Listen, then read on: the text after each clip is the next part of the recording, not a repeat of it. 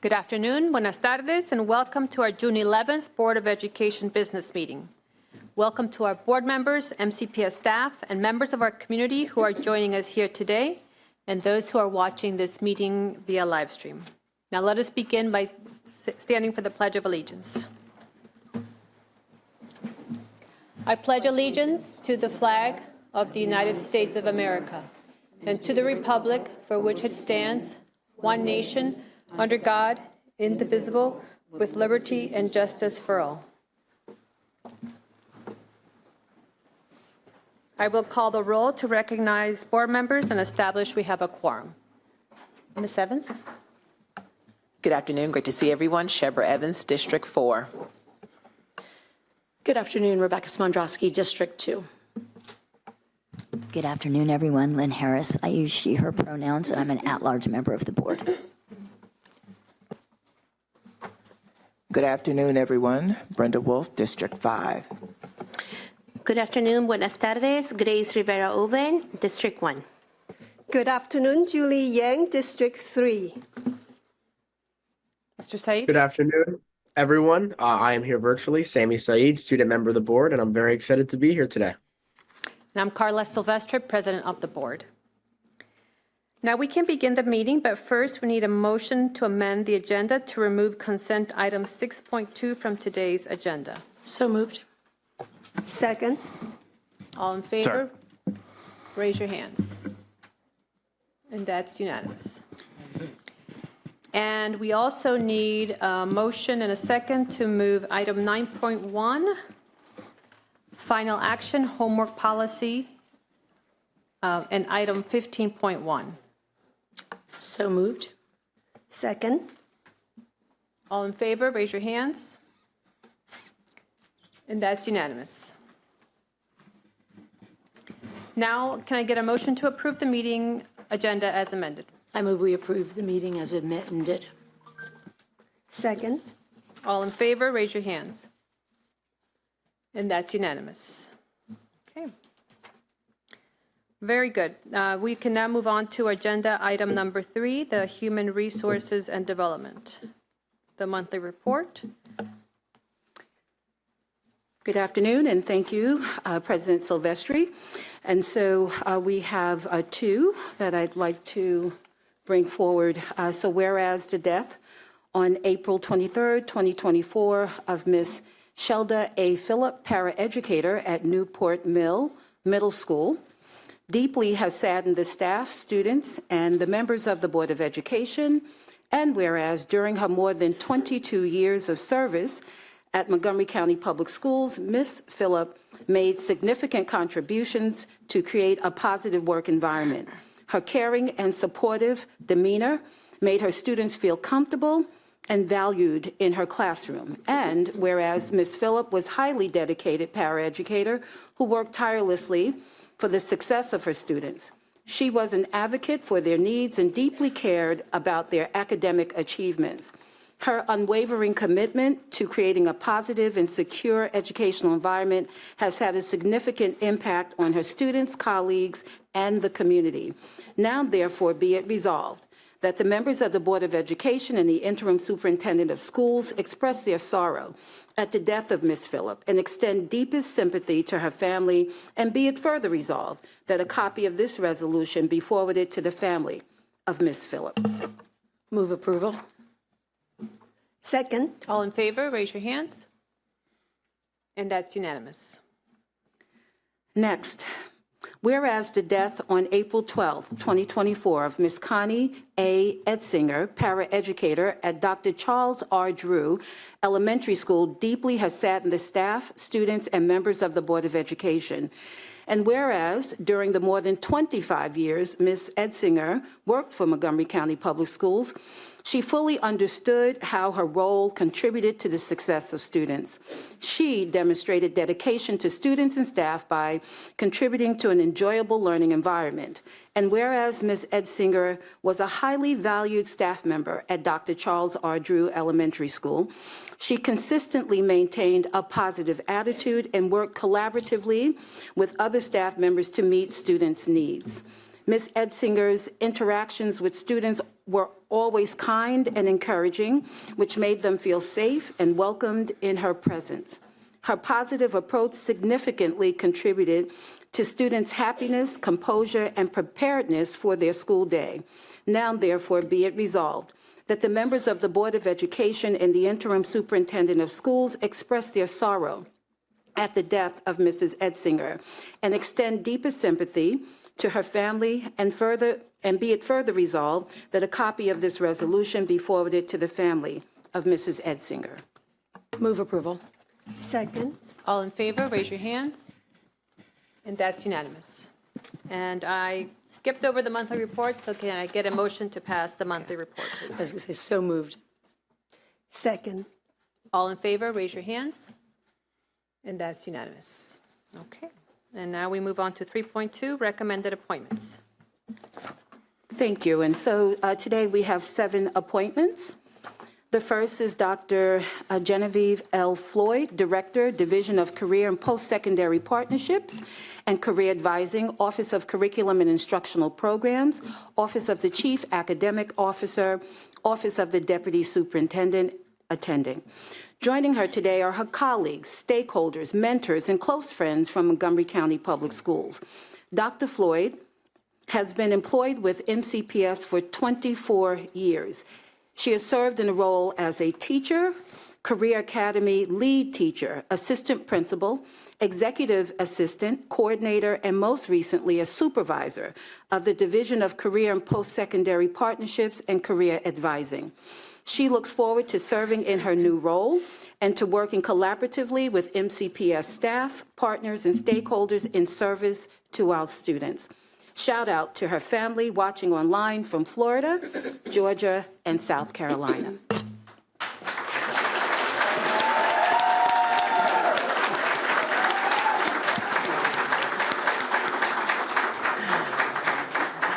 Move approval. Second. All in favor, raise your hands. That's Mrs. Evans, Ms. Harris, myself, Ms. Yang, Mr. Said. Abstaining? Mrs. Modrowski, Ms. Wolf, Ms. Rivera-Oven.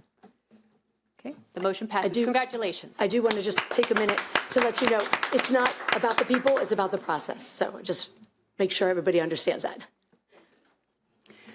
Next is Mrs. Meredith L. Benning, Assistant Director, Department of Human Capital Management, Office of Human Resources and Development, Office of the Chief of Staff, attending.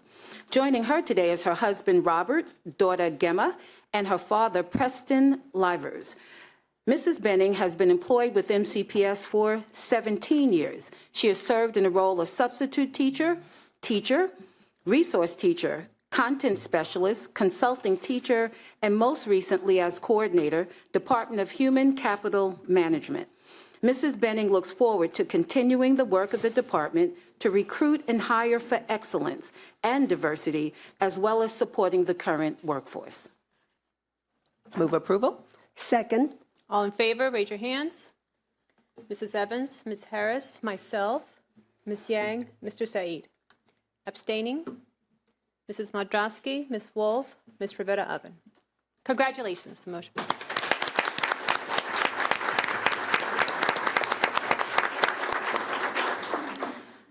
Next is Ms. Charlene M. Perea, Supervisor, Department of Special Education Services, Office of Special Education, Office of the Chief Academic Officer, Office of the Deputy Superintendent, attending.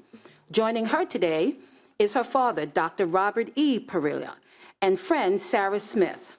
Ms. Perea has been employed with MCPS for 30 years. She has served in the role of paraeducator, special education teacher, instructional specialist, supervisor, assistant principal, and most recently as acting supervisor, Department of Special Education Services. She looks forward to joining the Department of Special Education Services. Move approval. Second. All in favor, raise your hands. Mrs. Evans, Ms. Harris, myself, Ms. Yang, Mr. Said. Abstaining? Mrs. Modrowski, Ms. Wolf, Ms. Rivera-Oven. Congratulations.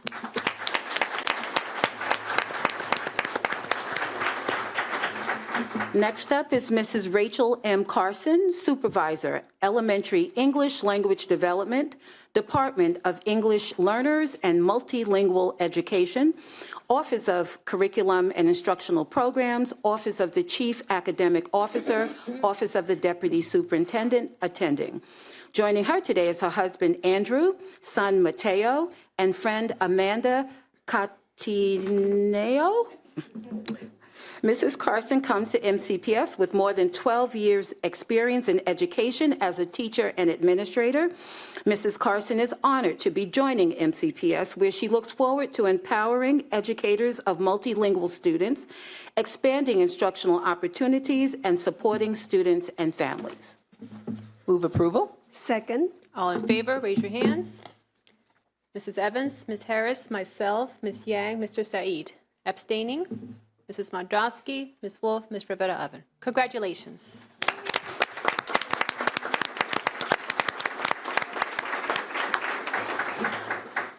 Next is Mr. Daniel R. Yip, Supervisor, Secondary English Language Development, Department of English Learners and Multilingual Education, Office of Curriculum and Instructional Programs, Office of the Chief Academic Officer, Office of the Deputy Superintendent, attending. Joining him today is his wife, Ruby, an MCPS teacher, and his two sons, Caden and Hunter Yip, both MCPS students. Mr. Yip has been employed with MCPS for 14 years as an English language development teacher, curriculum specialist, teacher, and most recently as English language development teacher, Parkland Middle School. He looks forward to rejoining the Department of English Learners and Multilingual Education to support emergent multilingual learners and their families in grades 6 to 12 towards college and career readiness. Move approval. Second. All in favor, raise your hands. Mrs. Evans, Ms. Harris, myself, Ms. Yang, Mr. Said. Abstaining, Mrs. Mandrowski, Ms. Wolf, Ms. Rivera-Oven. Congratulations.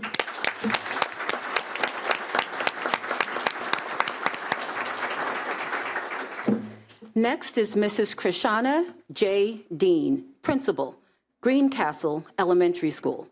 Joining her today is her husband, Keith Dean, and mentor, Ms. Stacy Brown, Principal, William Tyler Page Elementary School.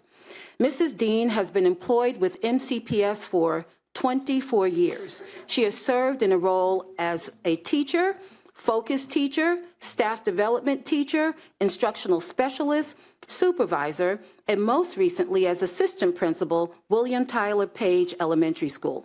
She looks forward to joining Greencastle Elementary School to support their community and its commitment to providing students with a well-rounded education. Shout out to her children, Sean, Jasmine, and Miles, who are watching online, and to the countless friends and family who have supported Mrs. Dean on her journey. Move approval. Second. All in favor, raise your hands. And that's unanimous. Congratulations.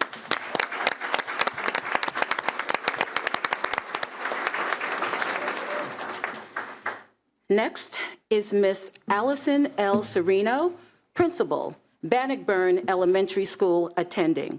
Joining her today is her husband, Brian Baskowski, Media Specialist, Bethesda Chevy Chase High School, and her children, Bobby and Chloe.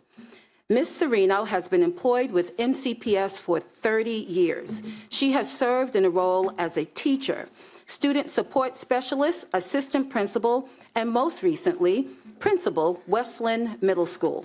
She looks forward to joining the community of care and academic excellence at Bannockburn Elementary. Shout out to her mother, Marilyn Sereno, who is watching online from Massachusetts. Move approval. Second. All in favor, raise your hands. And that's unanimous. Congratulations.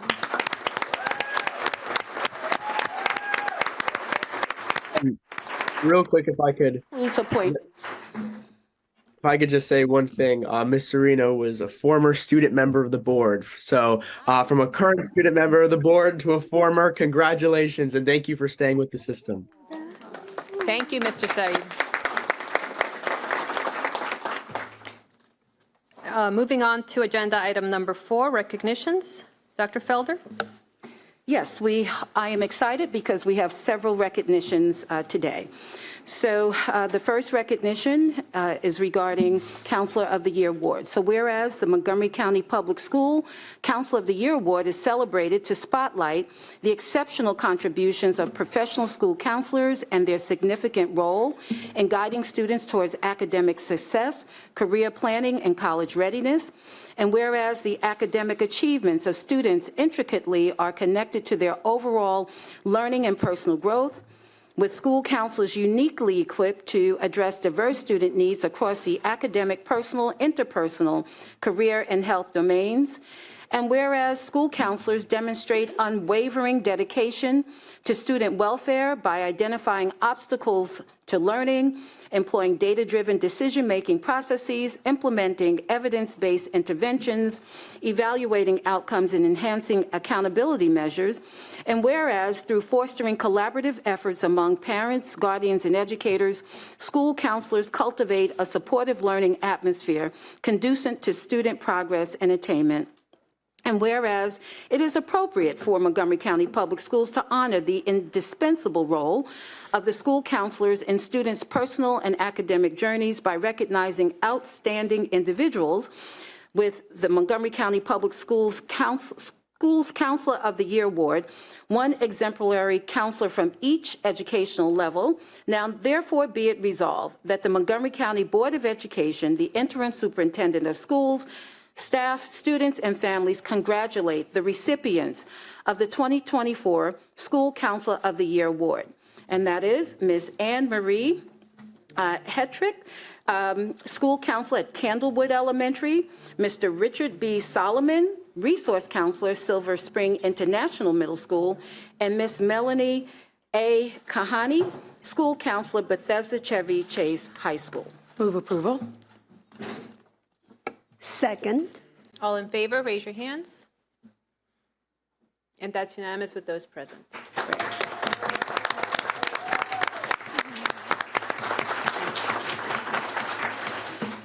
Next is National Association for the Advancement of Colored People Scholarship Awards.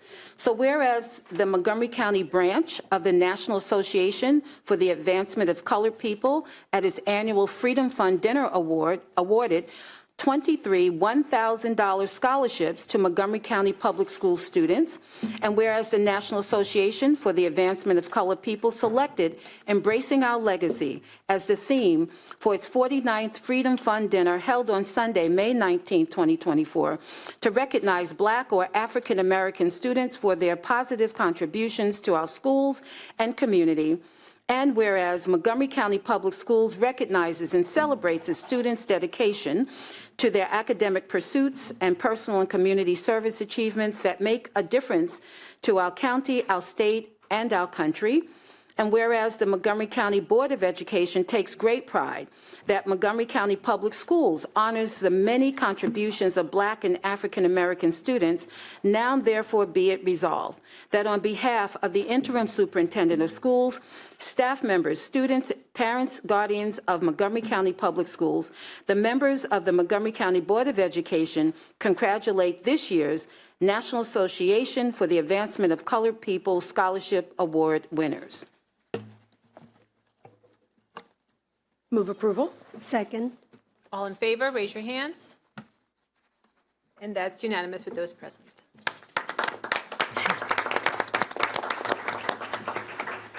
The last recognition is regarding Montgomery County Public Schools higher education partnerships. So whereas Montgomery County Public Schools celebrates its commitment to partnering with local institutions of higher education in an effort to support aspiring educators and bring the best possible professional development and academic opportunities to our staff, and whereas Montgomery County Public Schools recognizes and celebrates the more than 942 employees enrolled in 11 institutions of higher education, offering 23 partnership programs. Of these, more than 324 are 2023-2024 higher education partnership degree and certificate completers who have earned certificates, certifications, and bachelor's and master's degrees. And Be it resolved that on behalf of the interim superintendent of schools and all Montgomery County Public Schools staff members and members of the Board of Education, we congratulate and recognize our higher education partners and their graduates for their contributions to the school system and for creating a culture of lifelong learning and the pursuit of academic excellence. Move approval. Second. All in favor, raise your hands. And that's unanimous with those present. Okay, thank you. We are moving on to agenda item number 5, which is public comments. Public comments is one of our opportunities to hear the views and receive advice from community members. Board members will take your comments into consideration, but it is not our practice to take action at this time on issues that are raised. We encourage public input on policy, program, and practices. This is not the proper avenue to address specific student or employee matters, so we encourage everyone to utilize existing avenues of redress for complaints. This is a public meeting, and we expect the conduct of all speakers and members of the audience to be within the bounds of proper etiquette. Inappropriate personal remarks, rude retorts, and other such behavior is out of order and will not be tolerated. Those who demonstrate disruptive or disrespectful behavior during public comments may be asked to leave the room. Please check our website for information about upcoming board meetings, hearings, and work sessions, including any changes to our meeting start times. We have 13 people who have signed up to provide in-person testimony. Each speaker will receive 2 minutes for comments. When your name is called, please approach the table, speak clearly and directly into the microphone. 30 seconds prior to the expiration of a speaker's time, a yellow light will go on, accompanied by a beep. A red light and a buzzer signals your time has expired. Please push the flat button below the microphone to turn it on and begin speaking. Push the same button once more at the sound of the buzzer to turn it off. In addition to our in-person speakers today, we have 5 people signed up to provide video testimonies. We will play these submissions once the in-person testimonies have concluded. Copies of testimonies can be found on Board Docs, where they are posted with other materials for this meeting. Okay, so we can get started with our first 6 speakers. If you could please come forward and I call your name. Sujit Hedge, Christine Handy, Jennifer Martin,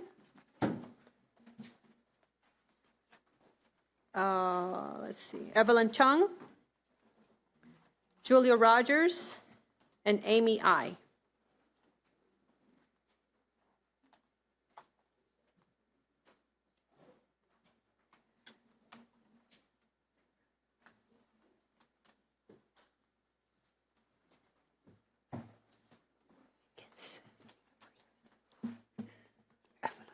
Okay. Sujit Hedge here? You may begin. Good evening, Dr. Felder and members of the Board of Education. My name is Sujit Hegde, and I am currently a junior at Richard Montgomery High School. I am here to advocate for Narcan training for all high school students in MCPS. As an EMS provider at Rockville Volunteer Fire Department, opioid overdoses aren't foreign to me. As first responders, we are taught that timing is everything. The moment we see signs of an opioid overdose, we know we have to act fast. It is ingrained in us that a body without oxygen for more than 5 minutes may as well be pronounced dead. To this day, I remember the first overdose I was dispatched to. We arrived on scene to find a young female with the usual symptoms: pinpoint pupils, unresponsiveness, and a lack of breathing. Through our prompt use of Narcan, we were able to resuscitate the patient. For weeks after, the image of that young woman, who looked not much older than I did, remained in my mind. If we had arrived on scene 5 minutes later, or if we had waited any longer to deliver Narcan, our life would have been lost. Anyone could have been in my position. Data shared by MCPD shows youth overdoses continually spiking, increasing by 77% in 2022 and rising year by year. This data shows that opioid overdoses are very real and can happen to anyone, especially in minority communities. In these situations, people must be prepared. Hesitation can be the difference between life and death. It is vital that we give our students the training to handle these emergencies decisively. I propose to do this through health classes in our high schools. A Narcan training session includes education on recognizing overdose symptoms, locating Narcan, administering Narcan, and a final test to assess knowledge and understanding. In all, these sessions will take around 40 minutes and could easily be adapted to a single lesson. This is the preparation our students need to act in a vital moment. Thank you for your time. Thank you. Dr. Handy, you may begin. Good afternoon, Dr. Felder, Ms. Silvestri, and members of the Board of Education. First, I would like to extend my heartfelt congratulations to Sammy Saeed, our student member of the Board of Education, on your graduation and upcoming college enrollment. Sammy, your dedication and advocacy for the students in our entire school district have been truly exceptional. Your willingness to seek feedback from MCAP on your proposals, and there have been a few, is a testament to your commitment and leadership. On behalf of MCAP, we wish you all the best in your future endeavors, and I am confident that your name will be on a ballot at the polls in the near future. Members of the board, today you're going to be voting on the operating budget for next school year. And while we have done all that we can to advocate with the county council for the MCPS budget items that we believe are important, we fell short. This year's budget is pretty much done, so I sit here hoping that we can begin the next fiscal year with the end in mind. It is imperative that we work closely with the county council and ensure they fully understand the needs of our school district, and that we do not wait until official budget season to start that discussion. The FY26 operating budget is already projected to be more challenging than this year, and that is hard to imagine. It will be up to you and our superintendent to start working on budget advocacy early and to mend and build bridges with our county officials. We are counting on you. Additionally, you must work and collaborate with our unions. When we work together, we are better, much better. Dr. Felder, I want to express my deep appreciation for your calm and spirit, instructional and fiscal leadership, and courage in leading MCPS during such a challenging time. Your unwavering commitment and resilience have truly been inspiring. It has not been easy, but your steadfastness has never wavered, and I've never seen you clutch your pearls. So thank you so much. Thank you. Jennifer Martin? Good afternoon. Let me first correct a statement I made previously regarding the FY24 budget line item, Superintendent's Gala. I've since learned that this did not refer to the Superintendent's Holiday Party, which MCPS did not fund. It was in reference to the Superintendent's Gala for the Arts. I've sent apologies to the former superintendent and a letter of correction to this board. Yesterday, over 100 MCEA educators, parents, students, and community members gathered in downtown Silver Spring to draw public attention to the serious underfunding we're facing for next year. We were there to draw that attention, the council's failure to honor this board's bare bones budget request, and your lack of passionate advocacy on behalf of our students has led to anger and fear about our working and learning conditions in the year ahead. Hundreds of us are facing involuntary transfers, and hundreds of new teachers' contracts are at risk. We realize that among elected leaders, we have few, if any, effective champions for education. While all of you on the board say you care about schools and the souls who work and learn here, where is the courage of your convictions? When are you going to speak forcefully and act with decisiveness in seeking resources we desperately need? It's not easy for us to fight on the streets as we did, but we are frustrated by the empty words and dismissiveness we receive from our elected leaders. We educators can't save the school system by ourselves. Right now, all the good things that happen in our classrooms and school buildings each day seem to happen in spite of, rather than because of, MCPS and county leadership. In the year ahead, MCEA will continue to fight to restore the excellence of our schools. We need you to be there with us. Now is not the time to be polite and meek. Stand up to county leaders and demand from them what our students need and deserve. Thank you. Is Evelyn Chung? Evelyn Chung? Oh. Sorry, I missed you. That's okay. There was.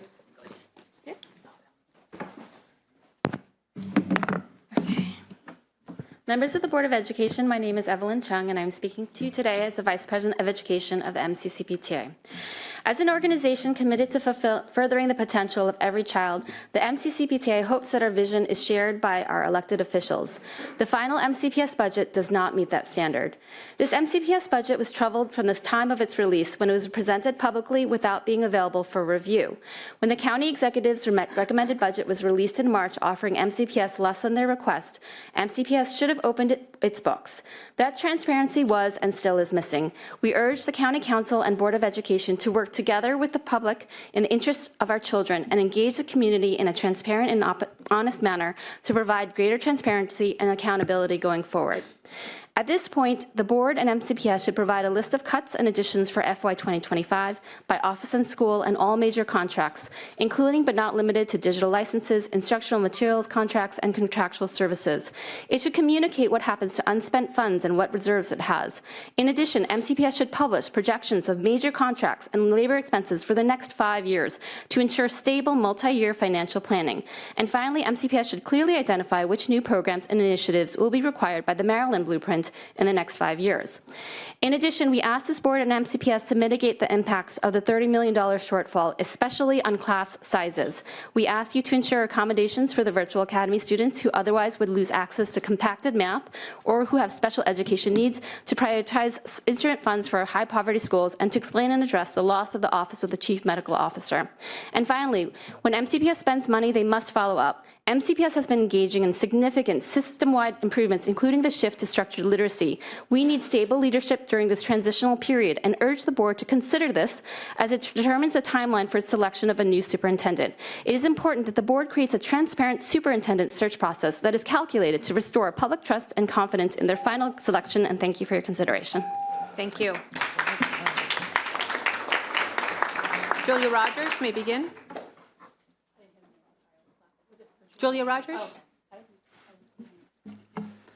Good afternoon. My name is Julia Rogers, and I'm a special education teacher here at the MVA. I know I'm good at my job, and that voiding of the board's and MCPS's mission is not a reflection on me, my 80 colleagues at the MVA, or the 14,000 educators I stand shoulder to shoulder with today. We know our mission, and that is to provide not just an education, but a safe and supportive environment where all can thrive. At the MVA, we provide a full school day to over 800 students. We have a diverse student body of students that have had social interaction both here and at their home schools. A closure of this program would disproportionately impact students of the global majority, which is 85% of our population, and those receiving FARMS, which is 55%. This is also not the same as IIS. It just isn't the equivalent. 68 hours a week of instruction is not the same. Not receiving all IEP service hours, as students do at the MVA, from speech to OT to classroom support, is not the same as IIS. At the MVA, our students have test scores that show progress.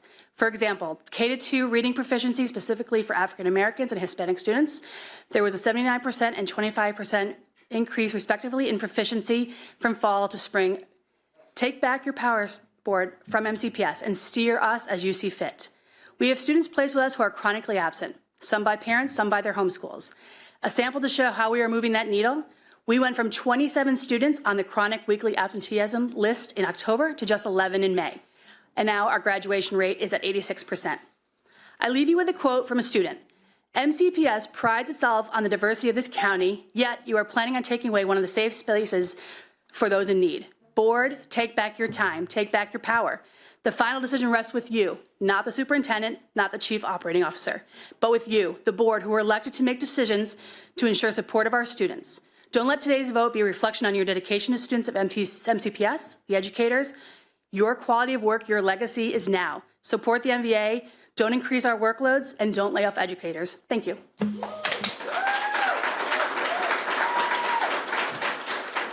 Thank you. Amy I, you may begin. Good afternoon. My name is Amy I have been an elementary educator with MCPS for 25 years and have proudly served the Virtual Academy for the last 3. I am here to speak with you about the value and impact the MVA has had on students who are thriving and excelling at their online learning. I would like to share one of the MVA's currently thriving 5th grade students' testimony about why the MVA must stay. Adrienne, a 10-year-old who is finishing 5th grade, is thriving because of the MVA. When she attended in-person school, she was struggling with all the distractions and being shy. The MVA has not only allowed her to do well in school, but excel. That's because teachers have allowed her to go to quiet breakout rooms by herself to complete assignments. She has consistently tested in the 99th percentile. However, when she does in-person testing, she does very poorly due to all the distractions. If you insist on closing the virtual academy, she won't be the only excelling student who will fail to thrive. Many of her classmates will too. Her questions for the board are, don't we count? Do you think putting us in huge, noisy classrooms is the right decision? The virtual academy is her pathway to success, and if you close it, you're dooming students to failure.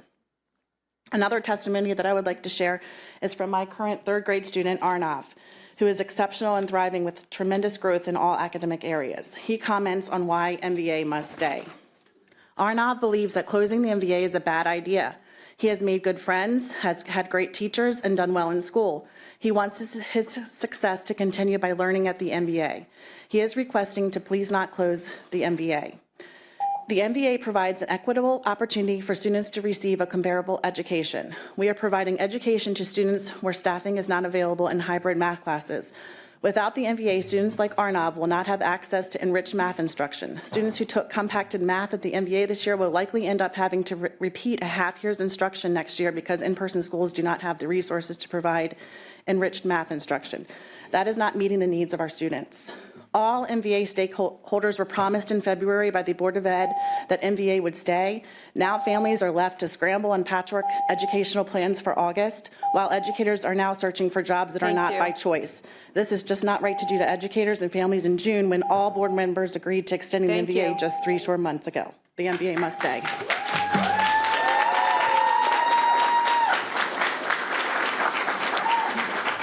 Thank you for your testimony. If we could get our next 6 speakers to please come forward. Victoria Hill, Julia Guillen-Williams, Samira Hussein, Charles Rollins, Timo Taiwo, and Layla Kademian.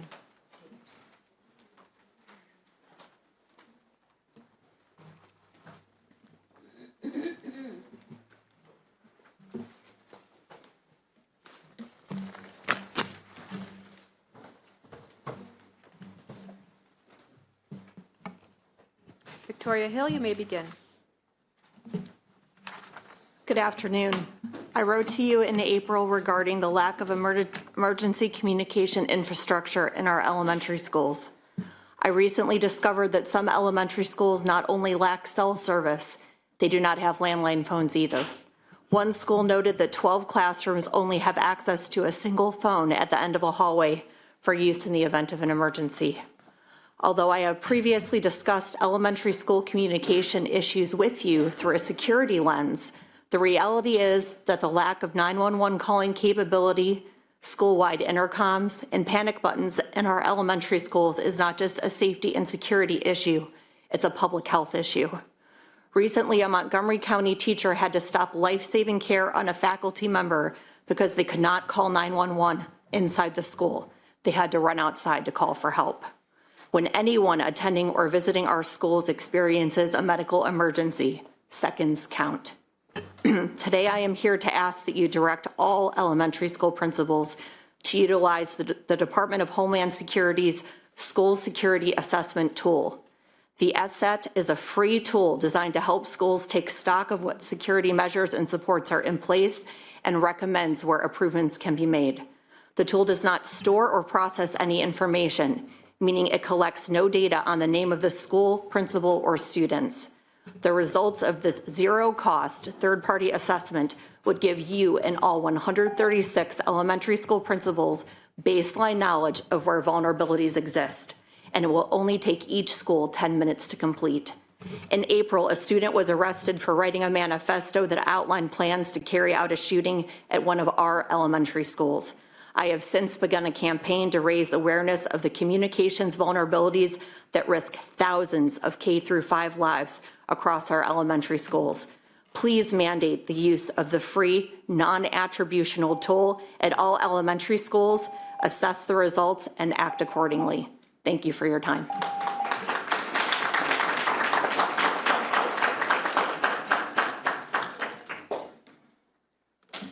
Good afternoon. My name is Julia Guillen-Williams, and I'm a founding member of Poder Educators. We are a collective of MCPS Hispanic educators from all 3 unions, passionate about our colegas and the students we serve. Today, we are here to testify on behalf of the Hispanic Latino staff, students, and community. In March, the board asked for feedback from the community as the search for a new superintendent began. Among the tools the board deployed were community forums, a focus group of community stakeholders, and a survey sent to MCPS stakeholders. I'd like to give you feedback on that survey. The survey had 4,880 responses, mostly parents and teachers. A majority of the respondents had the opportunity to indicate their race or ethnicity. 23.5% of respondents did not disclose their race or ethnicity. Were those respondents Hispanics or Latino? For the majority of the time the survey was open, Hispanic Latino was not an option that could be selected. In the final few days of the survey, one of our leaders alerted someone in central office, and within minutes, Hispanic Latino was added to the survey, giving our community precious few days and zero notification to participate, share our voice, ideas, and expectations of the new superintendent with you. The May report, citing the results of the data collection efforts, says that 1.3% of the respondents were Hispanic Latino. That may be because we were only allowed to identify ourselves in the final few days that the survey was open. The effect of this egregious error, oversight, mistake is that we were virtually erased from the conversation. The Hispanic Latino workforce in MCPS deserves better. We are members of the community, parents in the school system, and the backbone of this entire operation. We have been overlooked, erased, and silenced in this process. The board failed to engage the community that represents 35% of the student population in MCPS. We were rendered mute in a process that impacts us all. Thank you.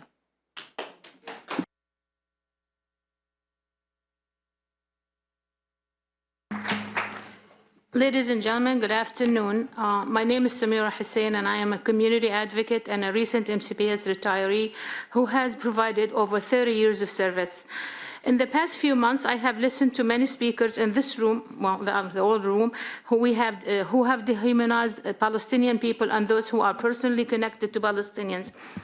More incidents are happening in schools again against Palestinian students and their families by adults, including school administrators. I want to believe it is not hate or racism, but a lack of knowledge. Education is an essential solution to this matter. It costs less than ignorance.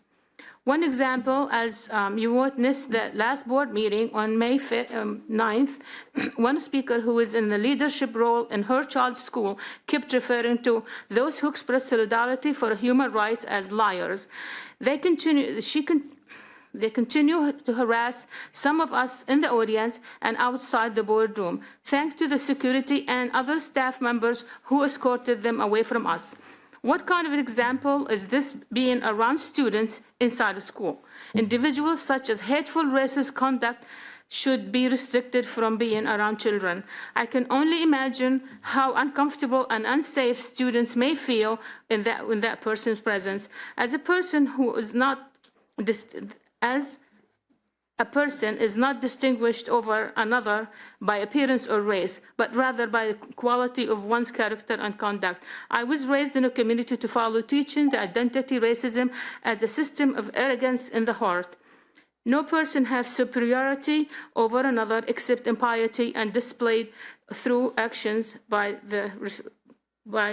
by respect. I wanted to congratulate Sami Saeed for all his leadership, and I wish him a continuous success. Thank you for your time. Thank you. Our next speaker is Charles Rollins. You may begin. Good afternoon. Oh, is it working? Yes. All right. Good afternoon, Dr. Felder and members of the board. My name is Charlie Rollins, and I'm currently a sophomore at Woon High School. I will be the treasurer of both my student government association and my Black Student Union. I'm here today to address a critical need within our school system. That need is for allocating funding towards addressing anti-Black racism and to include appropriate resources for school-based staff to support this work. I'm passionate about resolving matters that regard my peers so that I can ensure that it feels safe and secure at all times. The recent incident involving the printing of the N-word 1,000 times on 1,000 separate pieces of paper emphasizes a significant gap in our current procedures. School administration needs adequate training and accountability measures in place when expectations are not met. The learning curve of the current administrator at our school who did not investigate the incident properly is unacceptable. Our school administrators are tasked with being the leaders who keep students safe and ensure that everyone feels valued equally. The delay in the reporting of this incident has only been salt in each one of these 1,000 wounds inflicted by each hateful word on those sheets of paper. However, I can't make my peers feel safe if the administration lacks the ability to address hate and bias incidents properly. In addition to appropriate training and adequate consequences for administrators, I believe that there is a serious need to allocate funds to support the staff members who provide support to the students in our school. Wooten's Restorative Justice Coach, Mrs. Vance, and our social worker, Ms. Branham, both of whom are African American, provide critical social and emotional support and representation in schools. That goes a long way in making Black students feel seen and heard. I understand that mistakes happen, however, they are oftentimes preventable. Taking these steps to ensure that the issues such as these do not repeat themselves in the future is an important first step. I'm one of 4 children in my family. 2 of my sisters have already graduated from Wooten and experienced similar acts of racial harassment and discrimination. However, I have one younger sister who is a 7th grader attending Cabin John. I urge you to please consider all that I presented for you today. I don't want my sister or future classes to endure these preventable traumas. Thank you. Thank you.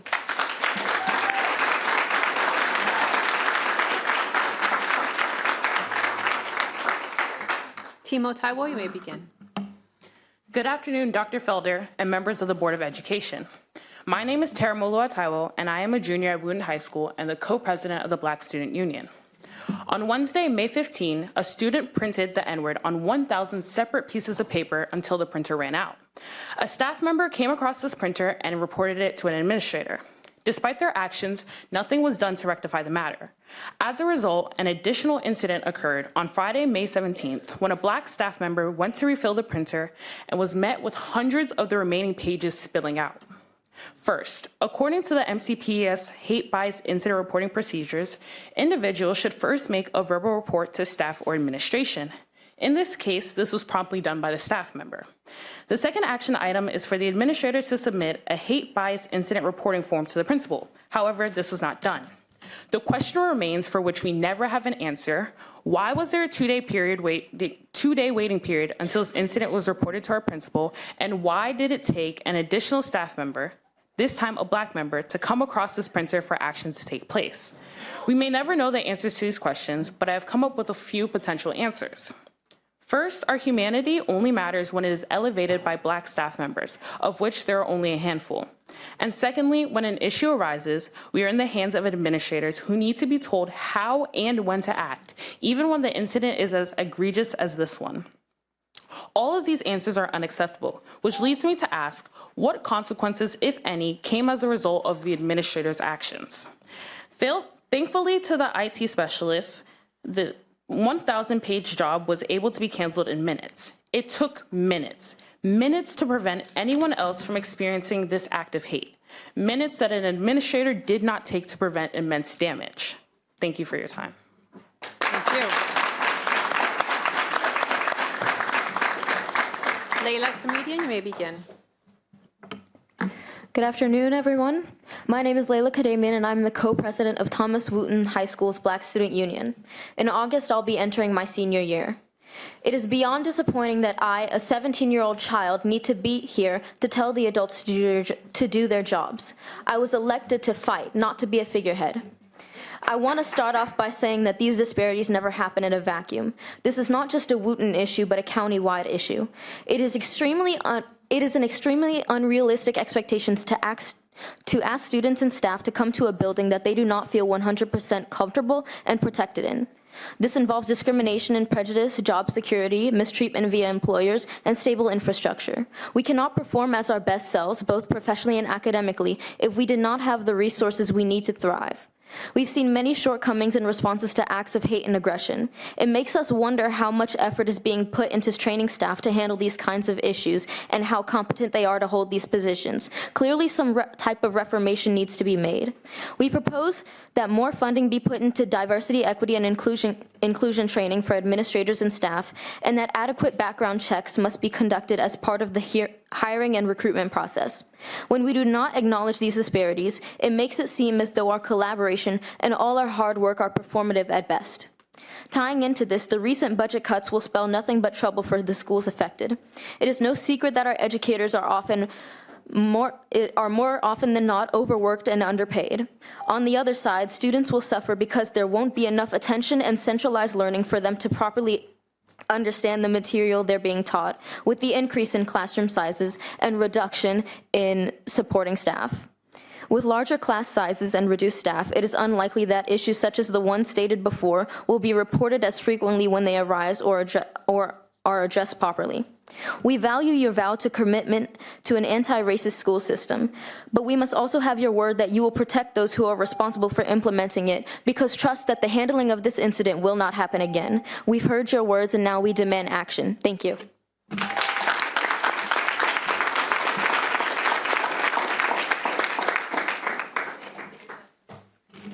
Thank you for your testimony. If we could get our next speakers to please come forward. Marta Riccio, Amy Oram, and Barbara Galasso Leah Hagan Meadows.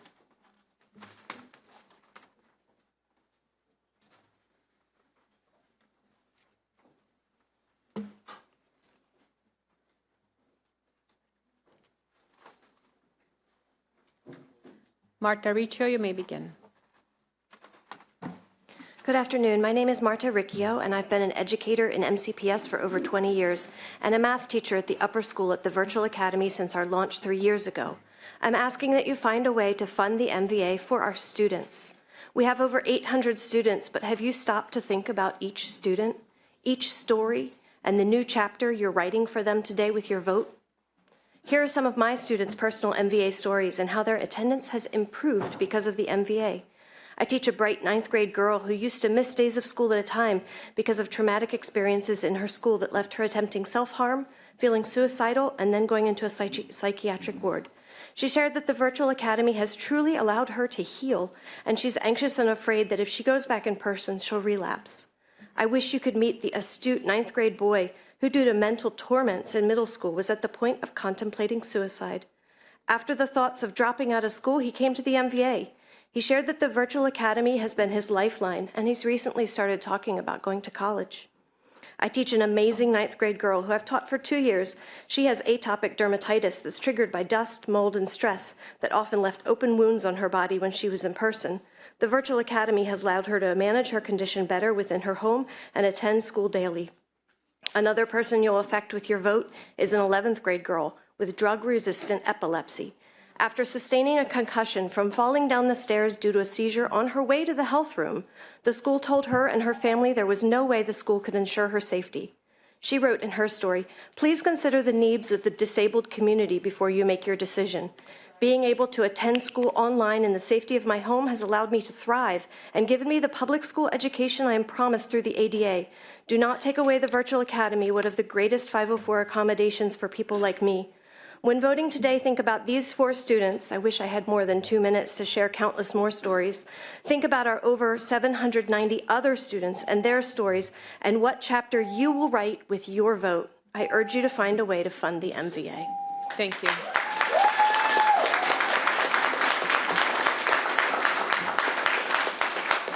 Amy Oram, you may begin. My name is Amy Oram, and I am the mother of Theo Oram, a 6th grader at the Virtual Academy. I am speaking today because I am dismayed that MCPS would close a school without taking a deep dive into why it is essential for so many students. What started as a program to protect children from COVID has become a lifeline for students for a variety of reasons. I personally chose it because it allows my son to have a quality education, but in a setting that has less distractions and more flexibility. I feel that no other school in the county provides this unique environment that keeps our children safe, included, engaged, and happy. I have listened in on the classes at the Virtual Academy almost every day. I did this because I wanted to ensure that my son was receiving the same quality education that his peers do at our local middle school. And every day, I am impressed with the high caliber of teaching in his classes. If you visited a classroom, you too would see that the students are engaged in learning, where they get immediate input and feedback on their work. Unlike at in-person schools, with fewer distractions and behavioral issues, teachers aren't spending class time disciplining or lecturing students, but taking the time to connect with them. I cannot ignore the very real successes that my son has had at the Virtual Academy and that other children are having, and why families keep coming back year after year. One of the core values on the MCPS website is equity. If you vote on the budget cuts and eliminate the virtual academy, you are taking away equity from virtual students by forcing them into an educational environment that does not work for so many of them. You need to do everything you can to find the money to keep the virtual academy open. Thank you for your time. Thank you. Barbara Galasso and Leah Hagen-Meadows. Hi, good afternoon. I would like to give something to Dr. Felder, please. Ashley does that. We're part of the MVA PTA, and Barb and I are here because our children have been affected, and all the children at MVA have been affected by the decision to close MVA. There's a mixture of disbelief and really righteous indignation. 111 days ago, you assured us our school would remain open, and we trusted your commitment. However, in a shocking reversal, you've chosen to close MVA by citing budget constraints, attendance, and graduation rates. All of these factors were not initially presented as decision criteria to us as parents who are stakeholders and also to our students who are your data. We request that you honor your prior commitment to keep the MVA open, at least for another year, to fund this program, and because our children, they deserve the stability, the continuity in their education, and not a sudden upheaval based on your guys' shifting criteria. Good afternoon. I'm very Your microphone, please. Microphone. It's gone back on its word. I teach my children to tell the truth, and I had a really hard time trying to explain this situation to them. Our school is a community, a safe place for our students. My twin daughters just graduated from the 8th grade yesterday with all A's and B's, one even making the honor roll for the first time ever this year. Because they had amazing teachers, enough time to get help with the classes being smaller, and the space to remain focused. My other daughter learned how to read. She started below level and went up over 150 points in her DEBO score and up in her other tests.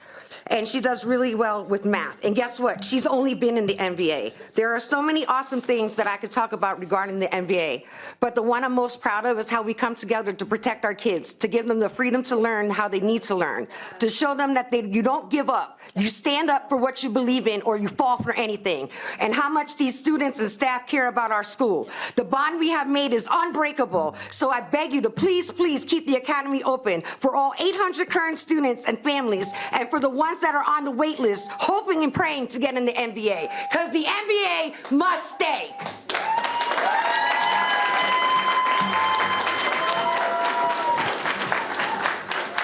MVA must stay. Thank you for your testimony. MVA must stay. MVA must stay. We received 5 video testimonies. The first one comes from Diane Nason. Please play the video. My name is Diane Nason, and I've been a dedicated MCPS teacher for almost 20 years. I'm certified in math and special ed. When the Virtual Academy started, I was excited to see this longstanding need finally addressed. COVID brought attention and resources to a population that's always existed, but has been quietly falling through the cracks. As a longtime special ed teacher, I know there isn't one universal design for learning. Conventional schools simply and quantifiably do not have the capacity to serve the needs of every student. The MVA was needed. The cost of the program has been cited as a justification for its closure. MCPS will not save money by closing the MVA in the long term. In fact, they must consider the added cost to support this vulnerable population. These students and their needs won't disappear if the MVA does, and ultimately accommodating them elsewhere will be more expensive. Poor graduation rates have also been cited. For the last 3 years, I have been the case manager for every senior at the MVA with an IEP.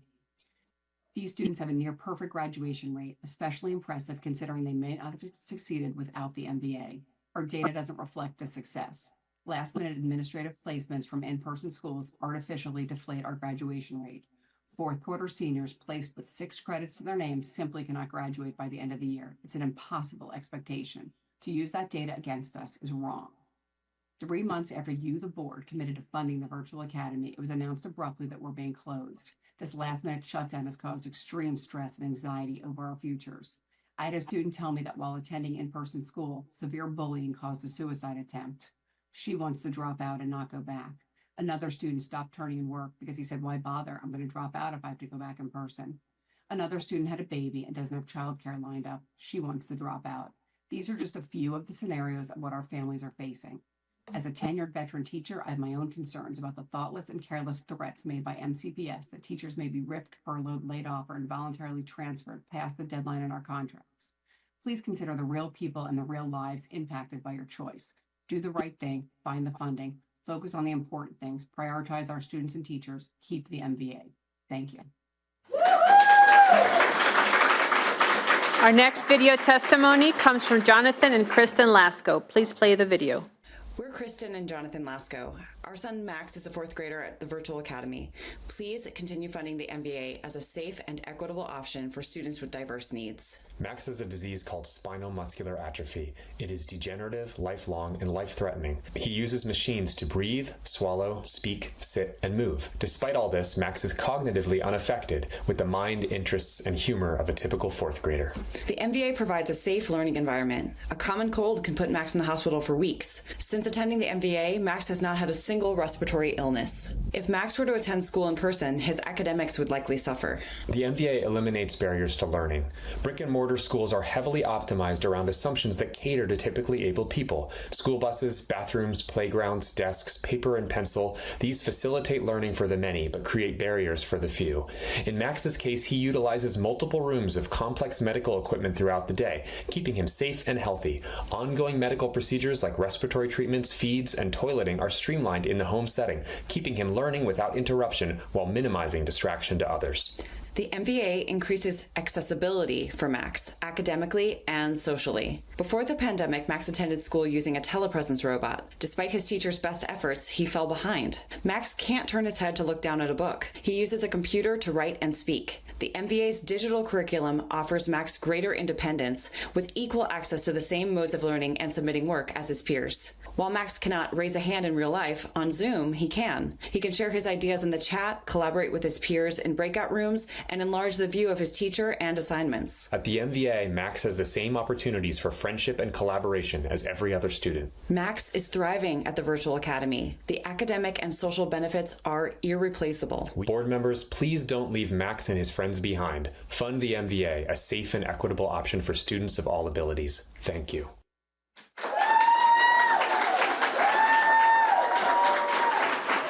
Our next video testimony comes from Ethan Evans. Please play the video. Hi, my name is Sterling High. I'm the father of 2 children, a 4th grader at MVA and a kindergartner who's receiving IIS. Like many families, when we found out the intent to close the MVA 3 weeks before the end of the school year, we were left scrambling to try to find appropriate alternatives for our children. And the 2 alternatives provided by MCPS are both inadequate and sometimes unsafe for our children. Let me tell you exactly why. The first option is to take a COSA to send your kids from their home school to a different school. But for many families and children that go to the MVA, they go because it is inappropriate or even unsafe for them to attend a brick and mortar school at all. To take these kids from a safe learning environment like MVA and try to force them back in person is unsafe for a lot of these kids. The second alternative is interim instructional services, and we have personal experience with the inadequacies of IIS as our daughter has been in it for her whole kindergarten year. Imagine you're a bright and eager young learner like she is, and your whole kindergarten year is no classmates and only 4 hours of instruction a week in just math and reading alone, as opposed to the full education that kids get in the MVA. Another way to look at it is an IIS student is actually absent from a classroom the equivalent of 153 days out of 180-day school year. Talk about an absenteeism crisis. And to think, a lot of these kids were in IIS for years at a time before the MVA came along.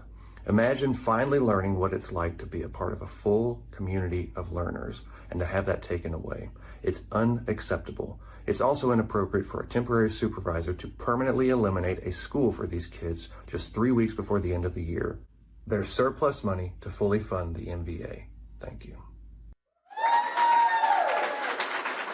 Our next video testimony is Susan Herod. Please play the video. Suzanne Herod, 5th grade teacher at the Virtual Academy. Every student will have the academic, creative problem-solving, and social-emotional skills to be successful in college and career.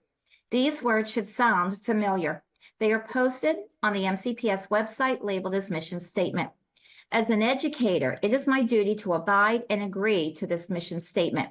It's the Board of Education's duty to uphold this promise by continuing the MVA. The MBA nurtures students' creativity through choice and experimentation. The MBA encourages problem-solving skills in an environment where students feel safe to take risks. The MBA develops social, emotional skills that can't be developed in the traditional classroom. The MBA provides security to some of the most vulnerable students in our county. The MBA is privileged to enter the homes of our students each day, where we often problem solve in real time with parents. MCPS prides itself on equity and diversity.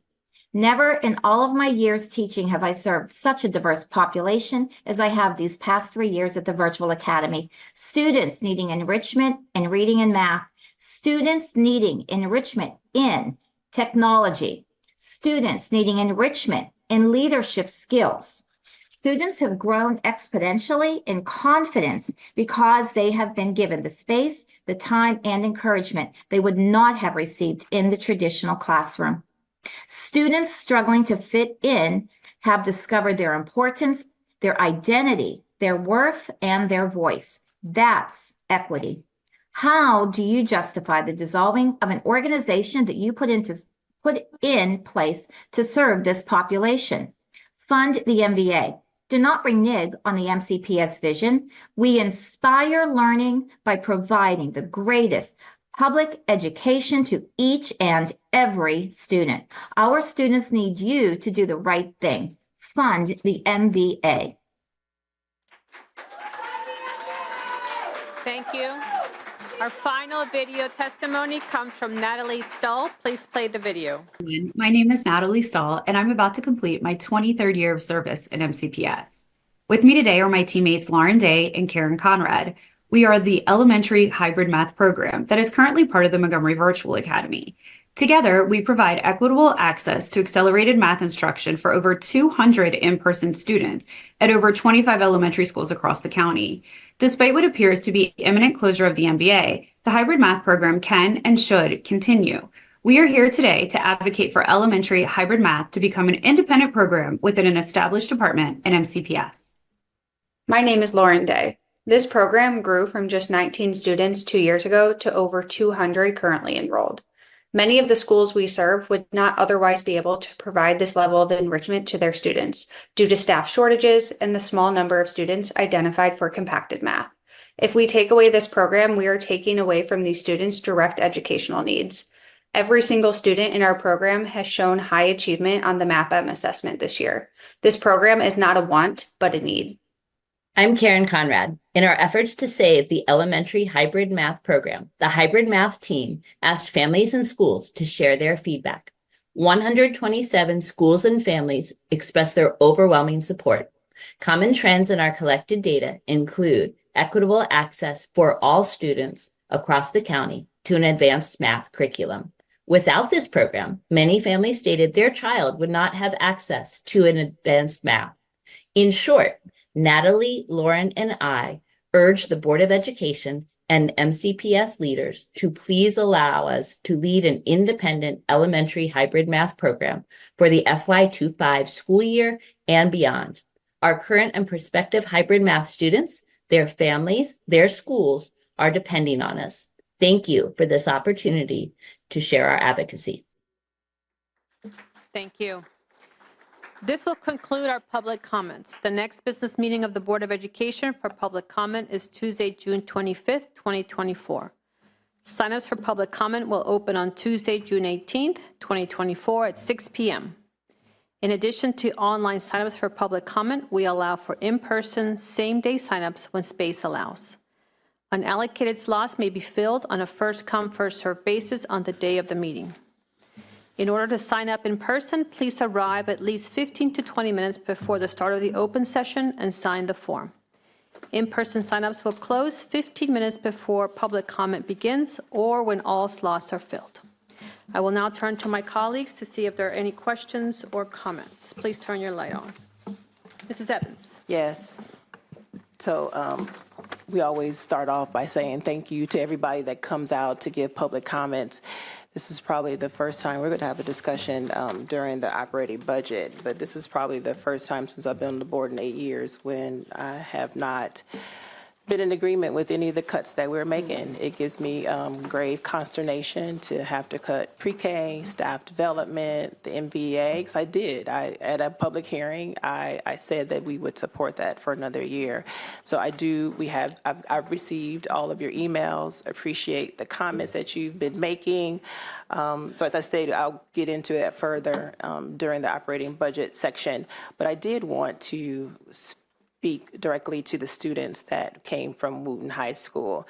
Thank you for your bravery and your courage. Today's a school day, I believe, so it meant a lot for you all to come here to share with us your experience. I had not heard that incident. I don't know how we need to make certain that we're gathering what is happening in our schools around racism, anti-hate. I know we've heard from several groups, but from our students, a copier machine of 1,000 copies made with that type of slur is very disturbing. So if we could have someone look into what is happening at Wooten High School around this incident, we want our students to feel safe and secure.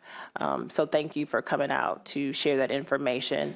I heard Ms. Samira Hussan come out and also state the comments that you made. We've said it a million times, this school system, there's no place for hate, right? And so all we can do is to get better. There's a study group going on around hate and bias that we're gonna take a look into, but we do need to ensure that the people that we're employing, right? I don't know how we get deeper into behaviors, right? But we do need to be serious and more focused on who we're hiring, who we're having in our schools. I can't remember if you stated that you're a restorative justice coach, that you do feel comfortable with that person in the school. Okay, very good, because we do want to make sure that they have the adequate training and the wherewithal to do that job. But I did want to make mention, there were 3 of you that came today, did not want that to go unnoticed, so I do appreciate that. I know that my colleagues want to be able to comment possibly on other testimony that we've heard today, but I've made note, particularly I think it was Victoria Hill that talked about the free tool around school security. Safety and security is very high on not only my list, but all of my colleagues' list. So whenever we say we feel so passionately and strongly about something, all of us have the same needs. We want everybody in our school system to be safe. We don't want any incidents to happen. If there's a way that we can use a free tool that can help us, we'll look into it. So I'm not stating that we're actually going to use it, but we're going to look into it, but I don't see why a free tool that would allow us to look at what advancements or enhancements we can make, why we couldn't do that. And that was stated at our safety and security meeting that we held like maybe a month or half ago, that we're going to look into that. So there's always more that we can do. We are a school system that absolutely at every opportunity wants to get better. And then I'll just speak to Dr. Handy and Ms. Martin's testimony. Appreciate Dr. Handy's comments that she made, and to Ms. Martin, this is what I'll say. So we talk like one-on-one and in groups about how we feel, and we advocate to the county council. So this is what I'm not going to do. I am not going to blame the county council on what we have, on the decisions that we have to make, because they have various agencies that they have to fund as well. So we know there's a limited amount of funding, right? There's something that we can do here. What we can do is consistently have ongoing regular meetings in advance, like Dr. Handy said, that we should be having ongoing conversations. We've been doing that, but we need to continue doing that, particularly as the ESSER funding is going to be gone, right? Nobody wants to talk about COVID, but we do have to distance ourselves, but we do have to be serious about, as a result of COVID, we were giving money that we had never had in the past to do the things that we've always wanted to do. And so now we're coming up on a time where we can't continue to do all those things. But what we can do is talk to our partners about ways that we can off-board some things that maybe should go to Department of Health and Human Services, that as a school system, we should be focused on education. But what we've tried to do, at least what I can say as a member on this board, what I've tried to make certain that we continue to do at every point is to make certain that our students are well. If they're not well, if they're not fed, they cannot be ready to learn, and we need our students to be ready to learn. So there are a lot of things that we've done that maybe we can't as an educational system, and this is across the nation. We can't do all the things related to health, mental health, but we've tried to do what we can to make sure certain that our students can access their education. So I just took, and I'll say this, I have very thick skin. I took a little offense that as a board member that I'm not doing my job, because at every turn I'm doing my job. I'm having conversations with people, and we're trying to make certain that we can get the funding that we need to make certain that our students can, I heard acknowledgement of Sammy Saeed, and congratulations, Sammy, for graduating. He's not online anymore. We do our work to ensure that the students can walk across the stage to do whatever it is that they desire to do. That is the goal of everybody up here. That is our goal. And so to think that we are perceived as not doing our job, we're doing it. Right? We're doing it. But guess what? We can always partner and do better and work more together. So I just wanted to say that. I'm not speaking for my colleagues. I'm speaking for myself, that I'm trying to make certain that we do all that we can to make certain that this is a quality premier school system and our kids are getting the highest education. And that's it for me in terms of my comments. Mrs. Mondrowski? Yep. So I will associate myself with many of the comments that Ms. Evans made. I was going to talk about this more at the budget, but while people who are speaking about these issues are here, I'd rather just get some information. I hope everybody knows that we would love to fund everything. And it's not for a lack of trying to find the money, despite what other agencies might say. And we want to do what's best for kids. If you go back and look at board meetings 12 years ago, I was advocating for the MVA, slightly different options, but it's important to me, and it's going to kill me to raise my hand. And I actually mentioned to Shebra that it's going to be hard. Please, we have to have silence in the audience so we can move on with our meeting. Thank you. But I do want to have a question for Mr. Hall. Two questions, actually. Number one, back when, a long time ago, as I was mentioning, 12 years ago, when I started talking about the virtual classroom stuff, it was more of a hybrid type of thing. I know you're not the chief of schools, but I'm curious as to what kind of funding would be involved to put something like that into place for some of our students, that really the virtual learning is what's best for them. So I'm curious about that, and whether or not that's a possibility. I also, I agree with Ms. Evans that, we are always looking for areas where we can partner with other agencies and try and do more. But my last question for Mr. Hall was, after our budget is finished, are we able to ask the county council for a supplemental appropriation type of thing?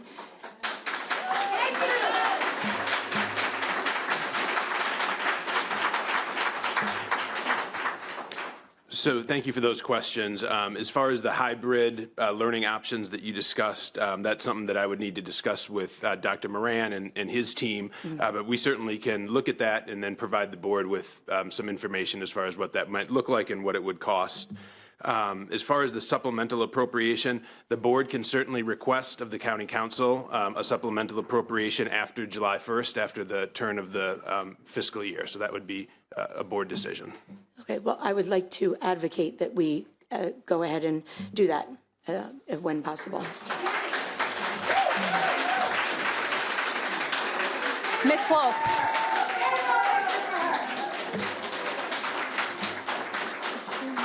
Ms. Wolf? Thank you. I, too, want to associate myself with the comments of Ms. Evans. I was particularly moved by the testimony from the students at Wooten. That was an incident that I had not heard of. But I'm also concerned because I've always believed that there is an underreporting of incidents of bias in the schools. And I would like to know specifically, was a hate bias report filed for this incident. I'd also like to acknowledge Samira. I think she might be gone now. She mentioned Here she is. an incident that I heard about this week also, where the student or parent was called a liar. I think it was a child, wasn't it, that was presenting on something and was called a liar at a 5th grade graduation. I'm not going to call out the school here, but I will be getting with you about checking to see if there was an incident report on that also, because we're never going to get a handle on these things if we don't have the schools accurately reporting the information. And in addition, who's involved and what consequences there were. I believe that that's something that we really have to start taking a deeper dive into, and that is consequences. I'd also like to acknowledge, as Ms. Evans did, Ms. Hill, who raised the issue of a tool that Homeland Security has. I'm not familiar with it, but I would be interested in finding out exactly what that is and what it might be able to do for us. Like Ms. Evans, I'm a little bit disturbed by the testimony of the union, because I believe that we have done everything to make it known what we needed in order to run this school system. In fact, we haven't backed down from our original request, but they have decided what they wanted to give us. And we do understand that there are several competing interests that they have. And so we have made the best decisions that we could make with what we have. I do agree with Ms. Handy, Dr. Handy, when she said we need to start earlier. We have this year spent many more hours with the county council working on the budget, but it's never enough, because still there are things that I don't believe that they quite understand about our budget, and that we need to start even earlier educating them about different things. And I think that's pretty much everything that I have. I do understand the concerns of the parents at the MVA. This has been a very difficult discussion and decision. So just know that we heard you and we do understand how you're feeling right now. Thank you. Ms. Rivera-Oven? Thank you. Ms. Rivera-Oven? Thank you. I just want to say a couple of things. I am a product of MCPS. My kids are products of MCPS. I have nieces in MCPS and people who are very close to me. I have somebody very close to me in the virtual academy. But before I go there, I want to say thank you to Sujit. Thank you for your service, for serving as an EMS. Such an example, my son was a volunteer fireman at the age of 14. And so I appreciate your testimony. So know that we have actually moved the needle on that whole issue of Narcan training. In fact, we had our students use Narcan on other students, even outside of school, saving lives. So I appreciate your advocacy. And I appreciate the fact that you wrote it, that it should be part of the health curriculum. I think this is something that the system should look into it to ensure that every young person in high school taking health class is and knows how to properly use Narcan. I want to say thank you to Mrs. Hill also for her testimony. And I just cannot imagine having a colleague collapse and you not being able to communicate with 911. That should not happen in 2025. So we need to ensure and find the tools to make sure that that doesn't happen. And I want to talk to Mrs. Julia Guillen from Poder. I'm very disturbed by the testimony. And this is the first I heard of it. I don't know if staff could talk to it, but that the fact that you could not identify yourself as Latino. This is, now it makes sense. Mrs. Yang and I were talking why there was such a low participation of the Latino staff on this survey, and it wasn't because they were disengaged or didn't care, because that, could be an assumption, right? It was because they were forgotten. So this is what I'm going to say to that. It seems to me we're forgetting a lot of things lately when it comes to our communities, especially our minority communities, disadvantaged communities, communities of color, communities, that are handicapped. It seems to me we need to really just have a deep search in our souls of why this is happening. And it needs to be a clear message from leadership that this is unacceptable at any level. And to say that I am deeply troubled by what the our young leaders, because they are leaders in their own rights who came from Wooten High School, is to minimize what I'm really thinking. I am appalled. I am appalled that in 2025, in the most diverse communities in the United States, we are still having these really hateful acts towards people who think differently, look differently, act differently than the rest of us. This is absolutely unacceptable. I am looking forward to our leadership to follow up, to ensure that, that the message is clear, that in Montgomery County, public schools, these kind of actions are not going to be tolerated at any level, from staff, from anybody else who are in that building, because every person in that building should feel safe, accepted, and welcome, and valued as a human being, and not feel that they don't belong there. So that was just very disturbing. So hopefully we'll follow up on that. And let me just say to the members of and the parents, right? So I don't have a child, but I do have somebody very close to me who is a student. So this is very, very, very, very hard for me. But I do not, I'm a very straight shooter and talker. We can ask for the appropriation. I don't want to mislead you, however, right? Because in order for that to happen from point A to point Z, there's a lot of lifting that is going to have to happen on the side of the council, right? They're going to have a majority vote, right? They're going to have public comments. By the time all that happens, it's going to be probably in late July. I just want to make sure that we're not misleading you into giving you hope that something's going to happen. It is my hope that something does happen. And, we're going to do everything we can for that to happen. But at the end of the day, and I am one of those people from the beginning that I said that I was not seeing a positive outcome, and that, this was, this could have been a result from back then when we were talking about it. And I spoke to a few of you and asked and said, please, and some of you are saying, yes, and I was very candid in saying, listen, I think, this is going to be an issue later on. And I'm sorry that it has been, but at the end of the day, we have done our diligence, and yes, we have, and I'm sorry to disagree with you, but at the end of the day, some of us, the advocacy that we do, you might not see it directly, but the advocacy that we do, the work that we put in, calling into the late nights and meeting, because you know what, I have somebody who I care greatly in the MVA.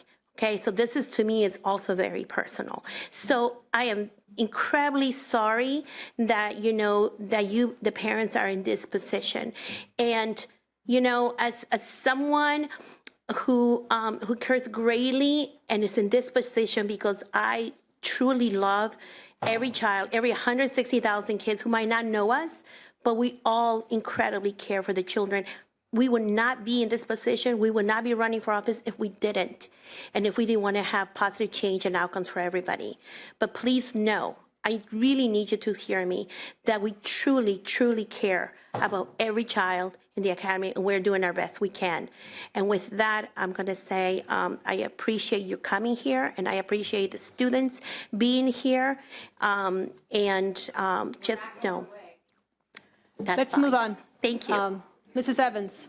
Sure, I just wanted to state for the record, in my comments, I was not saying that the county council is not aware and fully understand our budget. What I do know is that as a system, we've made some missteps, right, in providing information that wasn't always as accurate to make the decisions that needed to be made. So I just wanted to state that as well.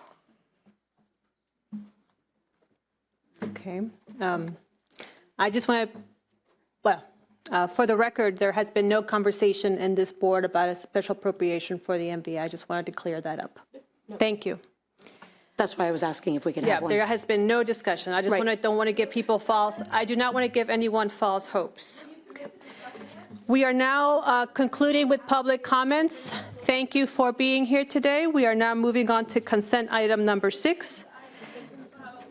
Board members, if you have any items that you would like to pull, please let me know by turning on your light. 6.9. 6.9. Ms. Harris. 6.20 and 6.24. 620, 624. Okay. Can I get a motion to move the rest in block? So moved. Second. All in favor, raise your hands. And that's unanimous with those present. Okay. If we could get 6.9 to the table so we can discuss that. Is contract approval request for proposal 4181.1 student information system extension.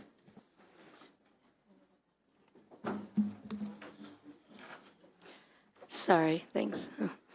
I really just wanted to clarify something more than anything else, whether or not this is the same data system that we've extended for, I don't know, I want to say at least 8 years now, to be built. And well, let's start with that. If this is the same thing that we've been working on for quite some time. So this is our student information system. We have had this student information system that houses our grade book, that houses our registration. It's Parent View, if you've heard, I know we hear about Parent View, which has been in existence, I believe we launched it right before the pandemic. 2020. In 2020. Okay. Okay, I just wanted to clarify because I'd had an issue with raising my hand for this kind of allocation when there's no commitment on a timeline of when these things, but again, it's a different data system that I'm talking about. So sorry, I apologize. Thank you. Okay, thank you. 6.20. Yeah, this is just pretty straightforward change order for the Woodward construction project, but it has, we've heard a lot from some community members that remain concerned about a couple of issues primarily related to the situation of athletic fields. And so I just asked Mr. Adams if he could share again. And just for context, this is this site has been a high school for over half a century. But in the redesign, the site has been reconfigured. So why we decided to lay out the site in the way we have. And the concerns also go to concerns about noise abatement related to tennis courts and the playing of pickleball. Thank you, Ms. Harris. So yes, this is a project that obviously we've been working through design processes for at least 6 years now. There's been robust community engagement throughout each phase of this. You are correct. This was a school that was in operation from 1966 to 1985. There was obviously a hiatus where it was a temporary location for Tilden, and we transitioned into creating a new high school for Woodward High School. Part of the challenges that we have had is that we have been working with a variety of different community stakeholders. If the board recalls, we started out looking at a variety of different amenities, athletic functions, orientations, and we had robust community discussions just around locations and, quite honestly, what makes most sense for students. That's what we're all here for, right? It's what makes the most sense. And this is a plan that was decided on. It makes sense for operational efficiency. And for us, we are going to continue to work with the communities and neighbors, but we are not going to back down on what amenities are provided at our schools for our students. And of course, tennis courts, pickleball courts, these are all part of the PE curriculum now. It's all part of what we provide at these schools. And certainly I know there's some folks that still are not quite happy with the plan or the approach, but we feel that we've had robust community engagement, we've had robust consensus building, and this is the best approach for our students. And this change order is just, as we're moving from phase 1 to phase 2, this is phase 2 work that we're accelerating so that the Northwood students have the amenities that they need when they arrive as the temporary swing space school while their school is being constructed. And could you talk just a little bit about what is done around noise concerns when we have a school whose facilities, athletic facilities and others are really closely located in a neighborhood? And I think a lot of us think of BCC, which is, you know, right nestled in a neighborhood. So we do have schools that are very active, that are neighborhood bounded. And so how we do address concerns about noise for the surrounding neighborhoods? Sure, and that's a question that comes up quite frequently, right? We are nestled in communities. I mean, every one of our schools, we're not in commercial locations, we're in communities. Particularly our high schools, there's a lot of activities that happen between, you know, athletic events or other extracurriculars. We do work to see what we can do from a noise abatement to try to make sure that we don't exacerbate any of the noise concerns. But the reality is it's a high school site. There are elementary school sites, there's middle school sites, and there's activities that happen. There's play, there's fun, there's events, there's athletic functions. So I do think that we work to try to position and figure out how to minimize impacts on neighbors, but the reality is it is an educational use. It's a high school site. There will be some noises coming from obviously these events. We'll work to obviously be as good a neighbor as we can, but I think the reality is it is still a high school site. There's still going to be activities that generate noise. We like to think that, you know, people like to hear the sound of kids playing and laughing and having a good time. We'll certainly work to make sure we manage that and fit well within the community. But I do think this is the right plan, the right approach for the future students of the school. And we are working to make sure that we are good neighbors, working with the neighborhood associations and specific individual neighbors along the way as well. And we'll continue to do so. And so part of the concerns that we've heard is the tennis courts are located within, and I have not measured this myself, so I'm relaying the comments we've heard, 50 feet away from the closest residence, and wondering about what we're doing as far as noise abatement technology for those tennis courts specifically. There seems to be concerns that pickleball is very loud. I can't say that I have direct experience living next to a pickleball court, so I'm relying on the information that's being shared, but are we looking at technology specific to that kind of an athletic facility that would help alleviate concerns about noise? Sure, and we have hired a landscape architect to do screening, so evergreen shrubs and bushes. We're looking, you know, once these spaces are constructed, we're able to do some acoustic testing. So if we need to add some soft surfaces so that we don't create reverberation of noises that sort of echo in communities, we'll install that. But again, the reality is we can do things that that will help. Again, from screening, from you know, landscaping to other soft surfaces. But we do have a number of schools where there's close proximity to neighbors.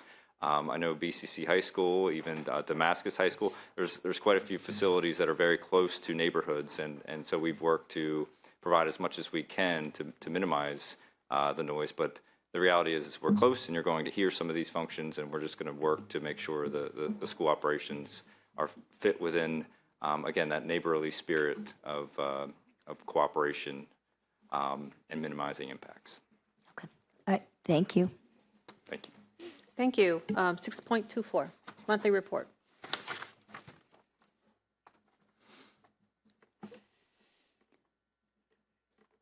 Yeah, thank you, Mr. Riley. Again, we have, 18 18 days left in the fiscal year, 19 days left in the fiscal year. So this is our last monthly financial report. And just if you could walk us through where we are, budget, bottom line. Sure. So as you mentioned, Ms. Harris, this is the last time that we'll be talking about the FY24 monthly budget. But there's nothing really new here. We've been having this discussion since September on a monthly basis.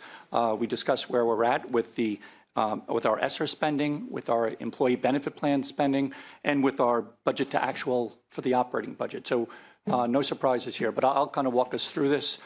This also gets shared with the county council too on a monthly basis as well. One of the things that you'll see a couple of extra numbers in the grid on page 2.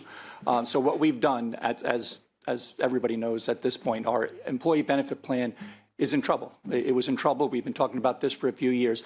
The amount of claims and the rise in inflationary expenditures have risen dramatically, multi-digit increases over the last 2 years. So we've been working to try to make that fund more sustainable.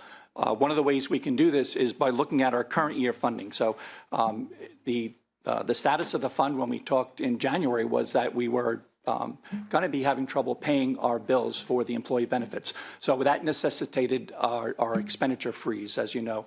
So this document records some of that savings that came about because of that freeze. And what we're doing is we're allocating this as a supplemental for this year, as well as some funds for next year as well too, to put us in a better position.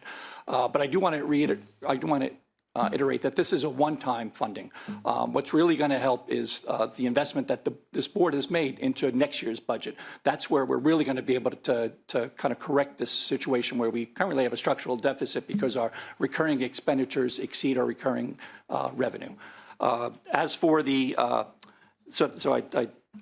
ESSER, so there is right now, according to the report, we have $36 million left to spend in ESSER. As you know, this funding runs out in September of 2024. As of right now, we have $29 million left. That will all be spent. There'll be nothing on the table in September of 2024. For the EBP, as I noted, some of the one-time things we're doing is going to help us get through this year. We still have work to do next year and the year after. It's going to be a multi-year plan to right that ship. And then finally, our operating budget. So one of the things that's new here is the reduction of our fund balance or our savings account, $25 million. It's created some difficulties during the course of this year on how to navigate without that savings account. What's happened is, as we all know, not only has inflation affected our EBP fund, it's affected almost all of our services and supplies and contractual services. So we've had to find ways to kind of meet those needs with savings elsewhere. So you'll see for the first time, there's actually, in the details, there's 6 categories out of our 13 state categories that will be negative at the end of this year. The county does afford us the ability to do a categorical transfer at the end of the year, but you're not going to see those balances that were in the past where we kind of had we were saving $25 million. So that's some of the big changes that you'll see in this monthly financial report.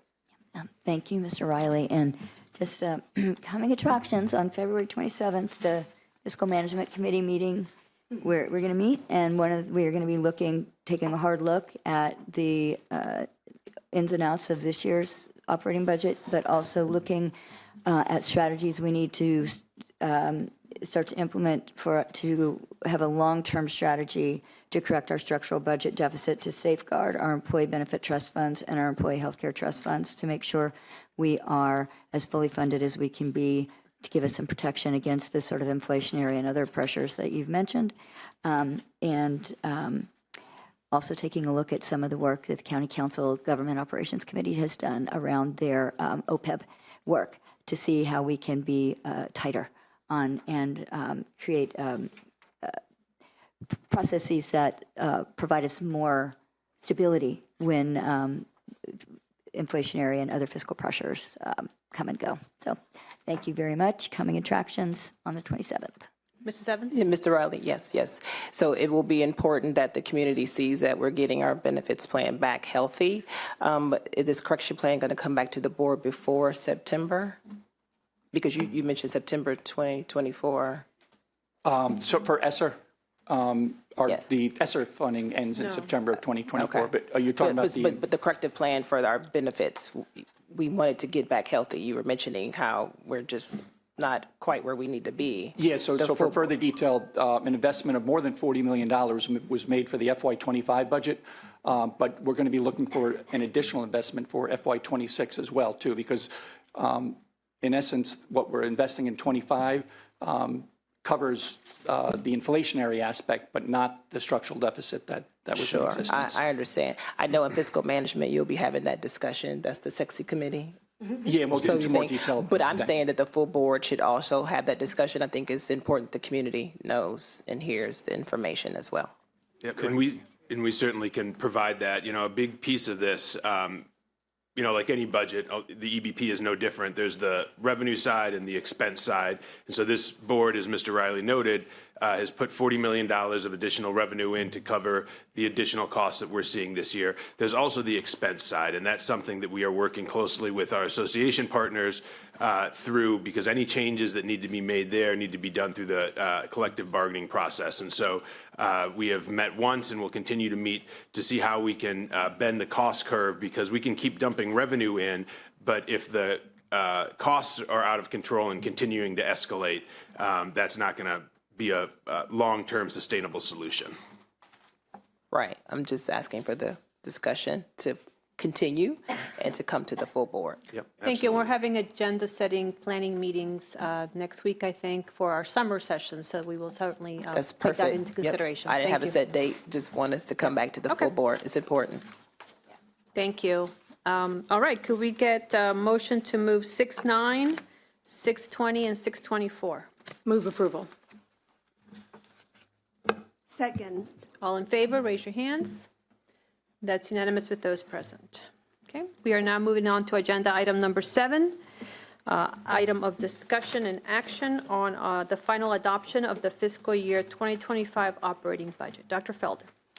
Good afternoon, President Silvestri and members of the Board of Education. Today, the Board of Education will adopt the fiscal year 2025 operating budget for Montgomery County Public Schools. The FY 2025 operating budget for MCPS totals $3.3 billion. This is an increase of $147.3 million, or a 4.6% increase compared to the current FY 2024 operating budget. Without question, this has been an extraordinarily difficult budget year for all of us, with the loss of the elementary and secondary emergency relief, also known as ESSER funding, and increased inflation costs. We requested a funding level for an operating budget that we believe is essential to support the teaching and learning needs of our students in all 211 schools.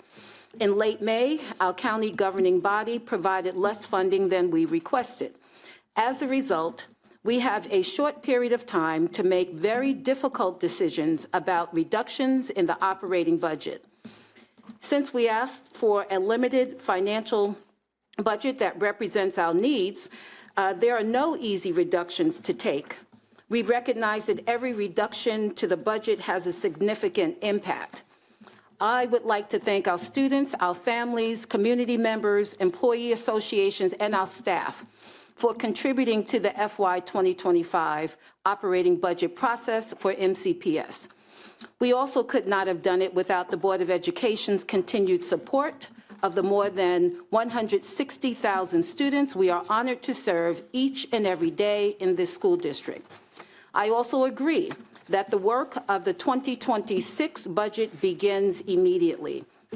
We must begin that process working in partnership with our stakeholders and county governing body. I now ask Mr. Brian Hall, Chief Operating Officer, to introduce the team and to begin this presentation. Great. Thank you, Dr. Felder. Good afternoon, President Silvestre and members of the Board of Education. Before I begin the presentation, I would like to take a few minutes to recognize the entire budget team who worked long hours and often over weekends throughout the course of the year to produce the FY 2025 operating budget. The team is led by Mr. Rob Riley, Associate Superintendent of Finance, The Division of Management and Budget is led by Director Yvonne Alfonso Windsor. Supporting Yvonne is her coordinator, Ms. Carly Thompson, and their 7 budget specialists and support staff. Finally, the budget team is assisted by Executive Director Tom Klossing. Can we please give them a round of applause?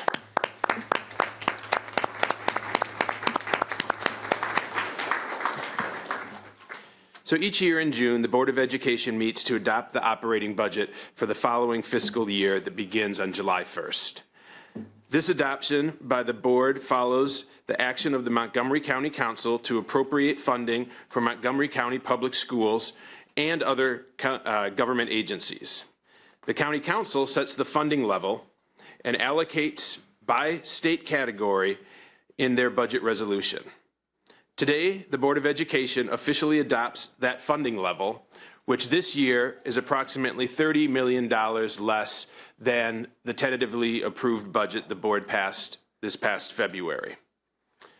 This leaves a gap of $30 million between revenue and expected expenditures that needed to be closed, which led to, as has been mentioned already today, some very difficult decisions for this administration and this board.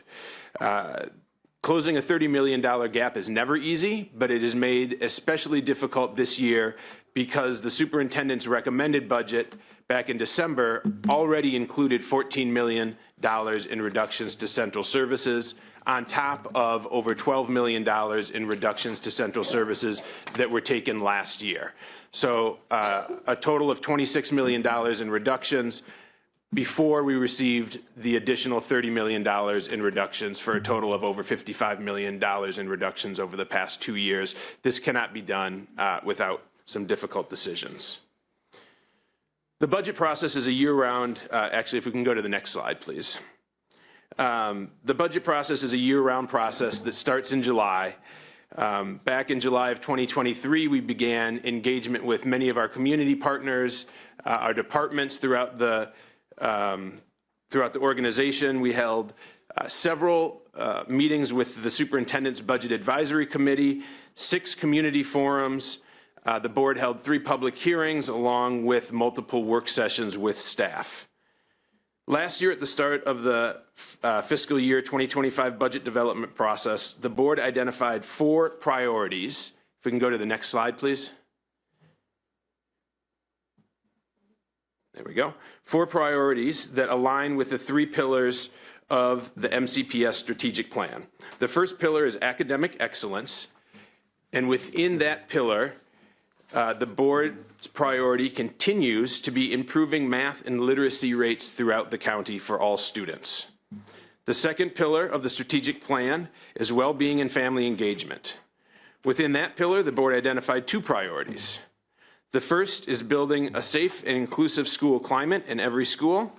The second priority is supporting two-way communication between schools and families. The third and final pillar is professional and operational excellence, and the priority under this pillar is improving recruitment, retention, and distribution of a high-quality workforce. Both the district's strategic plan and board priorities at the start of the FY25 operating budget development served as a roadmap for us that led us through the budget process and brings us to adoption today. Next slide, please. So as Dr. Felder mentioned earlier, the FY25 operating budget you are adopting today totals $3.322 billion. This is an increase of $147 million, or a 4.6% increase above our current FY24 operating budget of $3.175 billion. Next slide, please. Each year, the change in revenue must equal the change in expenditures so that we maintain a balanced budget. For FY 2025, we have an increase of $147.3 million in revenue. Most of the revenue change, over $123 million, comes from the local contribution from Montgomery County. Historically, the local contribution from Montgomery County makes up the largest source of funding at around 65%. This year, that total is actually 84% of local funding. The next largest source of revenue for MCPS that MCPS receives comes from the state of Maryland. For FY 2025, MCPS received an increase of $38.3 million in state aid, as well as grant funding for the Blueprint for Maryland's Future. This comprises about 26% of the funding increase for FY 25. In FY 25, we will also receive a small increase of about $1 million in funding from the federal government. So even though the funding will go up by $1 million, we are also losing our ESSER funds, which we currently have budgeted at a level of $120 million in the current FY 24. So again, losing revenue of close to $120 million is significant and impactful. The next line reflects $9.8 million increase in revenue projected for other grants, as well as our enterprise and special revenue funds. These funds include our food service fund, our entrepreneurial activity fund, and our real estate management fund. Finally, our anticipated revenue for FY25 reflects a decrease of $25 million in the MCPS fund balance. In the past, MCPS would budget for use of end-of-year fund balance from the previous year for the following year budget, including this current year. We started this current year budget with $25 million that was saved from FY23. For FY25, that revenue will not be available, and so that is a decrease of of exactly $25 million that we are starting this budget process with. So I will stop there and turn the presentation over to Mr. Riley. Thank you, Mr. Hull, and good afternoon, President Silvestri, members of the Board of Education, and Dr. Felder. So as Mr. Hull just noted, our changes in revenue from FY 2024 to what it will be in FY 2025 is being adopted today, and that is $147.3 million. However, the local contribution amount from the county government was not known for certain until a few weeks ago when the County Council adopted the FY 25 operating budget for all of Montgomery County. Next slide, sorry. This slide shows a visual of the three different stages of the budget. In December, the superintendent recommends an operating budget to the Board of Education. And at that point, we need to estimate the amount of revenue based on our projected enrollment and county wealth relative to all the other LEAs in the state. This is certainly not an exact science. Based on a $10 million projected state income increase at the time and $167 million increase in local funds, the budget proposed increases in compensation and benefits, moving $33 million of ESSER investments into the operating budget, and addressing inflation. The superintendent's FY25 recommended operating budget also had to address the prior elimination of $25 million of MCPS fund balance. And to be fiscally responsible, there were efficiency reductions in the amount of $14 million focused on central support services. In February, the board tentatively adopted its operating budget for FY25. And at that point, we had learned that we were receiving a $38 million increase in state funding, or 28 more than what was originally projected. Keep in mind that $5 million of the state funding increase was restricted for community schools. The rest of the unexpected increase in state revenue allowed the board to increase additional funding for our employee benefit plan, for which the system had recently moved into an expenditure freeze, as noted before, to address an unprecedented year-over-year increase in cost and claims. We were also able to reduce the ask from the county local government by a small amount at that point as well. In May, the County Council finalized their budget of $3.3 billion. Next slide, please. So the final appropriation for the FY25 from the County Council necessitated us to reduce the budget that the board had tentatively adopted in February. This is perhaps the most difficult aspects of budget development, as our budget is centered around the pillars of the strategic plan and the board priorities and the needs of all of our students. Any reduction will have an impact. The largest reduction in this budget is an increase in class size guidelines by one student in elementary and secondary schools. By increasing class size guidelines, there is a reduction in the number of budgeted teachers. Due to anticipated teacher vacancies from resignations and retirements, It will reduce the need to eliminate currently employed teachers as the result of the increase in class guidelines. Another reduction, as you can see, is the delay of our pre-K expansion plan for next fiscal year. This budget also eliminates the Montgomery Virtual Academy. The MVA came about in the midst of the COVID-19 pandemic. However, enrollment has been declining over the last year. Students with medical conditions will still be able to access interim instructional services in FY25. Additional reductions include central office staff, as Mr. Hull mentioned. As noted, there was a reduction of $14 million to central office in the final budget adds an additional 20 positions and $3.4 million in cuts. There's also a reduction in contractual services. This budget reduces contractual services by over $3 million from the board's February budget. Much of the contractual services at MCPS represent critical system needs, and at 3% of total of our expenditures, MCPS contractual spending also ranks one of the lowest out of our peers in Maryland. In addition, a reduction has been made to staff development teachers in secondary schools. Finally, we have eliminated the accelerator for musical instrument repair and purchase, although the MCPS Educational Foundation may be able to fund a portion of these expenditures next year. Next slide, please. In addition to these reductions, there were other adjustments needed to balance the FY25 revenues to expenditures. For instance, due to the staffing-related changes mentioned on the previous slide, the investment in our employee benefit plan needs to be increased to recover from the structural deficit that currently exists. Also, since the board's February tentatively adopted budget, the needs of special education have been re-examined, and an additional $3.1 million has been added to next year's budget. The county also revised its estimate for school bus fines that are collected by MCPS and turned over to the county.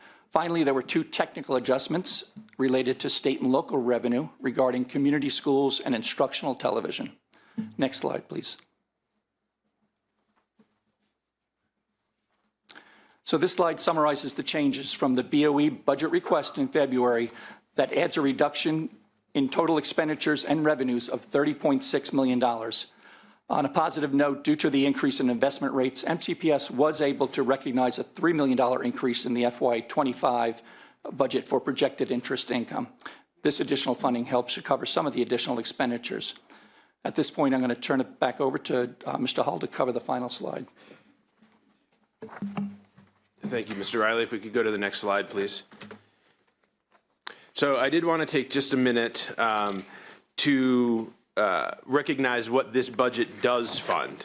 Obviously, as has been stated here multiple times, this has been a very challenging budget year with some very difficult decisions that needed to be made.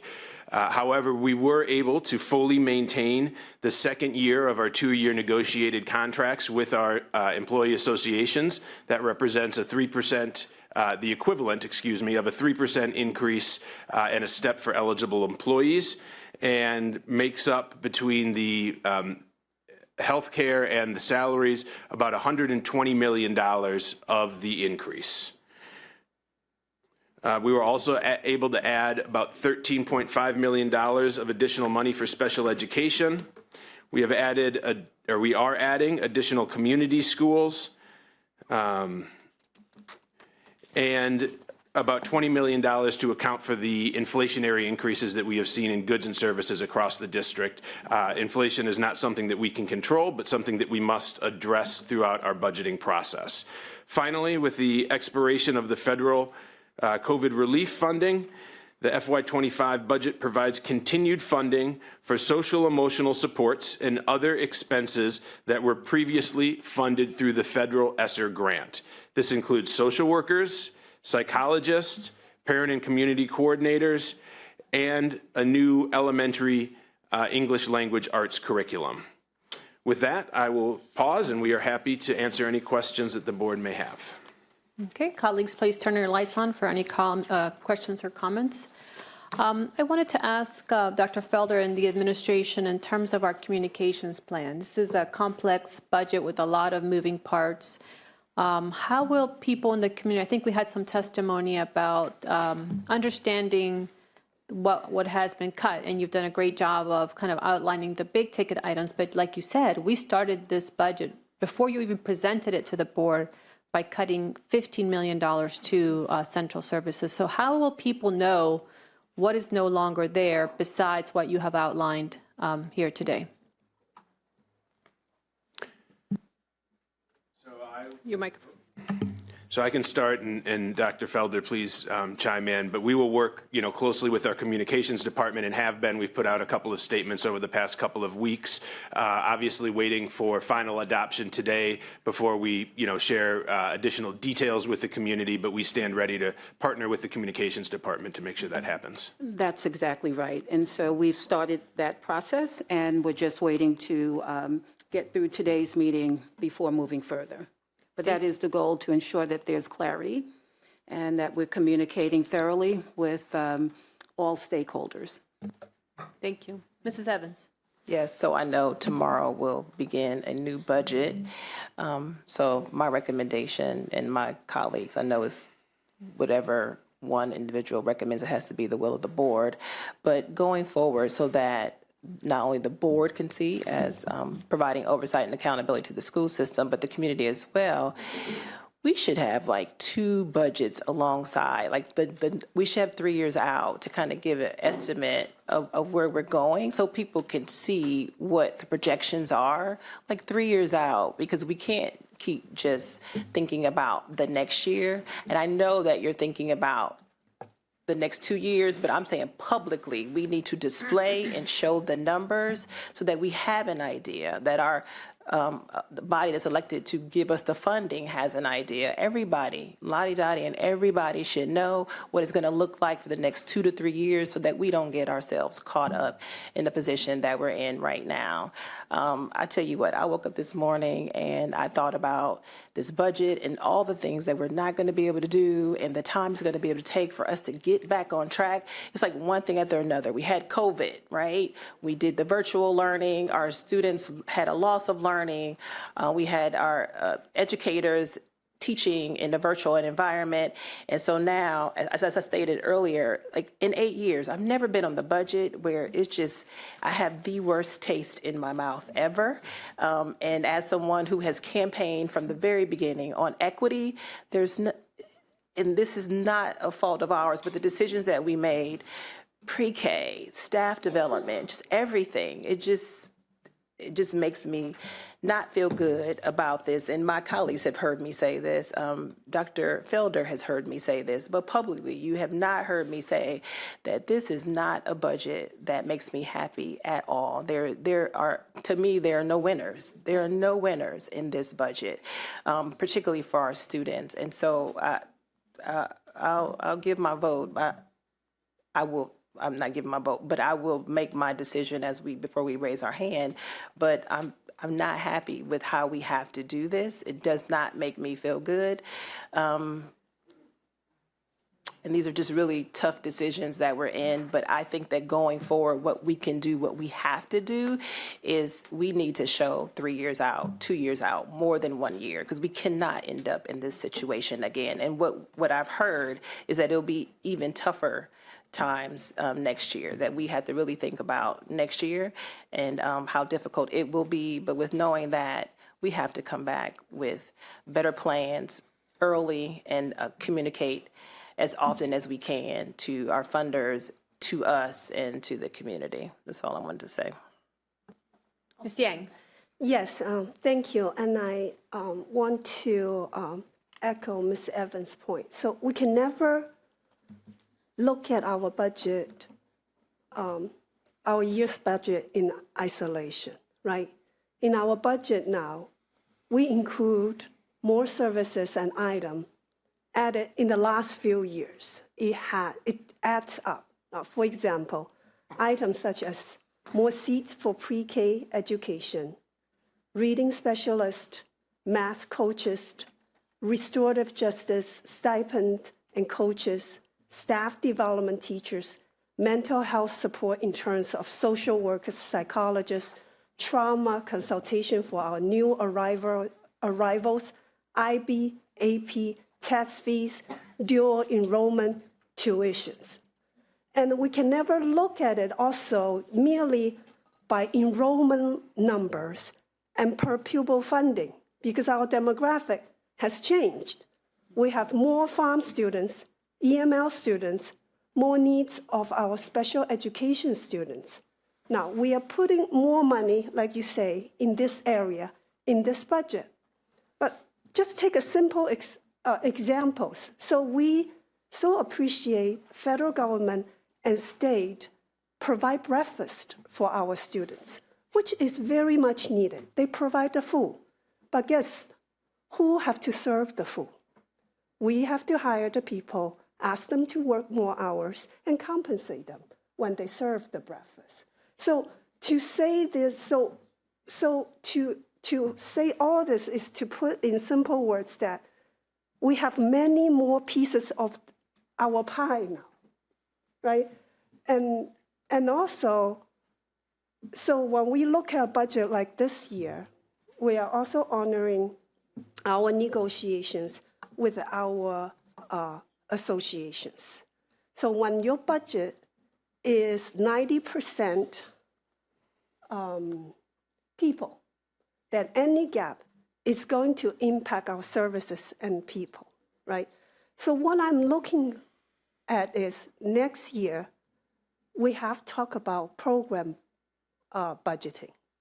And I would really hope that we can do program budgeting. So we are more clear at the cost of each program we have. And we need to, I think, this year, I think the board has asked more questions and have met more times.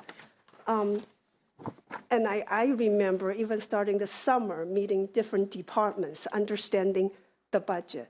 However, there are still more line items that we can further break down for transparency, for public understanding, and even for our different level of government agency to understand. So it is, the work does start tomorrow, And what I want to say is that we need to continue to do program evaluation.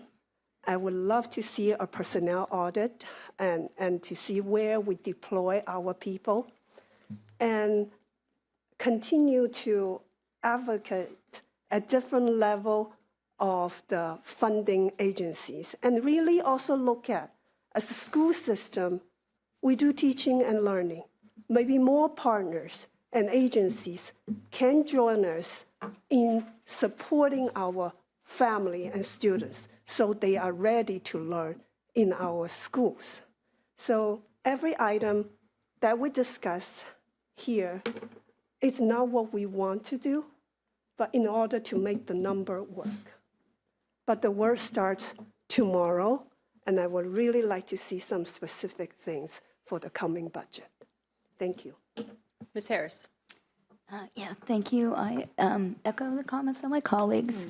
And I just, in observing the fact that I think we all acknowledge that the conversation around the FY26 budget starts, well, essentially tomorrow, but no later than July 1st. I think one of the things that we have to really be intentional and direct about is acknowledging, I mean, one of the concerns that I hear from many county council members and others is your budget has gone up so much and your enrollment has declined and it's not recovering. And they're not wrong. And so we have got to confront that reality head on, and situate our conversation with a solid understanding of why that is and what those dollars have meant to supporting the enrollment that we have, even though it's less than where we were in the FY20 school year, and because that it doesn't do us any service to sort of do a dance around that reality and that fact. And then just for me personally, I want to acknowledge, and I think Ms. Chung's testimony alluded to it, and also I think Mr. Hegde, but I believe he's gone. His testimony also really highlighted this for me, is one of the things that we are having to sacrifice in this budget is our medical officer. And as Mr. Hegde noted in his concern that we are very proactive in addressing the opioid crisis, Dr. Kapuna's work has been transformational. And we have to find a way to continue her work. Mrs. Evans. Oh, I'm sorry, Mrs. Majowski. That's okay. I was like, I don't think our light's on. I, in the effort of being very short, I'm just going to associate myself with my colleagues' comments, most specifically Ms. Evans. I have spent the last 2 days not knowing what I'm going to do, and I feel like it's making me emotional. It's making me. It's just, these are difficult decisions that we have to make, and none of them are good, in my opinion. The one thing I would request, in addition to everything that everybody else has suggested in terms of reaching out and starting tomorrow and all that kind of stuff, is a way of us letting people see a little bit better line by line what things are costing and what things, where we can look, because I think it's easy to say we should keep everything. It's harder to pick out what can go.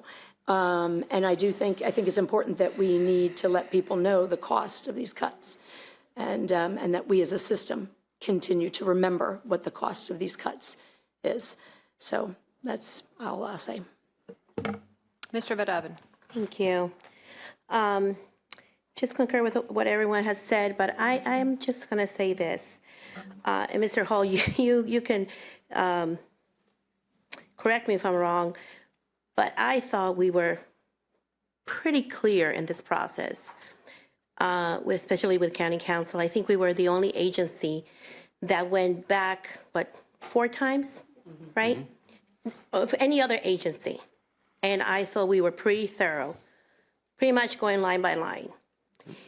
And this is, a system that is 90% human. We deal with people, we deal with students, we deal with teachers, and so on. So I thought, look, this is my second budget, so I'm not the biggest expert in town. But in my opinion, as somebody who has been following MCPS closely for years and seeing the process of the budget, being in the inside is a different story, right? Being on this side of the aisle is quite different than just, right? So I thought we were pretty thorough. Correct me if I'm wrong. I agree. And I thought we were pretty transparent in what we presented. And whenever, and I think if we ask our colleagues at the council, like, Chair Jawando and Councilwoman Megan, the others, especially that were there, they said we were pretty thorough. So although I agree that we should have, we should foresee what the next 3 years are going to be, I think the message is that 90% of our budget goes to people who make the system work. And that there is a human cost at the other side, right? That some folks might not be able to have the empathy or whatever, but as a parent, there is an impact. There is, right? So even if we cut folks like Dr. Kapuning, who has been amazing, and her work, with the Narcan training and so on, that has made a difference in kids' lives and adults' lives, right? That there is a cost. And I think the message needs to be that we can look at it as much as we want to, but we're going to be in the situation where we need to do the funding, and then 90% goes to people in the system, right? That we need to have audits in certain areas, totally agree, right? That these are things that we need to get done. But at the end of the day, right, people who are making decisions about the budget of MCPS have to understand that 90% goes pretty much to our kids. To me, that's like very clear. I don't understand where the mystery is. So I just want to say that when you look at the list, right, it breaks my heart that we are delaying certain things, that we're cutting, programs that have a direct impact on individuals, on folks who have a name, right, who are part of our community, who are part of who we are as a county. That's all I want to say. And I just, I know this was really hard, and I just want to thank my colleagues for having been so patient, with this budget.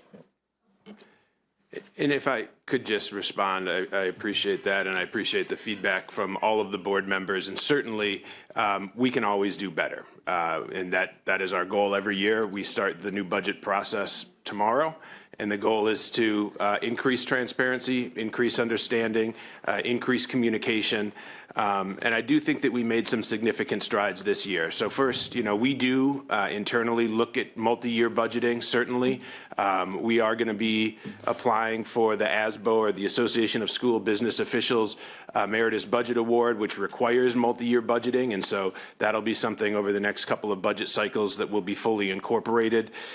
We also, working with our technology department, are rolling out some really neat dashboards on the budget that will provide drill down opportunities and just more information for our community to find what they need to do, advocacy and advocate for their interests.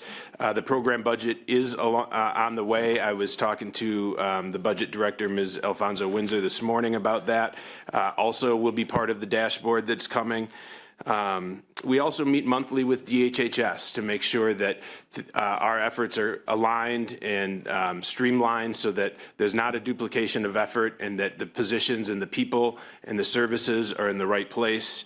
I personally met with every single council member between last budget year and this year just to ask if they had any questions, to answer those questions, and to try to address those. This board provided, as Ms. Rivera-Oven mentioned, scenarios clearly laying out, what was likely to happen at each of the possible funding levels. And as far as our enrollment goes, well, that has unfortunately kind of flatlined over the past few years. We're still seeing significant increases in many of our subgroups, including English language learners and students receiving special education services. And so although the overall enrollment is down, we do continue to see increasing costs in some very specific areas. So, and I think we can do a better job of laying out the line-by-line costs, getting those out there early so that people can ask questions and provide feedback. But I truly appreciate the feedback of this board, of our community, of our association partners, so that we can continue to improve this process and make it even better next year. Thank you. Seeing no other comments, Dr. Felder, did you have anything to say before I conclude? No.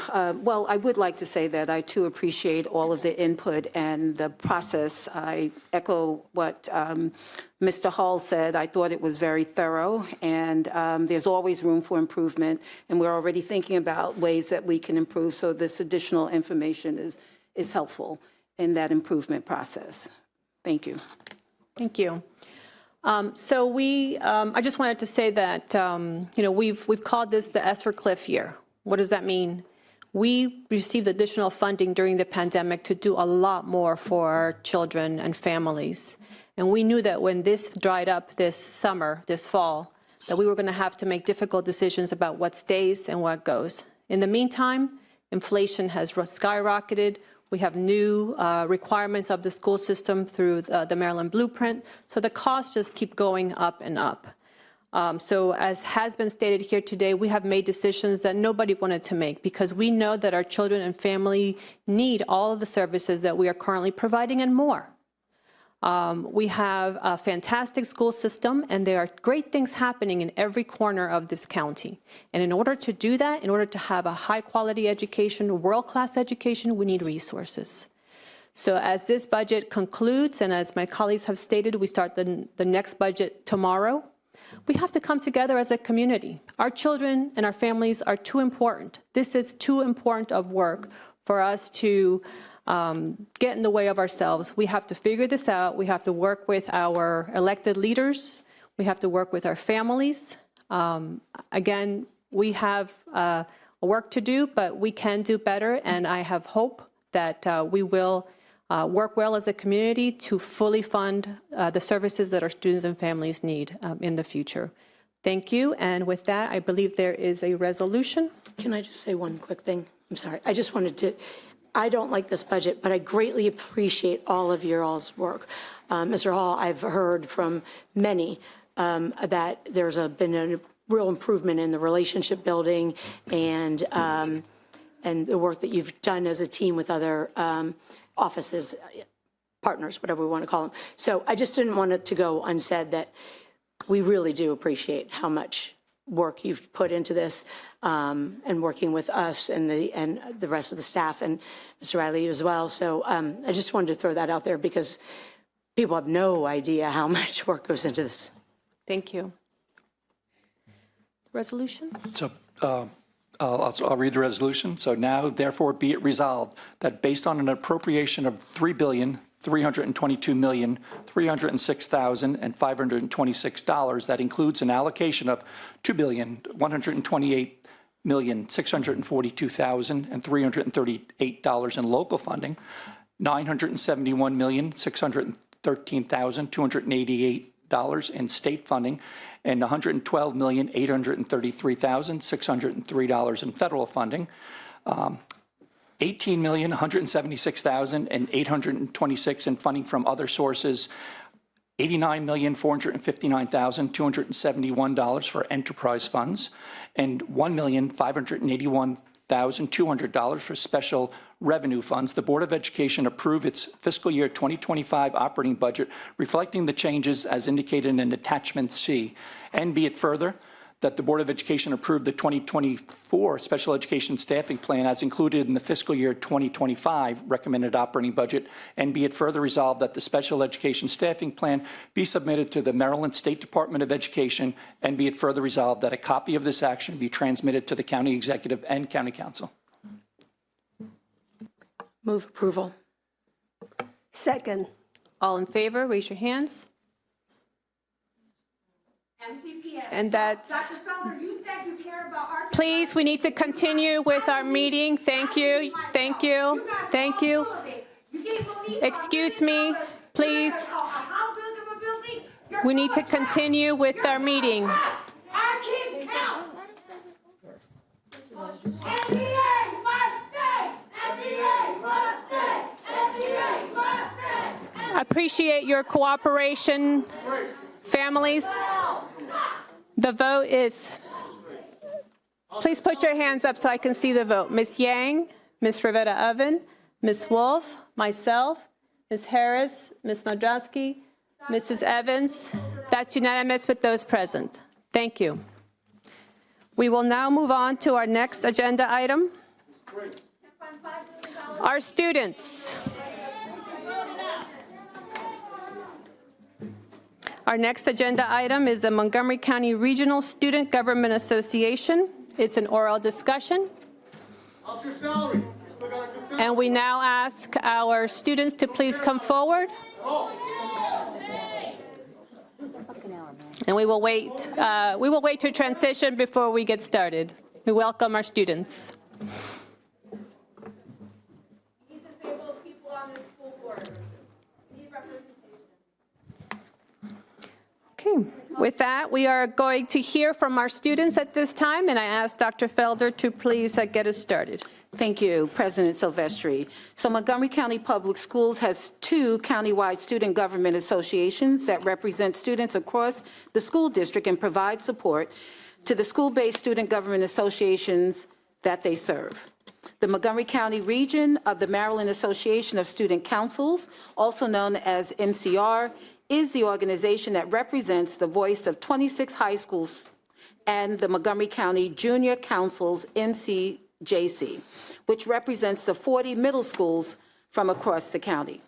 Today, we have the MCR student officers from the current school year and the officers-elect for next school year to share an introduction of their organization and provide an overview of the accomplishments of the 2023-2024 school year to include the work of their general assemblies, leadership development events and programs, and advocacy days, as well as the goals for the coming school year.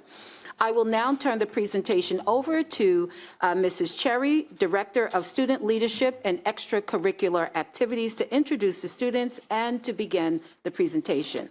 Mrs. Cherry. Good afternoon, Board President Silvestri, members of the Board of Education, Dr. Felder. Thank you for having us today. Again, my name is Shella Cherry, and I proudly serve the district as the Director of Student Leadership and Extracurricular Activities.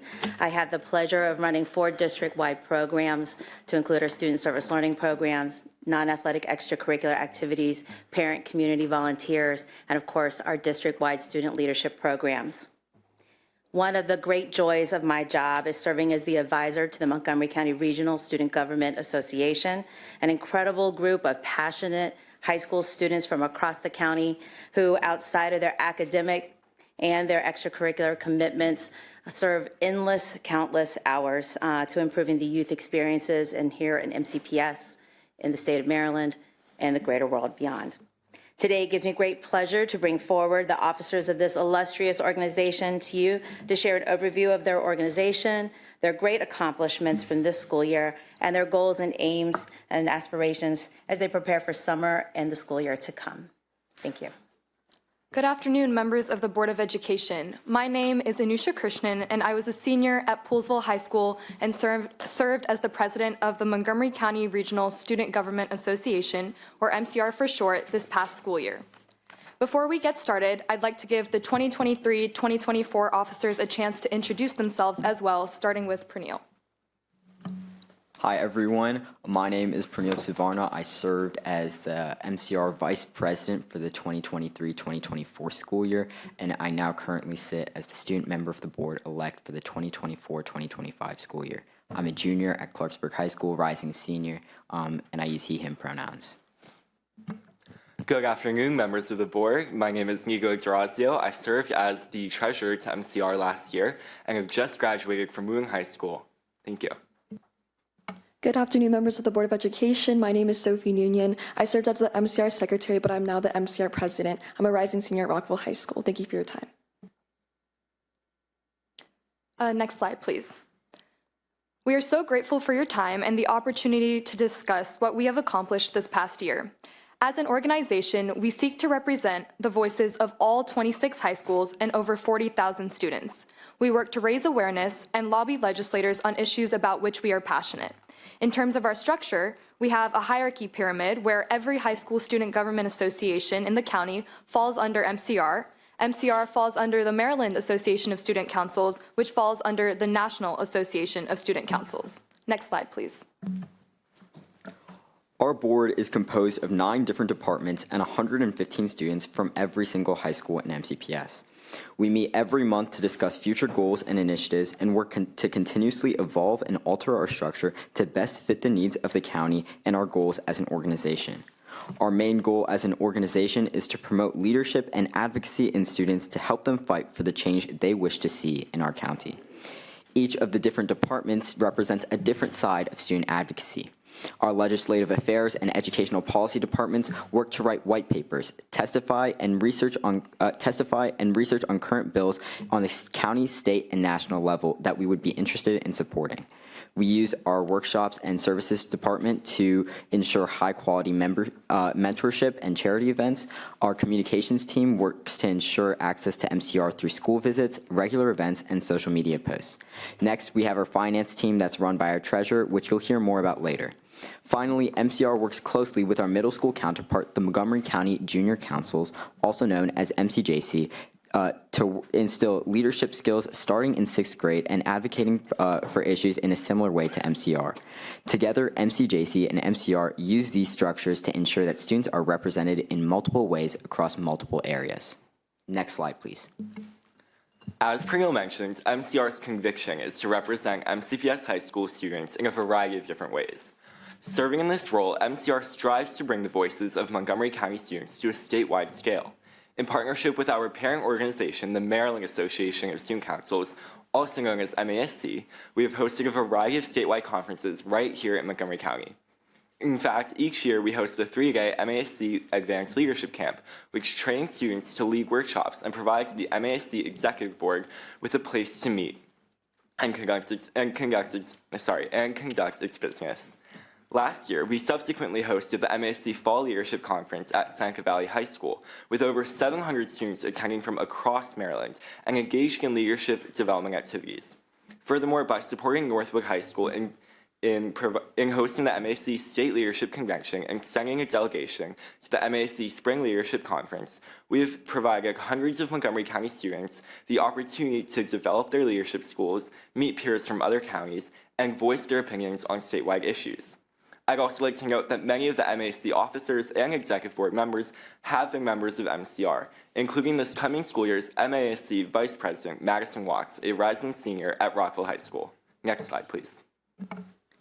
Moreover, we held 5 General Assemblies this year where 300 to 500 students from schools across the county came to a centralized location and provided input on issues that impacted them. Student leaders voiced their concerns during breakout discussions centered on school safety, the drug and opioid crisis, and much more. Afterwards, MCR compiled all of their feedback and included it in their list of policy priorities to focus on. We invited guest speakers, including our state student member of the board, Abisola Eula, County Council member Will Jawando, and the Board of Elections. Next slide, please. In addition, student leaders in MCR help support Next Generation Leadership Day as workshop presenters and support staff. This leadership conference consisted of nearly 500 4th and 5th graders from all the elementary schools in the district. Here, the workshops aim to build confidence and leadership skills among the student leaders, providing them with a space to connect with others. Next slide, please. Within MCR, we present more opportunities for student leaders to involve themselves and advocate through our issue-specific task forces, which focus on a multitude of pressing issues ranging from environmental sustainability to mental health. Our 5 distinct task forces have worked hard this year to put on several issue-specific events. The Gender Equity and Sexual Misconduct Task Force held numerous period product drives to redistribute products at schools across MCPS. Further, the Equitable Education Task Force has run multiple AP and IB book drives to help provide books for those who could use them and lower barriers to entry for AP and IB course studying. The Opioid and Drug Task Force, which is new this year, has focused on pushing for better access to Narcan within the county, and its coordinators are certified by DHHS to train others in Narcan administration as well. Moreover, the Environmental and Sustainability Task Force has hosted numerous trash pickups and worked on educating its members about environmental issues happening in the county. Lastly, the Mental Health and Wellness Task Force has held numerous events and series about managing stress within schools and ensuring students feel comfortable talking about their mental health struggles. This is just a small list of the events hosted by our Task Forces department. New this year, our school communications department hosted a school summit focused on bridging the language barrier gap. Led by our multilingual English language development liaisons, this summit focused on calling attention to various issues emergent multilingual learners face within our schools. Then, through reflection and processing, students identified various ways of combating these issues and advocating for the rights of MCPS EML students. Featuring current ELD student advocates as our guest speakers, non-ELD student participants also had the opportunity to hear even more about how the first-hand experiences of ELD students affected them in schools and how to better understand how to implement the advocacy that they identified during our workshops and breakouts. We are especially proud of the school summit because it sparked advocacy solutions to critically underrepresented issues that students see within their own ELD programs. Next slide, please. Every year, the MCR Legislative Affairs Department hosts Advocacy Day in Annapolis, where nearly 50 students have the opportunity to meet with 34 state legislators and advocate. My name is Diane Nason. And advocate for youth-centric bills that span different topics, ranging from sustainability to educational policy. For instance, MCR advocated for the Credit for All Language Learning Act, which would require community colleges to award all Pell Grant-eligible ELD courses with college credits, supporting multilingual English learners in community colleges. MCR also took a stance on mental health by supporting HB 74, or the Lifesaver Schools program. This bill would recognize and reward schools that provide health and safety training through initiatives such as peer mentoring and wellness programs. These bills were all voted on and supported by the MCR Executive Board. Next slide, please. This year, we had the privilege and honor to be able to elevate our advocacy to the national level. We held our very first Capitol Hill Advocacy Day, where we lobbied our national legislators in a similar format to our state advocacy day. We were able to highlight many key issues and prominent platform points such as mental health, menstrual equity, school safety and gun control, and equitable education. Some of the bills we lobbied for included the Janet L. Hoffman Loan Assistance Repayment Program for mental health professionals in schools, the Gun Safety Act of 2023, and civil actions for child sexual abuse and its statutes of limitations. In preparation, we equipped a select group of students who showed interest in these topics with leadership and lobbying skills and provided training and preparation to advocate for these bills over the course of a month. It was a huge success as we established stronger relationships with our national legislators that we know will continue to provide us with strong mentorship and support. We hope to continue this as an annual event in the coming years. Next slide, please. Another impactful event we held this year was our Save a Student Summit planned by our service coordinators and in partnership with the Maryland Students Against Drugs, or MSAD, and the Maryland State's Attorney's Office and the Montgomery County Department of Health and Human Services. Students engaged in a series of activities throughout the day, such as workshops and discussion spaces to discuss the ongoing drug and opioid crisis. They then spent the second half of the day learning to use Narcan, and we were able to equip over 120 middle and high school students with Narcan and the proper knowledge to administer it. This event was extremely powerful as we heard from families directly affected by the issue. The Speak Up, Save a Life PSA winning videos were viewed, and each winner was then awarded their prize money. We also hope to continue this as another annual MCR event. Next slide, please. MCR has also been able to host a number of different leadership events throughout the year as well, starting off with our annual summer workshop series where student leaders are taught fundamental skills of email writing, testifying and policy research, public speaking, and event planning. Additionally, our workshops department held a leadership academy where nearly 50 middle and high school students received certificates for participating in introductory workshops to advocacy and developing various leadership skills. In preparation for MCR's Advocacy Days in Annapolis and Capitol Hill, our departments held trainings to prepare students to have conversations with their legislators. MCR guided students in being knowledgeable about the bills, creating prepared talking points for their conversations, and how to effectively convey their message. Additionally, MCR hosted a lawmaking lab where students familiarized themselves with the statewide legislative process and gained the opportunity to voice their concerns to legislators. These events were both open to student leaders across MCPS, so students could learn about the legislative structure in Maryland and be involved in the decision-making process as constituents. Lastly, MCR has remained committed to fiscal responsibility throughout the school year. In fact, with the great help of my finance department, MCR has raised nearly $4,000 this year. Furthering our impact, our fundraisers have been structured to ensure that all students can participate, be ensuring geographic inclusivity by hosting our tie-dye fundraiser at an executive board meeting, or allowing students to apply both me and Sophie during a general assembly. We take pride in the open access of our fundraisers. Further, by winning bids to host statewide conferences, we not only bring leadership opportunities to Montgomery County, but we use the funds that we raise to open opportunities for even more MCPS students. This is because our fiscal policy has always been to channel funding back to students. Nearly all of the funds that we have raised are both directed to our grant program and to offering leadership development events for MCPS students.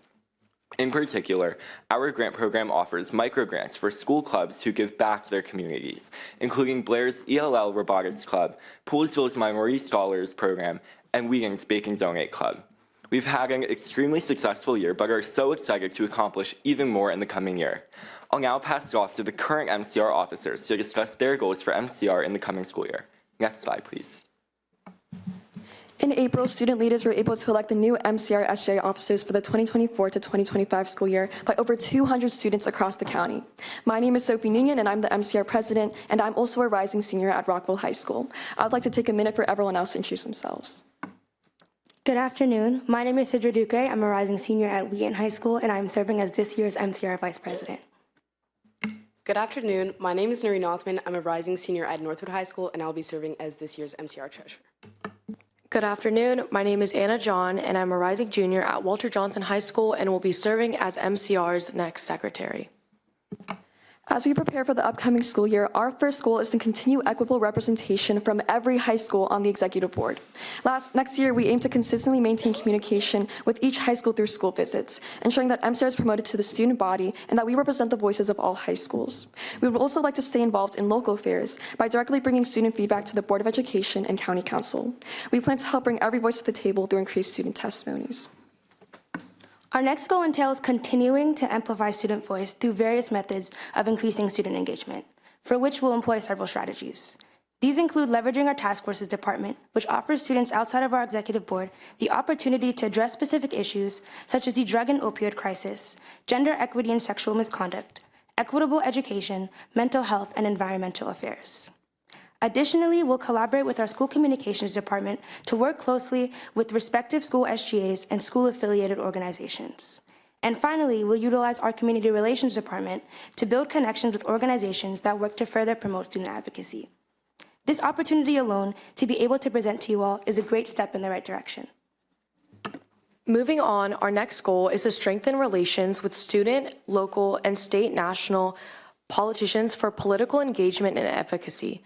Specifically, this year, MCR has been able to foster opportunities for students to speak with legislators and advocate for areas that they are passionate about.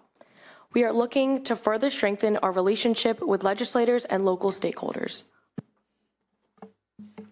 Our last goal is to focus on developing an official policy platform that accurately reflects student needs. This past year, we reviewed our policy planks at executive board meetings and general assemblies, ensuring that student concern is shown throughout the policy that MCR supports. Next year, we're looking to strengthen our policy platform and make sure we remain completely transparent with the policies MCR wants to push forward. We also strive to ensure that we accurately represent the needs of the MCPS high school students.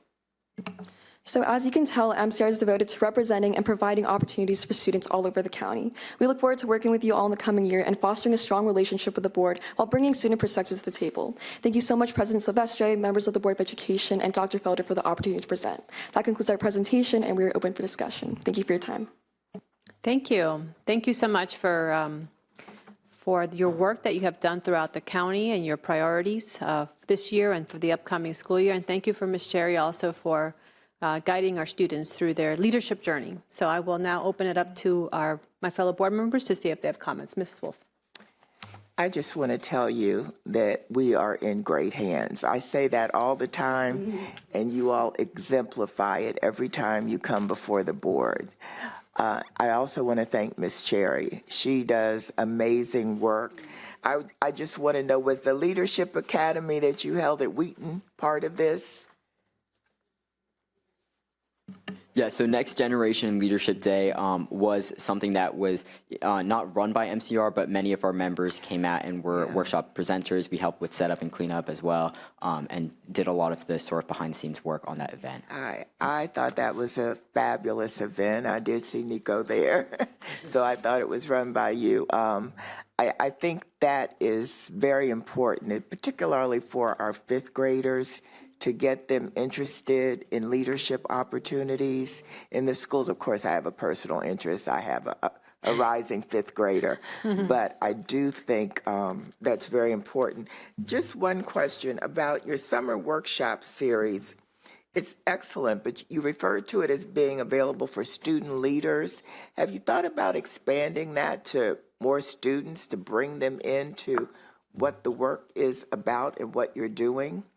Yeah, absolutely. So our summer workshop series is open for our executive board members to prepare them for the coming school year, but that's also, we recognize that these are skills that we wanted to open to all students across the county, which is why we started our MCR Leadership Academy. Okay. So that is open to all middle and high school students that sign up, and we're able to teach them similar skills that we learn for the executive board through the summer, and additional leadership skills as well. And so that had a pretty good turnout rate. We had 2 different sessions. So we had a fall session and like a winter/spring session with a lot of engagement. So, we were able to garner more interest into advocacy and MCR specifically, but we feel that we were able to equip them with a lot of different leadership skills.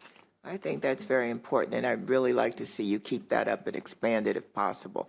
Thank you. You're doing a great job, and congratulations to those. Are you the only one here, Nico, that's still left that graduated? Both me and Angusha have graduated. Well, congratulations to both of you. I'd also like to add in reference to the workshop series, we do tend to advertise it through our social media and through our email network, and so any student who is interested, whether or not they are an executive board member, can apply. It's just geared more toward our executive board members by providing them skills that they would need to serve on the executive board. Ms. Harris. Yes, thank you. It's so nice to see you all here. So nice to see so many of you that I've had the privilege of getting to know and work with over these past several years. And I wish everybody that had left this room had stayed so that they could hear directly from our students about this school system and the work that you do on an ongoing basis to engage, to support others, to empower others, and to really speak to the issues that you care about, because I really do think from, having visited other school systems around the country and talked to people from other school systems around the country, Montgomery County Public School students are truly unique in the power they bring to the voices that they raise. And you all really have set a very high bar, and you've been so very, very effective. And I'm looking at Ms. Nguyen right now, who was instrumental in getting the Access to Care Act passed in the Maryland General Assembly this year, when in January, the electeds that we met with around that bill said, don't get your hopes up, not going anywhere, and sailed through both houses. So the power of these students is real, and the substance they bring to their work is real. And I deeply appreciate that substance. And I did have a question. So I think you mentioned the plan for the coming year to be more engaged around presenting a policy platform to the Board of Education, to this delegation, to council. What are your plans for that? Yeah, for sure. So again, like we mentioned before, we plan on doing school visits. So I think that's one of the most effective and direct ways to get more student input from, students across the schools. So every year in the beginning of the year, so probably in around September, we create these planks or like this policy platform where we compile a lot of our policy priorities. For example, we have like the environment, educational policy, school safety, etc. We gather all of those student input from our executive board, but also non-MCR members, and we just kind of create a list of all the things we want to focus on, and hopefully directly work with the county council and board of education members to work on implementing those policies later on. Well, I would encourage you to share that with us directly. When you finalize your platform, send it on, because I think it really informs our work. And really seeing what you all, because the issues that you elevate are the issues that are resonating with you and your fellow students. And I so appreciate, we see 7 student leaders here, 7 different high schools represented. And I really appreciate that, because sometimes people think the leadership in this county clusters, and that you guys are very direct representation that is not true. And but I do strongly encourage you, as you work on policy issues and platforms, to share them with us very directly. And I hope to see you at this table a lot next year. Mrs. Madrasky. Yeah, I just associate myself with much of what my colleagues have already said. Very, very impressive, and this work that you're doing is just amazing. I love how much effort you've put into trying to expand and grow the program and let people know about it. First I'm going to thank Ms. Shella Cherry as well. For all your work. I see you everywhere. You're obviously a 24/7 kind of person. You always go above and beyond. Your events and stuff come out spectacularly, and the kids love you. So thank you for that. My question is, how are you trying to engage the kids that don't even know about it? So I know that you kind of touched on it, like you invite them, whatever, but like I attended an ESOL class a couple of years ago and was asking them about, are you involved in student government? They didn't know what that was. And I said, well, did you vote for your student board member? They didn't know what that was. How are we reaching them? Because there is that perception sometimes that, all you guys, you're going to be great, and we need to utilize this type of tool to help some of our students who maybe struggle a little bit more. Yeah, so I can speak for the past year at least, and then maybe Sophie can speak on what she's doing for the coming year. But it is really difficult to be able to reach out to demographics that, like you said, they have no idea, what the organization is as a whole. And so that's why we strive for our board to have departments that represent different demographics of our student body. So for example, when you were talking about like English learning students, we have an ELD liaison that works to go to different schools and have school visits to talk to those students to try and help them understand what MCR is.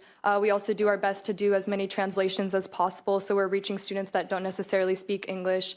We've also worked this year to try and have, students with disabilities to be represented on our board, but also in our platform and like the policies, so that students that attend our General Assemblies can kind of feel themselves or resonate with themselves on the board and with MCR, because ultimately we are trying to, represent every single student in Montgomery County and help them feel like they have a voice. And so again, aside from just like our board itself and our executive board, we try and host these events that are going to kind of garner in more interest, into student government. So like the Next Generation Leadership Day, even starting from an early age of like 5th grade, working with our Montgomery County Junior Council, so starting with middle schoolers so that they can continue that interest into high school, but also events like our Save a Student or Save a Life Summit, trying to kind of, reach different areas of our county. We try and hold these different events so that we are able to reach out to students that didn't necessarily know what MCR was before, but try and make it known that we are here for the students and we want to do our best to represent and reach out to as many students as possible. Well, I appreciate that all very, very. Did you want to add something? Yeah, I did. Thank you. I also want to mention that, next year we're going to try to diversify how we outreach to students. For example, we also noticed that not every student or parent uses Instagram, right? So we kind of thought of this idea called MCR Minute. It's just kind of these like 1-minute morning announcements where we can send it to every school. They can just kind of, it's kind of just like a MCR report about everything that we've done and how students can get involved with student government. Hopefully this will garner more student engagement and just kind of, increase student involvement for student advocacy. That's amazing. That sounds good. I just wanted to add on to what Sophie said, and I also want to highlight Ms. Michelle Dean for overseeing MCJC. She's amazing. Again, like Anusha mentioned, we want to work really closely with them to make sure that we're starting these things from middle school so that people are aware of these things. And I can say that while I was a freshman, Wheaton was once highly underrepresented on this board, and now it's like one of the most represented schools. So it's very important to note that there's power in our school SGAs and the students that are on those boards, because again, we oversee those directly. So just making sure that we have this culture of uplifting students so that they feel as though they should go to other students within their schools, because again, it does trickle down and it does depend on every individual. All of us here have been people who have been, pushing other students to talk to everyone in their schools, talk to every kind of student, and we want to see more representation for them. So a huge part of the culture that we're pushing in the environment that we'll have next year is going to be structured around talk to every single person, no matter who they are. Thank you so much for the question. That's amazing, and very impressed by all of you and the work that you're doing with that. Keep it up. Keep doing that outreach, because everybody needs somebody. So thank you all for what you're doing. Mrs. Evans. Yes, so Mrs. Modrowski actually touched on the question I was going to ask about student engagement. So we need to invite you back next year, same time, and put you before the budget discussion. That way everybody can see and hear from you, right? But I do want to hear what your response is like on student engagement and pulling in the not so usual suspects. And then we can use you all as a resource when we're looking to gather student voices from the various groups that we want to hear from, that we need to hear from. We can reach out to you as partners. So come back next year, share with us. This is a great introduction so that we can know your faces in advance before we have our meeting with you all. But it was great to hear from you and to listen to all that you've done. Been so thoughtful. So Ms. Cherry's been recognized. I'm gonna say it again. She is amazing and has kids, right? And they're super busy, but she still makes time for her work. So of course we can tell that you're very passionate, and that has transferred over to the students. So appreciate the work and hear from you all. And good. And so I want to say, I hope you had a great year and you enjoy your summer. It sounds like you're going to be busy. And congratulations on graduation. Yes, and our graduates. And then. Yep. Thank you again for coming to us here today, and I look forward to seeing the work that you are doing in the upcoming year. Ms. Rivera-Oven will have a comment. I wanted to say that Nico, and it has been a pleasure meeting you and your leadership and the seniors who were involved in your group. But I do want to say that you guys did do the summit on language barrier, right? I want to highlight that because I think this is a topic that is, close to many of you guys' hearts. Some of us who are first generation are very conscious of the fact of what that takes and what that entails. And I just want to say thank you for that, because that is one of the largest growth in our school population. And the fact that you also, somebody said, you're including kids with disabilities as well, and with the special education. I think that is so important as well, that they have a voice at the table.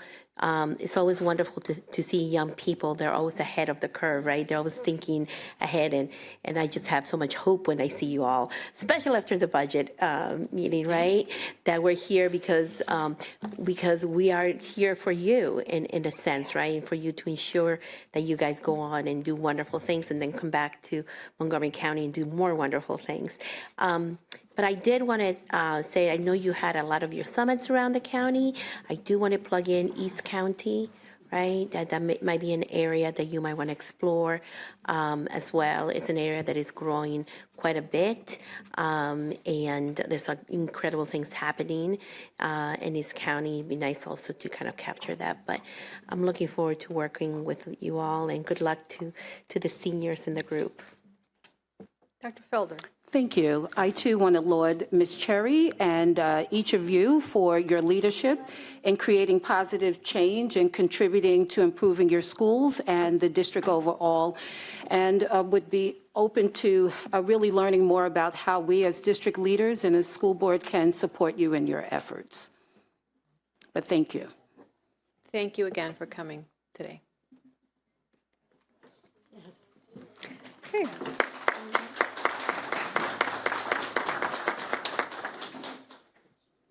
We are moving on to our next agenda item, action item number 9 on our board policies, and I will pass it on to our committee chair, Mrs. Modrowski. Yep, thank you.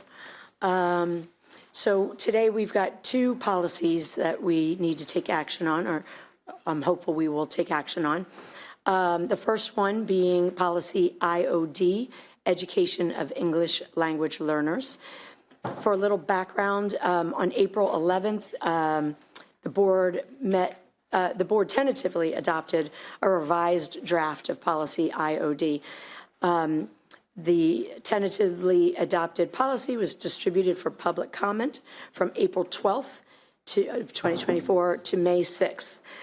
On May 16th, our Policy Management Committee reviewed the public comments received and is now recommending final action by the board today to adopt the revisions to Policy IOD. In considering the public comments received and the Policy Management Committee's review, revisions have been made to this policy to align with guidance from the U.S. Department of Education, the Maryland State Department of Education, the Center for Applied Linguistics Evaluation of Montgomery County Public Schools program, and current research. So with that, I will turn it over to you. My name is Sally Davis. I'm the Supervisor of Policy and Regulations in the Office of the General Counsel. Good afternoon. My name is Tamara Hewlett. I am the Director of the Department of English Learners and Multilingual Education. Good afternoon. I'm Stephanie Williams from the General Counsel.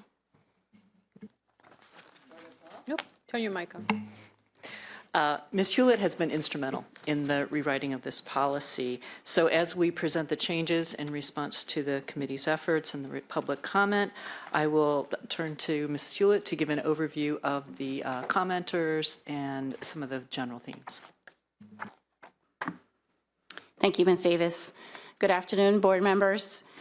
You will notice in your public engagement summary for policy IOD that our stakeholder engagement began well in advance of the public comment period. Extensive feedback was sought and received during the July 23 period from close to 200 students as well as teachers who completed questionnaires, participated in discussion groups, and all of these things helped to inform the initial policy drafting stage. Commenters provided feedback on staffing, which was very prevalent. Language of instruction and assessment, that was also very prevalent. We had fewer comments on instructional models, particularly two-way immersion, sheltered instruction, SLIFE, students with limited or interrupted formal education. About 2 to 3 comments for each of those categories. We heard about curriculum. What are we calling a curriculum? The absence of a curriculum, resources in the curriculum. We had some comments about naming conventions, EML versus EL versus ELL versus ESOL versus ML. Some are okay with the naming policy, some suggested changes, some equated emerging with WIDA level of emerging, some just wanting to go with ML. Some noting that there should be a difference in the naming in order to identify MLs receiving services, some wanting to stick with ESOL. We had some comments about reclassification. That's the students who exit the English Language Development Program. We had some questions about certification, grading, expectations of emergent multilingual learners being similar to that of monolingual English speakers, and that not being okay. And then we had, some of those comments were connected to grading as well, and some connected to assessments. So when it comes to the naming conventions, you'll note we've changed the name of the policy to English Language Development Programs and Services to clarify that the policy addresses multilingual learners learning to understand, speak, read, and write in English in school at the same time that they're learning at least one other language at home. Ms. Davis will address our recommended responses in the draft. Thank you, Ms. Hewlett. So on May 16th, Mrs. Mendrowski and the Policy Management Committee members received a thorough review of the 11 changes we made in response to comments. And so, Mrs. Silvestri, Mrs. Mendrowski, I will just pause and ask if, for the record, you'd like me to go through those changes or just hit a couple more highlights. I just wanted to know what my colleagues would like. No? Highlights. Everyone's good? Well, we're good. So hit the highlights. Okay. Let's see.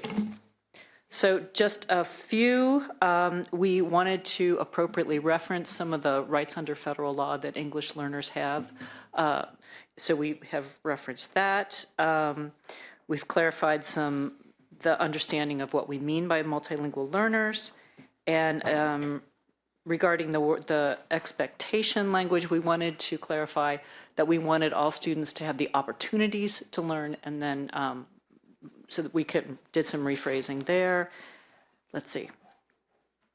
I think that's it. I think the overall policy tries to stress the shared responsibility for all educators, not just those teaching in a specific program. Okay. Great, thank you. I really appreciate that. I was going to say, do I need to read the resolution? I always forget to read the resolution and just go ahead and move it from committee. You can move the green sheet. Okay, I'll just move the green sheet from committee. And I don't need a second, so all in favor of making this final action, by the way, just to clarify? Okay, that's unanimous of those present. So thank you very much. Thank you. One down. Thank you.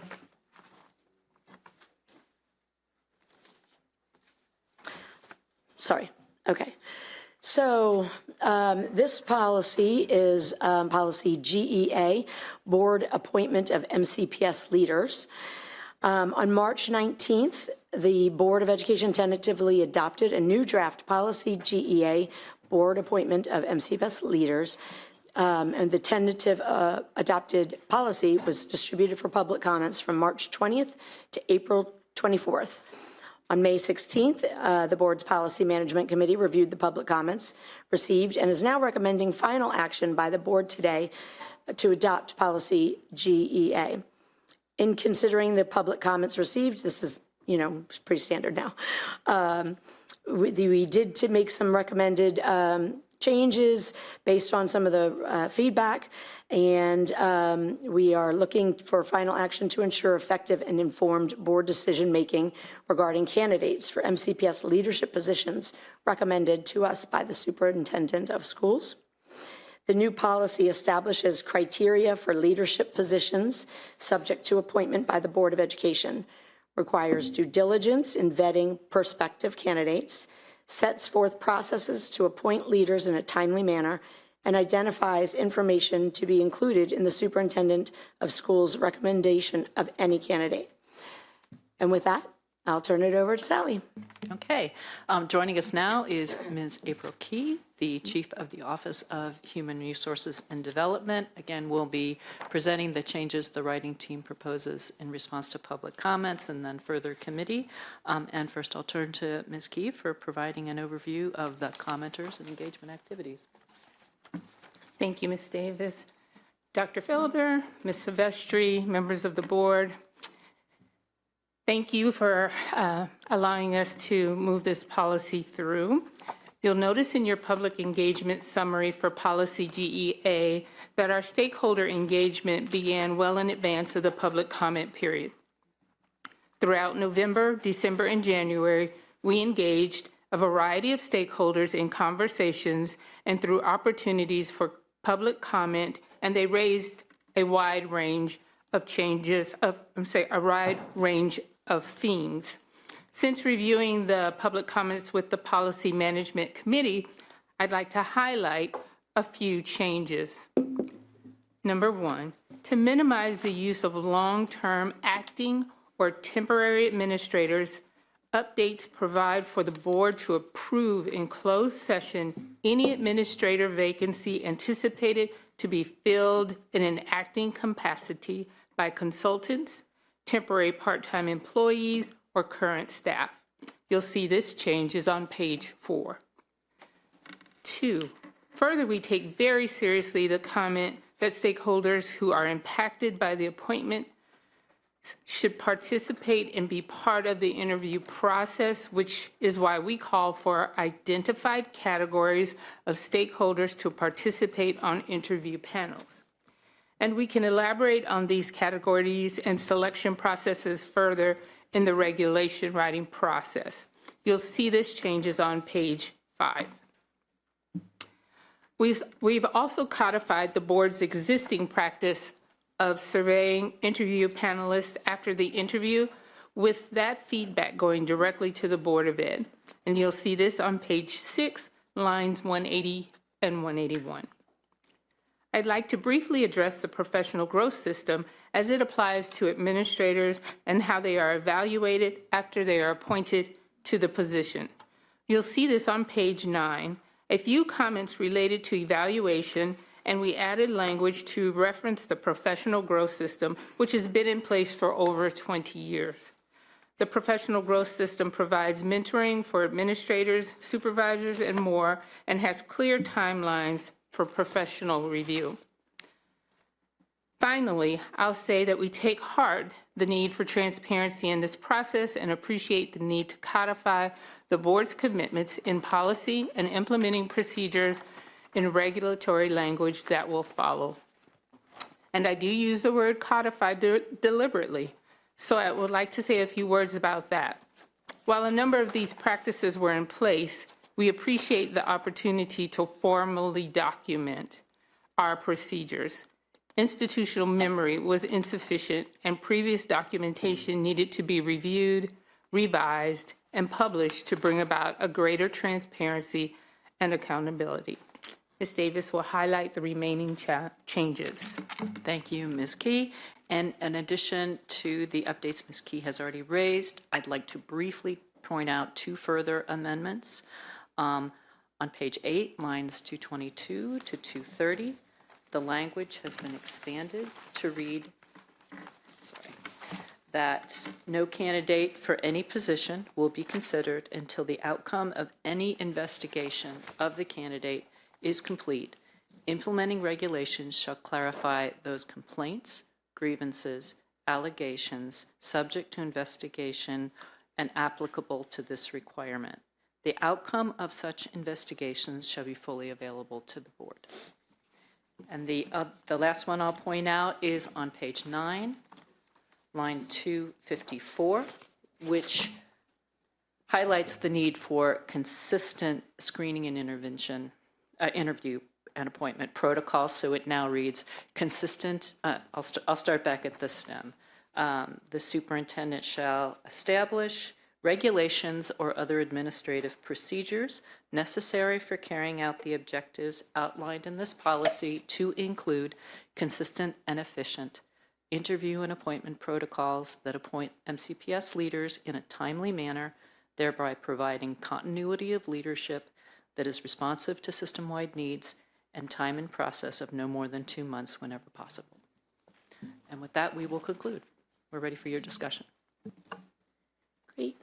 Thank you very much. Before I turn it over to my colleagues to see if they have any questions or comments, the one thing that I did notice that we discussed at committee was only just about the section 225, line 225. It's not specifically that line. I'm just saying that section that was adjusted. We had talked about making sure that it was clear that it's past and present in terms of ongoing investigation. So if someone had an investigation in the past, we'd still be notified, even if it was found, not whatever. I did go back to the transcript and I listened to it a couple times, so I caught everything that was in that discussion. So what I understood us to say at the committee level was that the regulation would seek to clarify three main issues. Right. One was timing, present or prior investigations. The second was the status, completed, pending, or open. And then we also needed regulatory language to clarify. I can't hear you. Oh, sorry. We also needed regulatory language to clarify,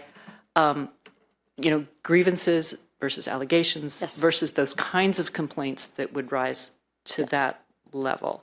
We also needed to clarify the investigations that we would have conducted in-house or externally that we would have information about.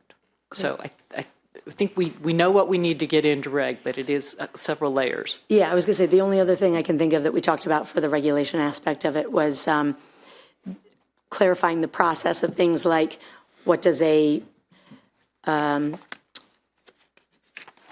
what's the term, application administrator, the manager who picks whatever that's called, so that we don't have two people picking for one job and 5 people picking for another job and stuff like that. So I'd like to make sure that gets clarified in the regulations. So, right. Colleagues, anybody have any comments, questions, or concerns? I had a question about there, and I apologize, I don't have my notes with me. They're in the other room. The 45-day length of time before the board needs to be notified if someone's going to be acting for longer than 45 days. Just wondered where the 45 days came from. Is that why 45? Why not 60? Why not 30? I was going to say, Mr. Saeed had asked for 30, so I just wondering where that number's coming from. Why does that make sense administratively in terms of placing a person in a job? Administratively, there wasn't really an impact. We were flexible. It was what the board wanted. Wasn't something that we suggested. We just want to fall in line with what your need is with regard to notification. And a policy says that the board has to approve it, as we would have done an appointment of that level. Right. Yes, that's correct. Anything else? Okay. Anyone else? No? All right. In that case, I will move the green sheet, and I do not need a second. All in favor of taking final action? I don't know why I keep doing this on policy GEA. That's unanimous of those present. Thank you very much. I really appreciate all your work. Again, I know I tell you this at policy committee, but I know how much time and energy you put into these things, so I'm grateful. Thank you. Okay. Let's see, we now have a recess. So we are now at 3:23, so we'll come back at 3:50.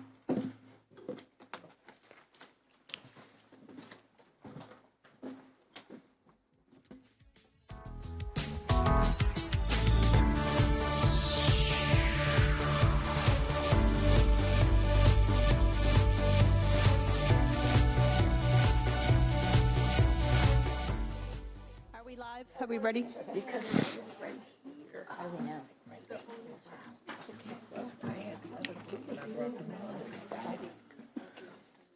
it's hard to just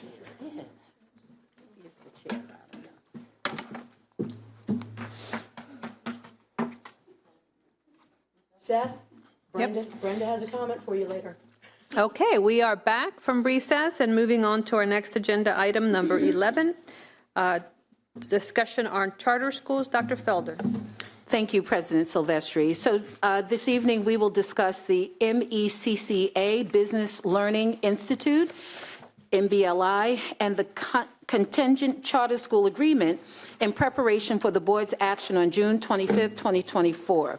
On November 9th, 2023, the board awarded the Mentoring by Example Foundation, MBEF, approval to open and operate the MBLI Charter School in Montgomery County, contingent upon demonstrating the ability to meet the financial requirements for attaining and renovating a building suitable for use as a public school in Maryland. Today, MBEF will present a final financial and facility plan to address the requirements outlined in the contingent charter school agreement. On June 25th, 2024, the board will vote to determine if the MBLI Charter School has met the contingencies for the opening in 2025-2026 school year. And I now invite Ms. Nikki Hazel, Associate Superintendent of Curriculum and Instructional Programs, and Dr. Kenneth Marcus, Charter School Liaison, to provide an update and introduce our presenters. Thank you, Dr. Felder. Good afternoon. On May 17th, MBEF submitted its final facility and finance plans to demonstrate the contingency, to demonstrate the ability to meet the financial requirements of attaining and renovating a building suitable for use as a public school in Maryland. As Dr. Felder stated, they will present these plans today, and you will be here just to ask questions and hear responses. There will be no voting today. Our charter school liaison, Dr. Kenneth Marcus, who is a retired principal of MCPS, has been helping support this work, and he will share more about the technical assistance that's been provided. Before he shares, I would like to just thank our MCPS team in the audience. We have folks from the Office of Finance, Facilities Management, General Counsel, and our curriculum team who've been working together and with our contingent charter school just to provide them with technical assistance. So at this time, I'll turn it over to Dr. Marcus. Good afternoon. The contingent charter school met with MCPS representatives from Finance, Facilities Management, General Counsel, and Curriculum and Instruction programs 9 times from January through May 24. Technical assistance also included meetings with the Office of Human Resources and Development, Special Education, Schools Safety and Security, and the Maryland State Department of Education. In addition, there was a technical assistant meeting with MBEF, the MCPS Associate Superintendent of Facilities Management, and the MCPS Charter School Liaison at the proposed charter school site. I'm now going to turn it over to Ms. Lysandra Graham, who's going to introduce, from MBEF, who's going to introduce her team. Good afternoon, board members. Dr. Felder, thank you, Nikki, and thank you, Dr. Marcus, for giving us the opportunity to present today. Like Dr. Marcus said, I'm Lysandra Graham. To my right is Tracy Cooper. In the audience, we have with us today Lynette, our project manager, and then to my left is Alex, our financial advisor. Today, we are here to discuss the Mecca Business Learning Institute Public Charter School and our plans to clear the contract contingencies related to its facilities. Next slide, please. Our presentation topics will cover the following: introduction, facility and financial contingency requirements, facility development partners, facility design plans, facility budget and financing, ensuring operational readiness, completed actions, and please move to the next slide. Mecca is dedicated to revolutionizing education through collaborative and innovative learning environments. We aim to open the Mecca Business Learning Institute Public Charter School in fall 2025. To achieve this, we seek your support to clear the contract contingencies related to our facilities. Our goal is to ensure that our facilities meet educational standards and provide a conducive environment for student success. Next slide, please. Our presentation objective aims to demonstrate our compliance with facility contingencies in the charter agreement, ensuring a smooth and timely opening of the Mecca Business Learning Institute, or MBLI, in the fall of 2025. To meet these requirements, we've had to complete several key milestones. 1, the execution of a contingent charter agreement in which all parties had to sign and finalize the agreement, ensuring all conditions were met. 2, a preliminary and financial report. We had to include proposed operating budgets, funding sources, and contingency plans for continued operations if projected revenues fell short. 3, preliminary and financial facilities plan. The plan had to detail facility locations, spatial requirements, potential expansions, renovation costs, timelines, strategies, final budget, secured financing documentation, and a contingency plan. And 4, technical assistance meeting.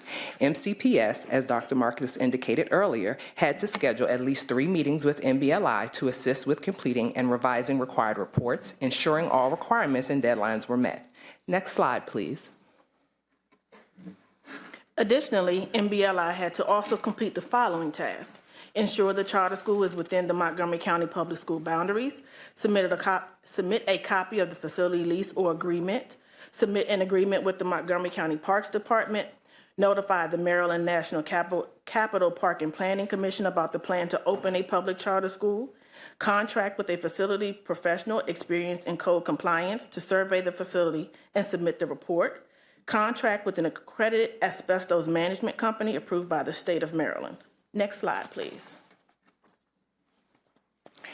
Here is the future site of the Mecca Business Learning Institute Public Charter School, located at 20261 Goldenrod Lane in Germantown, Maryland. This site, part of the Goldenrod Industrial Center and adjacent to Montgomery College, has been carefully selected to provide an optimal learning environment for our students. This spacious location will accommodate both academic and extracurricular activities. The existing building will be converted into a 2-story structure of approximately 70,000 square feet to meet our growing students' population's needs. Our phased development approach ensures effective cost management and adherence to our fall 2025 opening timeline. This site will support the sustainable growth of our middle and high school programs, effectively serving the community's educational needs. We are excited about the potential of this location to become a vibrant hub for learning, innovation, and community engagement. Next slide, please. Our facility development partners in this work include architects and engineers, construction management and general contracting firms, financial advisors and lenders, real estate professionals, and legal advisors. Next slide, please. The architectural vision for MBLI involves converting the existing single-story building into a 2-story structure of approximately 70,000 square feet. This will be done in phases to reduce initial project costs and ensure a timely opening in the fall of 2025. Next slide, please. We are targeting an initial enrollment of 250 students in the first year, with a 6-year plan to incrementally increase enrollment to 700 students. Next slide, please. The floor layout plans. The first floor plan ensures accessibility and functionality, featuring multiple classrooms for various grade levels, a flexible, multi-purpose space for gymnasium, auditorium, or cafeteria use, and a centrally located library. Administrative offices are near the main entrance for convenience. Specialized rooms for science, technology, and other subjects support hands-on learning. Additional support areas include restrooms, storage, and staff lounges. Again, some key focus features of the first floor. It is designed to ensure accessibility and functionality while supporting a wide range of academic and extracurricular activities. Next slide, please. The second floor plan includes additional classrooms for higher grade levels, specialized labs for advanced subjects like computer science and engineering, and study and collaboration areas for group work and independent study. Faculty offices provide private spaces for teachers, and support areas include restrooms and other facilities, ensuring a comprehensive and conducive learning environment. The key focus of this floor is that it enhances the learning environment with advanced labs and study areas, ensuring comprehensive support for students and faculty. Next slide, please. Our phase development plans include the first phase, which will be done in 24-25, in which we will renovate the existing buildings to house the 6th and 7th grade classrooms and construct a new multipurpose area for various school activities. Additionally, we will complete the core and shell for the second floor to prepare for future expansion. Phase 2, which will also be completed in 25-26, will create a new classroom for 8th grade, allowing us to accommodate our growing student population and continue expanding our educational offerings. This phased approach ensures effective cost management and timely development. Next slide, please. Phase 1 also includes the establishment of the core and shell for the second floor, laying the foundation for the future expansion in Phase 3. Phase 2 also includes where we begin partial construction of the second floor to accommodate 9th grade classrooms, ensuring continued growth and development for our student population. Next slide, please. In Phase 3, which will happen in 26-27, we will complete the second floor to accommodate 10th to 12th grade classrooms, finalizing the expansion and ensuring a comprehensive educational environment for all high school students. Next slide, please. The estimated total school development budget is $18,546,308. This funding comes from multiple sources, including lending by civic builders who are purchasing the property on our behalf and funding the renovation, a startup grant from the Maryland State Department of Education, a continuation grant from the Maryland Alliance of Public Charter Schools, and fundraising efforts and contributions from individual donors. Next slide, please. Ensuring operational readiness. Meeting the contingency requirements ensures that all necessary financial, facility, and regulatory conditions are satisfied for a successful launch in the fall of 2025. This comprehensive process involves securing funding, finalizing facility preparations, and adhering to all relevant regulations and standards. Next slide, please. We have completed the required actions, including timely negotiations for the charter agreement with MCPS staff, submission of preliminary and final facility plans and financial reports, participation in technical assistance meetings. Next slide, please. This slide outlines the additional actions completed as required to fulfill the charter school contract. The chosen site at Goldenrod Lane complies with the Montgomery County Public Schools boundaries and was toured by key officials on May 23, 2024. MECA secured a letter of agreement with Civic Builders for the lease, draft lease term sheets, and letter of support from Civic Builders CEO. Quiet Waters Park was confirmed as the preferred location for student activities covered under the district's existing agreement. The mandatory referral process with Maryland National Capital Park and Planning Commission was initiated within the required time frame. A comprehensive code compliance survey was conducted by Alpha and Associates. MECA will contract with ACM Services, Inc. for asbestos management, ensuring the process is completed before staff occupancy in July 2025. These actions demonstrate our commitment to meeting all facility requirements and ensuring a safe, compliant environment for students and staff. Next slide, please. In conclusion, MECA has successfully met the contingency requirements, ensuring that all necessary financial, facility, and regulatory conditions are in place for a successful launch in fall of 2025. We request the board's favorable consideration to move forward, realizing our mission of providing an exceptional educational experience for the community. Next slide, please. Thank you, and this concludes our presentation. Thank you for your time and consideration, and we're happy to answer any questions that you may have. Okay, I ask my colleagues to turn their lights on if there's any questions at this time. Mrs. Evans. Mine are comments. This is great. This is a lot of detailed information. I know it's probably been a long road for you, but this is exactly what we need. So I don't have any questions. I got that big old thick book that you all had us looking at over the weekend. Awesome. But thank you. We appreciate this, or at least I do. Yep. Ms. Harris?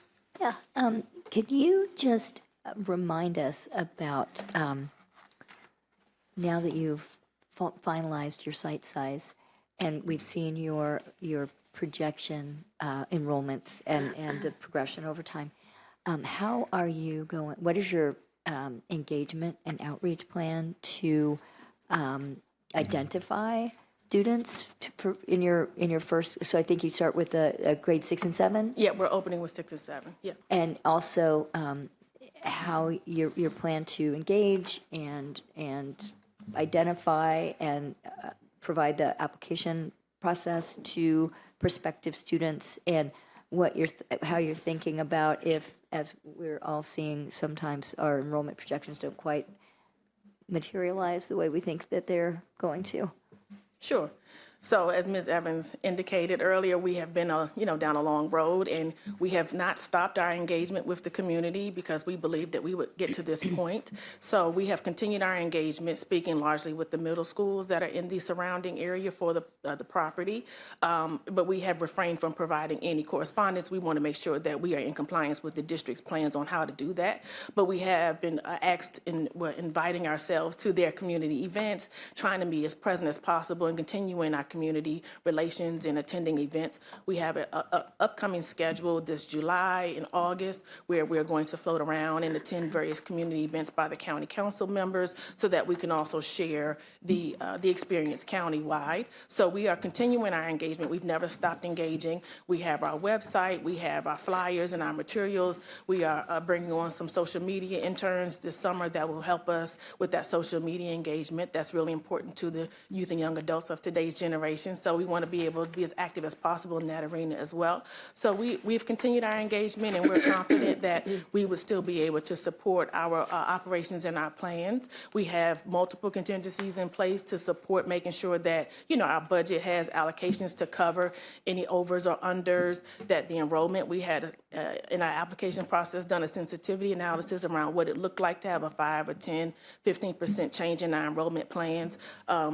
Our financial advisor, this is Alex, our financial advisor with First Tryon, has been very instrumental in helping us model what that needs to look like to make sure that we can, successfully afford our facilities and maintain operations. So I think with the professionals that are supporting us, we're not alone in this work. I think we are confident and can stand confident in our ability to complete and open and remain open and successful. So looking at your your proposed enrollment size, are you thinking that you're going to focus your sort of recruitment and engagement in sort of regionally, or are you regionally to start, or what? Well, charter schools are open. I'm sorry. Charter schools are open to all students in the county. So we cannot say that we're only going to target the area. Of course, we will make sure that, the communities that surround the school, we are very active in that because we know that it's going to be convenient for those parents and those families. But we don't want to act as if parents are not willing to travel for their children to participate in various school programs, various STEM programs, all of that. So we acknowledge that we need to sort of ensure that the full county is aware and apprised of what our plans are, and that they understand that the opportunity is open to students that live in the county wide versus just only relegated to where we are. So we're not going to target a particular area. We're going to be active in the community that surrounds the property, but we will also be just as active in the community at large to share the experience. And are you planning on sort of a lottery process? Well, lotteries happen based on the application. So we know that we're open with 250 seats. If we have more students than the 250 that applies, then the lottery is the randomized process that you use to ensure fairness in the selection. If we only have, let's just say, 240 students, then we're not subject to the lottery. It is when it goes above the seats that have been allocated. Okay, thank you. You're welcome. Mr. Verhaven? Yeah. Nice to see you all again. I think it's been a year, right? Yes, it has. Good to be seen. Nice. Okay. Well, welcome back again. I do have a couple of questions. I just want to get an idea of a timeline and So you're doing the construction all the way through year 226? 2027, I think. But we have a phased construction plan to make Right, sure so that. phase, right, Yeah. so, but in phase one, when that is completed, are you gonna have, when does your first student walk through the doors? I guess that's what I'm Fall of trying- 25. August of 2025? Yeah, fall of next year, the school will Okay. open with 6th and 7th grade. Okay, so your construction then is gonna be going on while the kids are in school for the second phase? No. So what the plan is for the second phase, when we add on the 8th grade classrooms, we're going to use modulars, and that can be accomplished in the summertime. So it does not affect school operations. Okay, so that construction for the second floor is It's gonna be. outside of school It's gonna hours. be over the Yep. summer? Yep. Okay. And then just for accessibility, is there gonna be an elevator? Yes, on the ma'am. first floor? Okay, I didn't say, I'm not an architect, but there's a lot of stuff here. I just wanna make sure. And it may be hard because we had to try to condense it for the presentation and the plans. But yes, we had, actually, we've had multiple elevator shafts in there, but we do definitely have elevator shafts planned. And the other question I had for you was, so you're gonna have, your plan is on the first year to have 125 kids in 6th grade, 125 kids in 7th grade? Yes, ma'am. And you say you were talking to the middle schools, which I think is great, but are you talking? Elementary. To the elementary schools? Yes, ma'am. Okay, so, and I guess the middle schools also too, right? 'Cause Well, if you gotta- yes, but in terms of like feeding and planning, we've been looking at the elementary grades because we've been at this for a couple of years now. So we actually started in the elementary, hoping that we would follow those kids and catch them for middle school. But we're not just going to only focus on the elementary. We were just looking at the elementary students because we hope by the school year 25 that those students would be preparing for Correct, middle school. that was my question. Yeah. So is there a timeline where you expect to have like half of the kids, we expect to have 75 of the kids by the month of whatever. Like, do you have a timeline, like, as you are recruiting, that you want to hit certain targets of kids that you want to have in-house?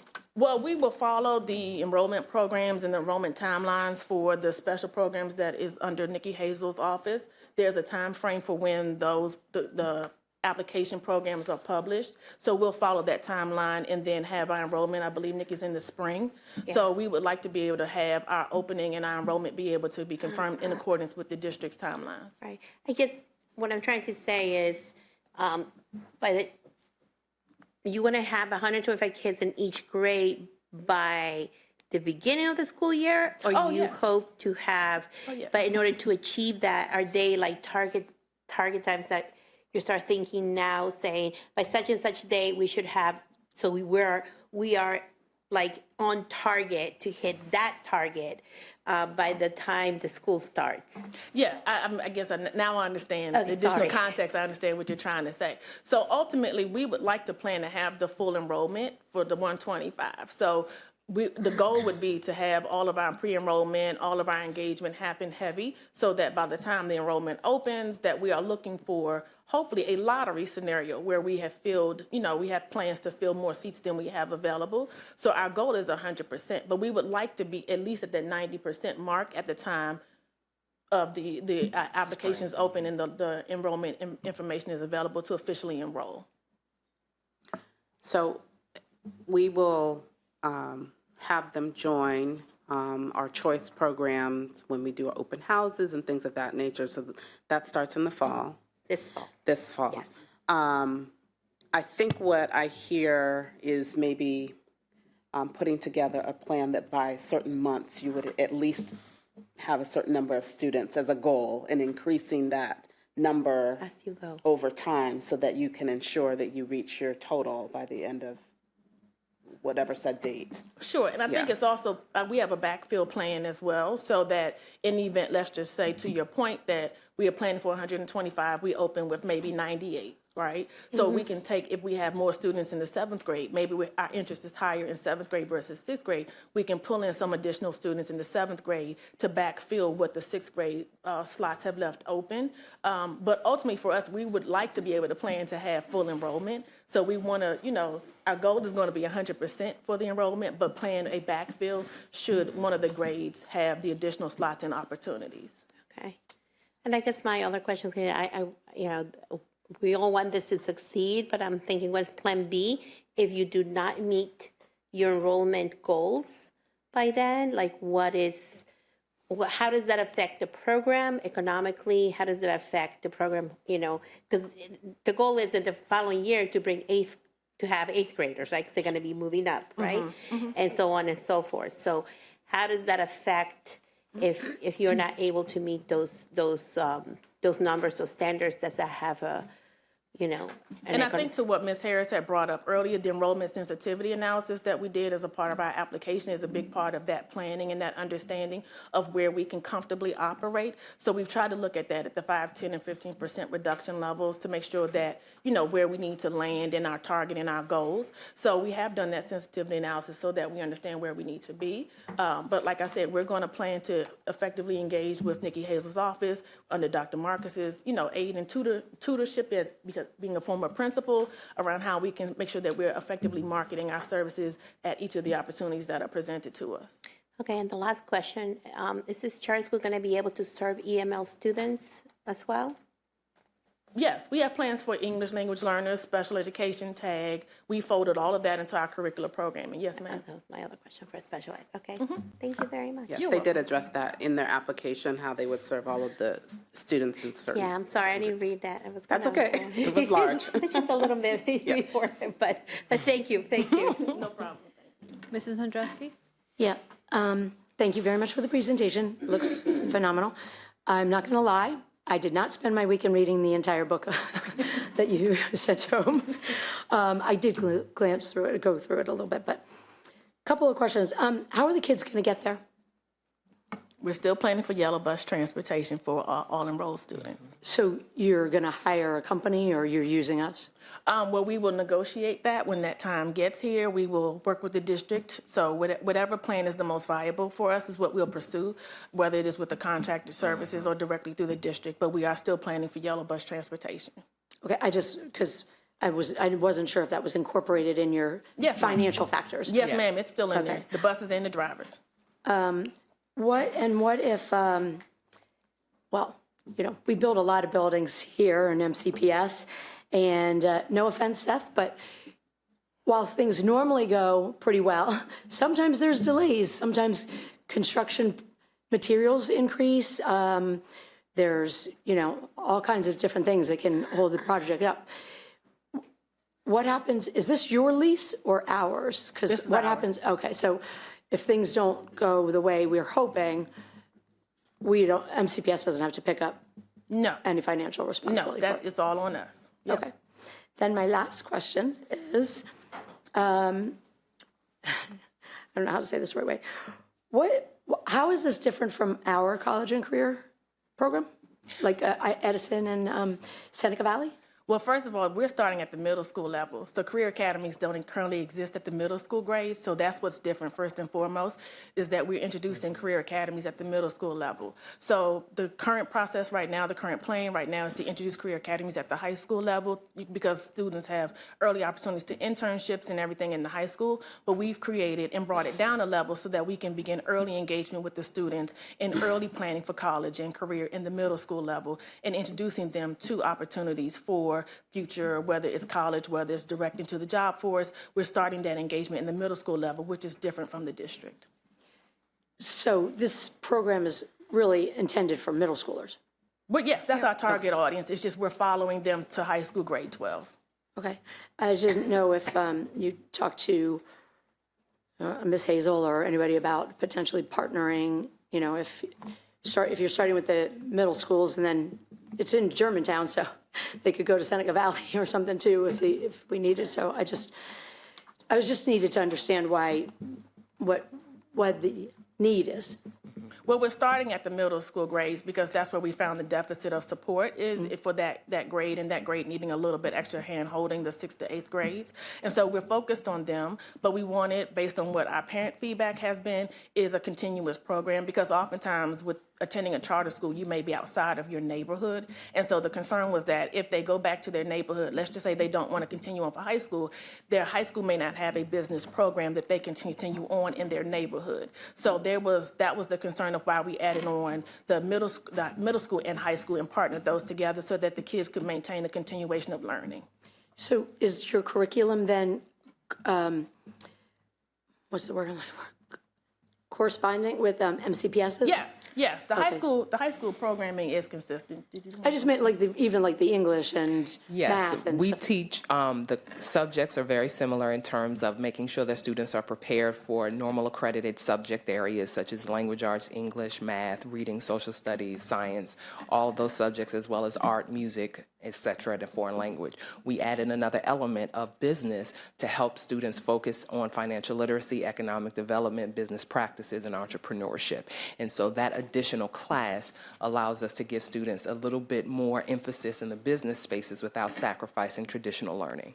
And then also, Mr. Mandrowski, at the high school level, the CTE program has state level standards. So the same standards that the district employs is what we're following for the high school programming. And so we are going to make sure that everything continues, in sequence with what the district will be providing, because that's what sort of dictated at the state level as well. Okay, I just wanted to make sure, like, if someone was in your program and left, they're not going to be, a year behind or a year ahead. Because we don't, not at all. We don't promote people ahead. Not at all. So then my last question is, will Ms. Hazel have the opportunity to, or someone, have the opportunity to review the choice of careers, I guess, and certifications that you're planning on installing? Of course, as well as all the board members who will be invited to participate in our business symposium and speak to our students and talk about your careers outside of your board membership here and your leadership here, because all of you all are professionals in your own right outside of your board duties. So you all will get an annual invitation to speak to our students and share your backgrounds with them as well. Nikki Hazel, Dr. Marcus will probably be very regular faces in our programming as we establish. He doesn't know that yet. He just found that out just now today. He's like, whatever. But the goal is to continue the positive partnership and the engagement with the district, making sure that everything continues on and maintains the level of excellence that we know Montgomery County expects. Thank you. You're welcome. Ms. Harris? Yeah, I'm sorry, I had one additional question. Looking at the agreements and things, you indicated because of the site, you need access to a place for, I'm guessing, PE, outdoor activities. And it's noting here that Quiet Waters Park is the preferred location, and that the Park Service said you didn't need a formal agreement because this would be covered under the district's existing agreement. How are they ensuring that you have priority access and use during the school year, during the school hours, that you would be, for instance, taking a PE class over there? Because we do have schools right now that kind of struggle with that on an ongoing basis when they're out there on their athletic field trying to have a PE class and members of the public sort of think they can come. Yeah. For sure. So what the office has indicated to us is that the district receives correspondence every spring around the fall plans for that year, and then the schools are encouraged to designate their preferred park of use. And then Carl, who we've been working with, indicated that we need the best way for us to secure our space is to put in a full permit. So we will be participating in both ways. We're going to do a permit for use of the park as if we were a private entity, and then we will also be engaged through the district's email correspondence and things that come out for the schools to be able to select their sites. Okay. All right. Thank you. You're welcome. Just following up on Ms. Rivetta Evans' question, if you could just be real specific for me. If you don't meet your enrollment target on day one, you get 50 students instead of your target, what will happen? We will continue on because we're full enrollment at 700 students. Right, but the financials, how will the financials work for you in that case? You need to hire teachers and you only have 50 students, so you just hire, how do you pay for your rent? How does the money work if you don't meet your full enrollment? So, it really depends, I guess, on what, so for let's just look at the lease payment, right? So the lease payment is structured where there's about 30% of cushion already built into that. So it's not like we're kind of operating on a dollar for dollar razor's edge. So there's always a little bit of contingency and cushion built into all this. Additionally, other kind of revenues, like for example, the grant, we're kind of back holding that as kind of like a nice to have, but not a must have. So we are building in some cushion around these numbers. We don't, our firm never recommends any charter school operate, kind of down to the dollar. And so at the end of the day, if something, you could say, well, what if only 10 kids show up? I mean, that'd be a serious problem. We can't. So all we can do is say, we build in a healthy amount of cushion, and then, that's what we, have to do. I'll also say that the last startup charter school that the state of Maryland saw was Legends in PG County. And they actually, compared to this, swung for the fences. They wanted 600 kids on day one, ramping to 900. And they took on $26 million in debt, way more than what we're doing here at a much higher interest rate, paid crazy fees to developers. I mean, this was like maybe twice, 3 times the risk. They fully enrolled to 600 kids. They fully enrolled to 900 kids, completely on schedule with great demand. And now they're doing healthy and great, and we'll probably, be working with them to refinance that debt soon. So, if it helps at all, in 2020, it was kind of the last case study, and it went really well, and it was in a situation that was much higher risk than this one. In Prince George's County. Yes, in PG County. Okay, I see no other questions, so thank you so much for the presentation, and look forward to seeing you next time. Thank you. Thank you so much. Our next item on our agenda is item number 12, the FY24 School and Office Climate Survey results. And I will ask Dr. Felder to get us started. Thank you, President Silvestri. So this evening, we present the results of our recent district-wide survey on school culture and climate, which was conducted from February 12th to May 1st, 2024. We gathered feedback from the students, parents, guardians, and staff on the academic and social environments, safety, equity, and inclusion, and communication. We know the importance and value of hearing from those we serve, as this provides insights into how well we are meeting the needs of the community in these areas. It is important to note that we remain committed to inclusivity, transparency, and continuous improvement in fostering a positive learning and working environment for all in Montgomery County Public Schools community. The presentation of these results this afternoon and those available publicly online at the conclusion of this presentation demonstrate our commitment to being open and accountable for feedback received from families, students, and staff. The team will share our engagement approaches and improvement opportunities.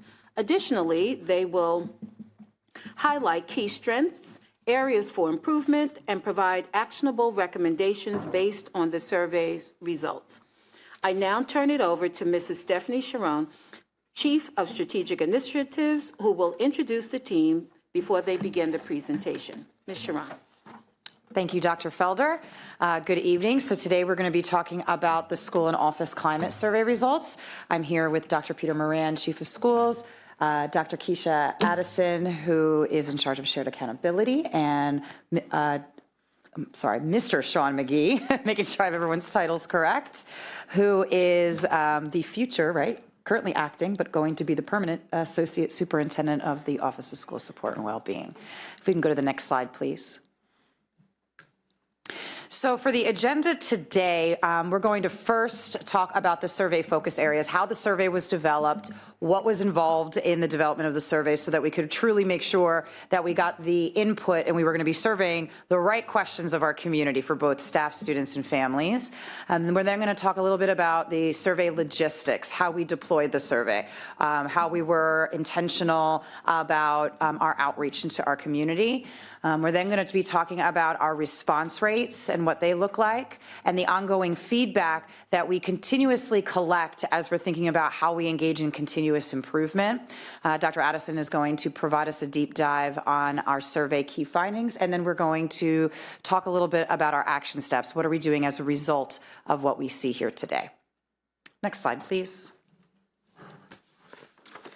So when we developed the survey, the Department of Shared Accountability initially created the survey questions for students, staff, and caregivers. And they drew on Panorama, which is a research-based organization, to draft the survey questions. But they didn't stop there.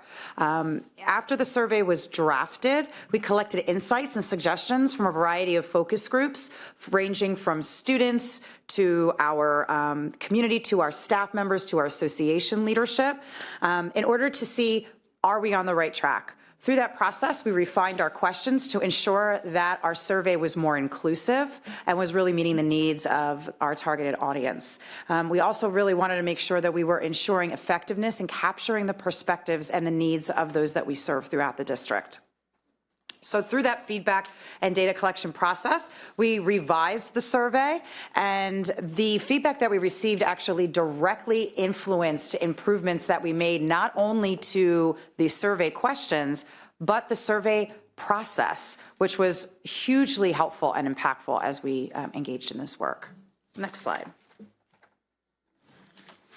So before we actually dive into the survey and the data, we want to make sure that everybody has a clear understanding in what are the areas that we were actually assessing, because it was strategic to ensure that the areas that we were assessing were areas that are directly aligned to our strategic plan and the board's priority areas, to make sure that we were collecting data that was going to be useful in both school and office planning.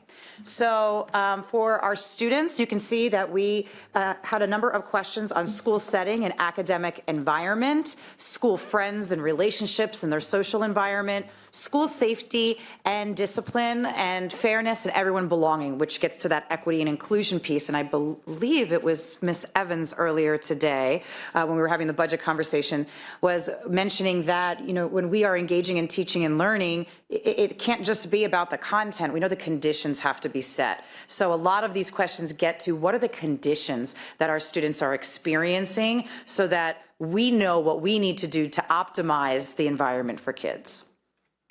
Next slide, please. For parents and guardians, you're going to see on the left-hand side that a lot of the categories mirror the questions that we ask the students. And this is really important for when you're trying to triangulate information between the three different stakeholder groups that were surveyed.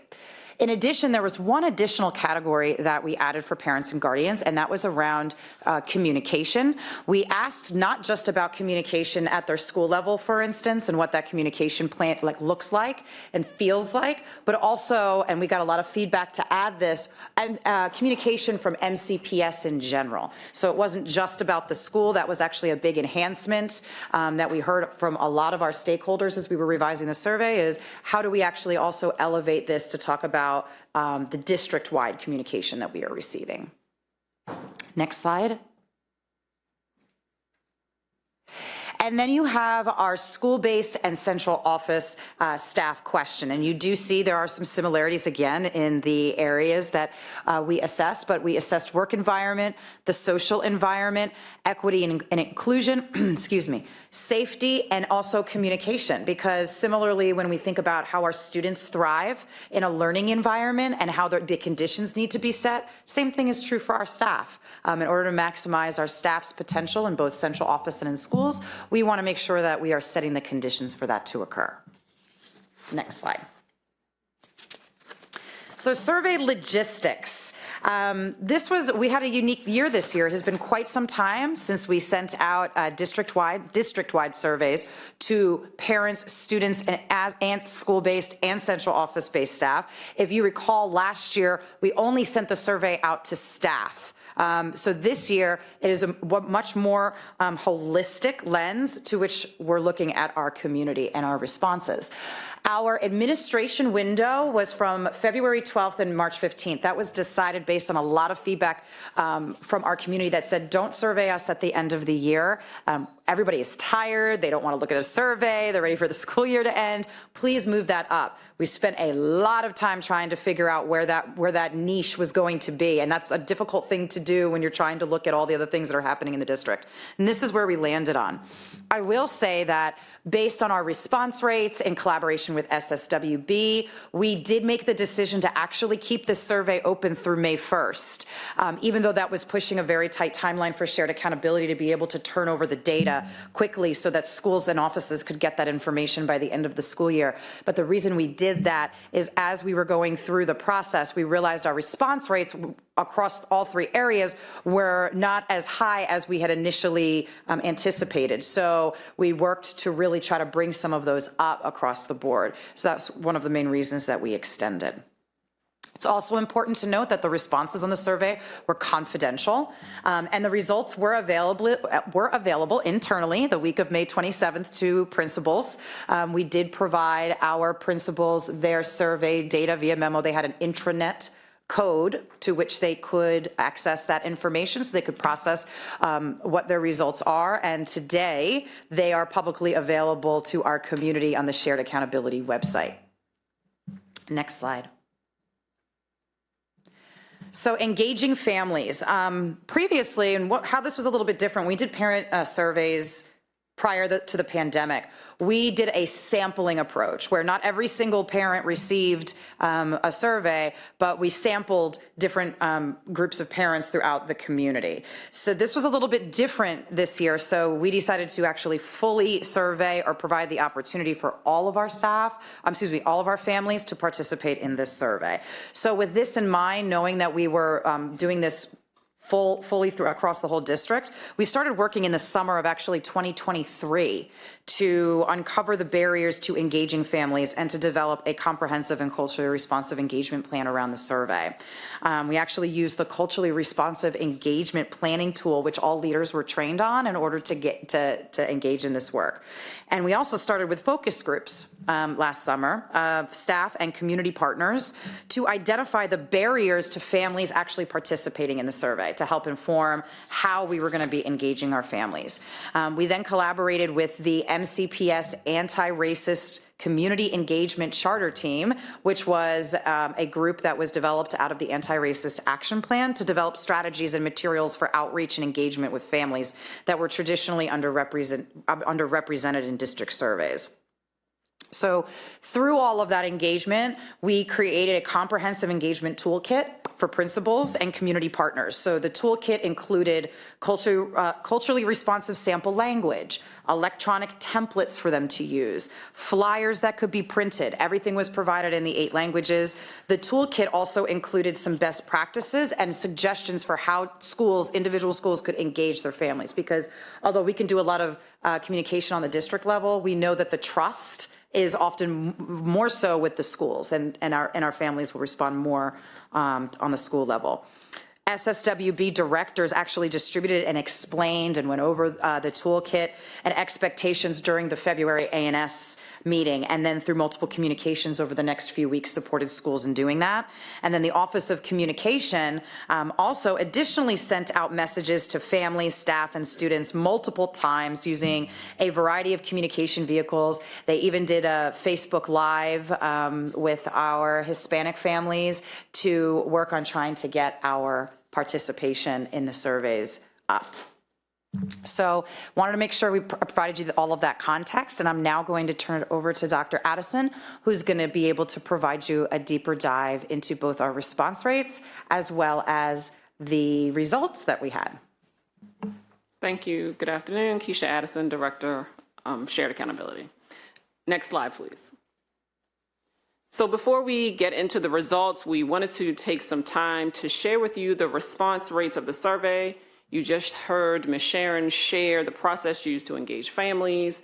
And on this slide, you see our response rate, and to the right, which you can't really see well, but to the right is an equation for how we determine response rates, which is about how many surveys are sent out based on the total number of surveys that we receive back.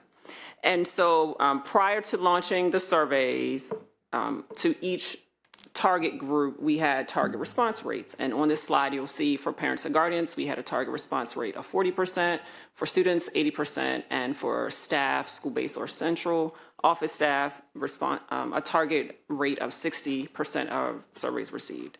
You will notice that we did not hit our response rates this time.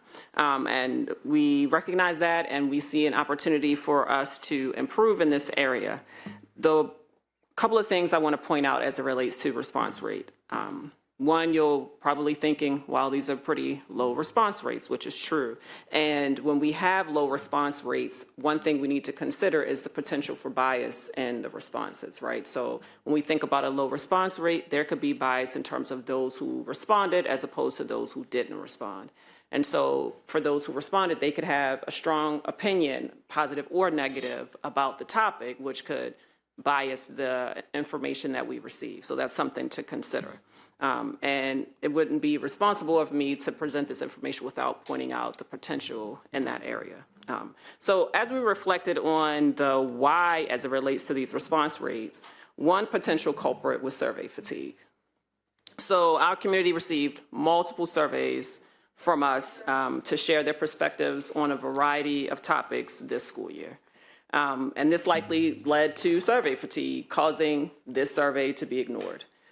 So one thing we will be bringing back for this upcoming school year to reduce the overlap of surveys administered is a survey calendar, which is managed by Shared Accountability. So we're going to be re-engaging in that process so we do not have this overlap in 4 surveys being launched at the same time.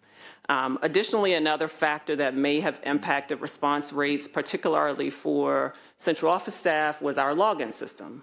We tried a new approach to our login system to ensure accuracy of reporting and at the conclusion of the survey. And however, based on ongoing feedback, I heard from some of my colleagues, they weren't comfortable with that login system.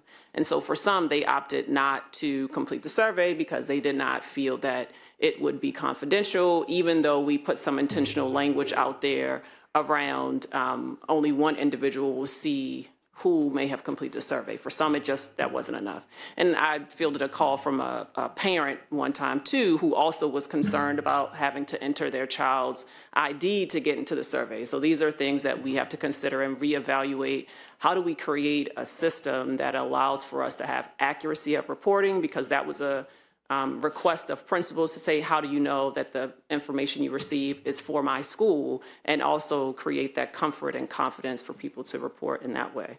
And then finally, another factor that may have impacted our response rates is just, for some, the perception that what difference will it make, right? And so for some people, they felt, why should I do this? What change is it going to bring? And so they opted not to complete the survey. And so those are some of the things that we have to consider as we go forward in terms of how do we create that confidence in individuals so that they will complete the survey and we have higher response rates and can have more information to improve our practice. Next slide, please. So in addition, well, while the survey was open, we always receive ongoing feedback. It was a lot of the questions were fielded by our Ask MCPS team, so I'm grateful for them. And then they were all sent to me, and I answered all of them, or hope I answered all of them. But on this slide, you'll see some of the comments and feedback we received from individuals who took the survey. They might not have taken the survey, but they decided to provide feedback, and a couple of things you'll notice. So for example, some individuals did not like that our response scale did not provide them with a neutral option. So some people like to be in the middle. They want to say a neutral response. They don't want to agree or disagree. They want to say stay in the middle. So we got a few comments related to that. Some individuals did not like that there was not an option to provide written feedback. Some people like to create, open-ended items. We intentionally don't have open-ended items just to support with turning around the analysis, but it's something for us to consider going forward. And even further, there were some parents or guardians who believed that there were not enough survey items focused on academics and the success of students. And although not included on this slide, some did not like that the response scales were not consistent. So one of the things you'll notice as we get into the findings is that you'll see options for agreement, so strongly agree to strongly disagree, or you'll see some options for positive, so quite positive to not at all positive. And last year when we launched the staff survey, we got feedback that our response choices weren't specific enough. So we were intentional this year to make them more specific, but it didn't work well for everyone. And so our intent is to use the feedback that we receive to continue to modify and improve survey and future administrations. Next slide, please. So now on to the survey findings.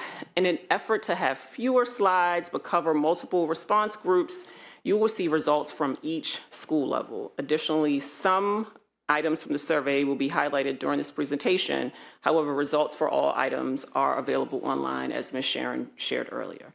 We begin with responses from parents or guardians on the academic environment for 3 questions. And before I begin, I want to point out, I did notice like punctuation is missing, so we have it accurate on the survey tool, but it stood out to me, so I had to call it out. The 3 questions we're going to highlight is: my child is given challenging material to learn. At my child's school, administrators create a school environment that helps children learn, and my child's teachers expect my child to do well in class. And the response scale, the response options were strongly agree, agree, disagree, and strongly disagree. For this slide, the percentages presented are for those in the agreement scale only, so meaning they agreed or strongly agree, and that's what the 2 colors are. So agree is blue, strongly agree is orange. And at the elementary level, close to 5,800 surveys were returned from parents and guardians. At the middle school level, close to 2,400 surveys were returned from parents and guardians. And at the high school level, it was close to 2,600. And so the percentages on this slide are representative of those who not only responded to the survey, but also responded to the specific items indicated. And in almost all instances for each of these items, you will notice high percentages of agreement across all 3 levels. In all instances, percentage of agreement was 80% of respondents or higher. Next slide, please. Can I ask a question? Yes. It takes a certain level of education and understanding to even be able to answer that question if you're a parent. Which question? That my child is given challenging material to learn. Doesn't it? Well, I think you have to know.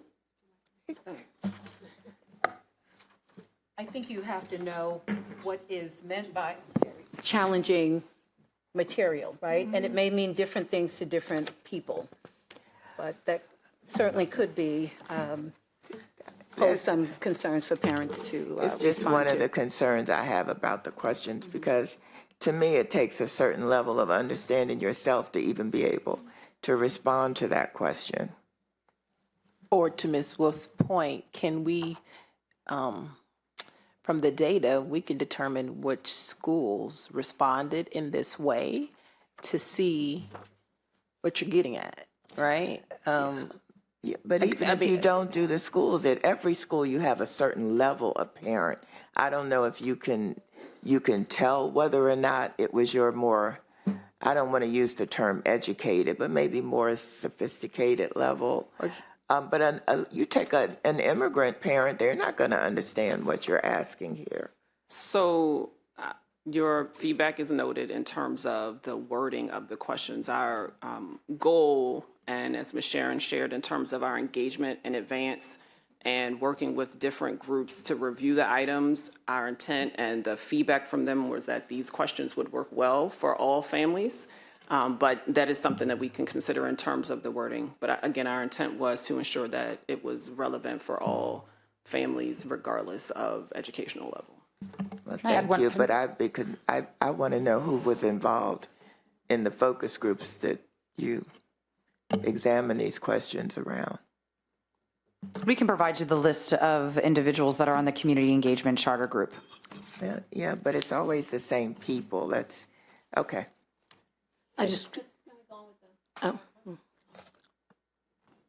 Okay. It doesn't matter. I just was going to interject there that about counting your numbers.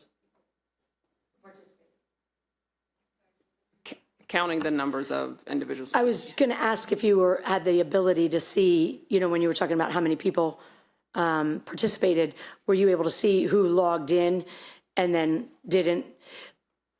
Like I was surprised by the agree and strongly agree and no disagree. If I were a parent, I'd probably log off because I'd be like, well, this isn't, an accurate. And I see that going forward, you have the disagree stuff. But I was just curious if maybe people participated that didn't actually fill it in.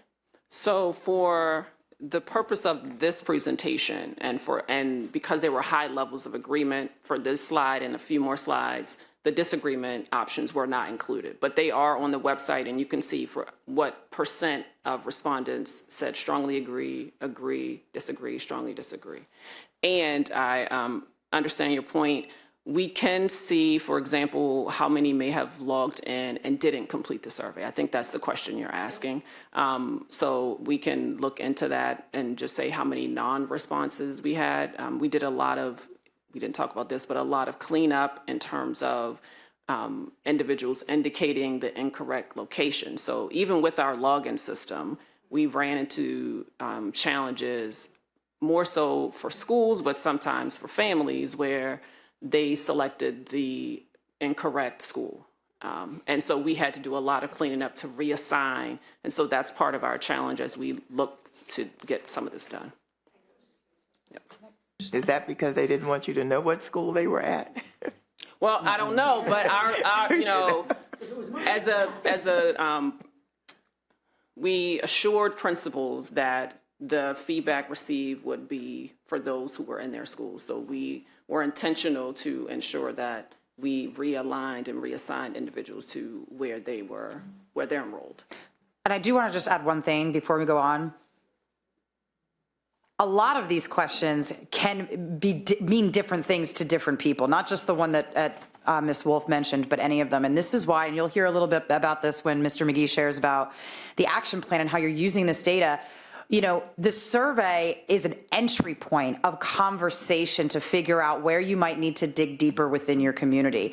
And a lot of times, even the absence of data tells you where you need to dig in deeper with your community. So if I'm in a community and I'm looking at my individual school results and I had 2 parents respond on the survey entirely, well, I'm not going to say, well, these 2 respondents, this is how I'm going to judge or action plan, right? I know that my next steps are going to be like, okay, great. Now I'm going to have to do more parent outreach. I'm going to have to sit and I'm going to have to invite families in so that I can dig deeper. It's the same thing with any of these questions, is that the investigation and the action planning, which is the most important part of this work, doesn't end with this, it starts with the survey, but it does not end with it, if that makes sense.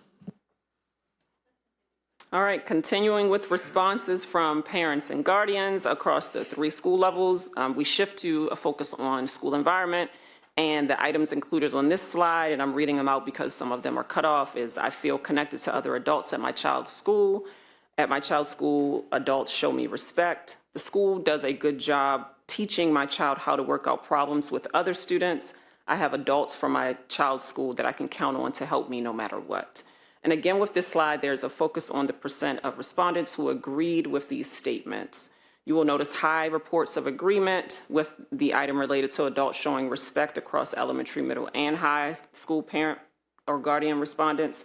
And there are lower levels of agreement indicated for feeling connected to other adults, particularly for middle school, which was about 53% agreement, and high school, which was 54% agreement compared to elementary.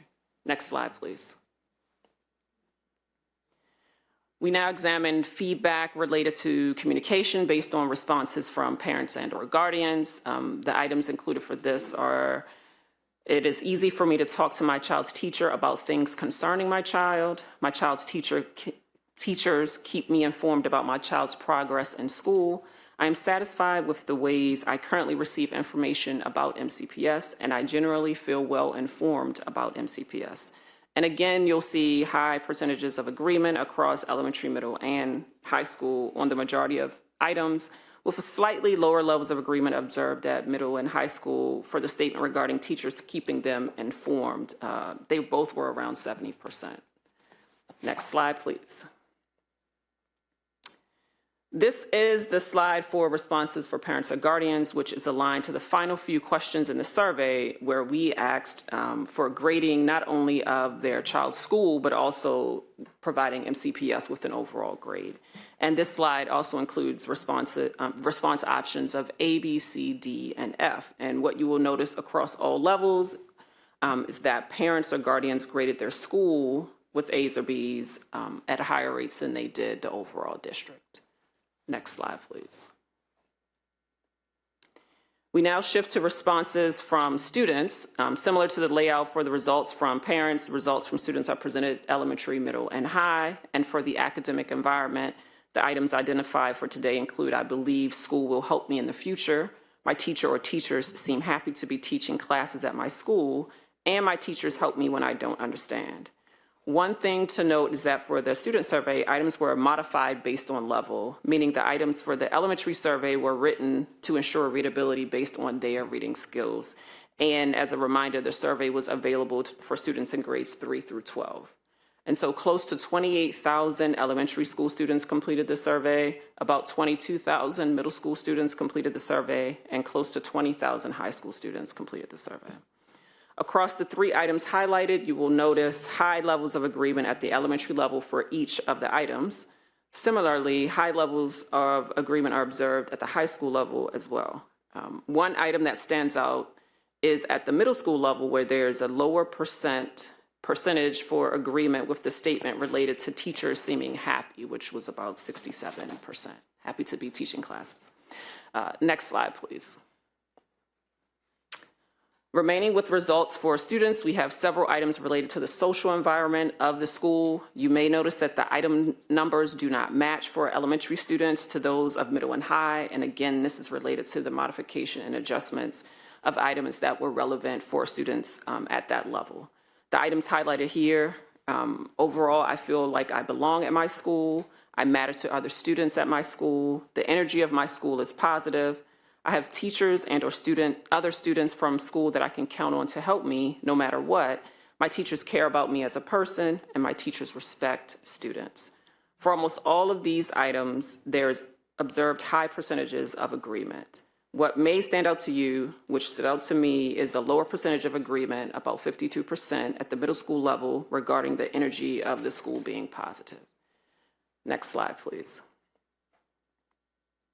And as we look at the items and level of agreement for this section, which is focused on school safety and discipline, it makes me wonder if the positive energy question might be related. And so that's an opportunity for us to kind of do some cross-analysis of the items. And we have not yet engaged in that yet. But for these questions related to school safety and discipline, we highlight the following items. At my school, the behavior of other students helps my learning. Overall, I feel safe at school. Most of the time, my teachers can teach without being interrupted by students who misbehave. And you will notice that of the students who completed the survey, there are high percentages across all 3 levels agreeing that they feel safe at school, over 80% at each level. This is the middle bar that's in the chart. Where you will notice lower levels of agreement are for the 2 items related to student behavior. At the elementary and middle school levels, there was less than 50% of us respondents who agreed with the top and bottom statements. And at the high school level are slightly higher percentages of agreement compared to the other 2 levels. Next slide, please. Similar to the questions for parents and guardians, students were asked to grade their school and the district. Please note that elementary students were only asked to grade their school. We didn't ask them to grade the district. Unlike what was observed in grading of the district and the school by parents or guardians, middle and high school students who responded graded MCPS higher with A's or B's than they did their school. Next slide, please. We're now transitioning to results based on responses from school-based staff. At the elementary level, slightly more than 5,600 staff responded. At the middle school level, a little over 2,100 responded, and a little over 2,600 at the high school level. The items we're focusing on for this academic environment section is I have a schedule that provides me time to plan my instruction for students. Teachers or staff in the school believe every student can learn. The school administration encourages school staff to talk to one another about instructional matters, and this school sets high standards for the academic performance of all students. Again, overall, there are high levels of agreement with these statements across each level. At the high school level, you will notice about 62% agreed, that is, agree or strongly agree with the statement of the school setting high standards for all students. Next slide, please. On this slide, we continue with responses from staff with the addition of a chart that includes central office response. And as a note, 900 central office staff completed the survey. And additionally, on this slide, the response scale, all response scale options are included, strongly agree through strongly disagree. And the two items highlighted here are school or office staff members respect one another, and I look forward to going to work each day. And across schools and central office staff, there were high percentages of agreement with each of these statements. Percentages of disagreement range from 12% middle school, at the middle school level to 15% for central office for staff members respecting each other. And for looking forward to going to work, percentage of disagreement range from 21% for central, it was a tie between central office and elementary school, to 26% at the middle school level. Next slide, please. Continuing with results for central office staff and school-based staff, we shift to a focus on the social environment with the following items being highlighted. Overall, how positive is the working environment at your school or office? Overall, how positive is the working environment in MCPS? How positive is the tone that school leaders or office leaders set for the culture of the school or office? And how positive is the tone that district leaders set for the culture of MCPS? For these items, we transition from a school focused on agreement, focused on agreement, to a scale that ranges from not at all positive, which is the blue, somewhat positive, which is orange, quite positive, which is gray, and extremely positive, which is yellow. The more positive responses, again, are those in the gray and the yellow. And respondents who completed the survey had high percentages for quite and extremely for having a positive working environment for their office and or school.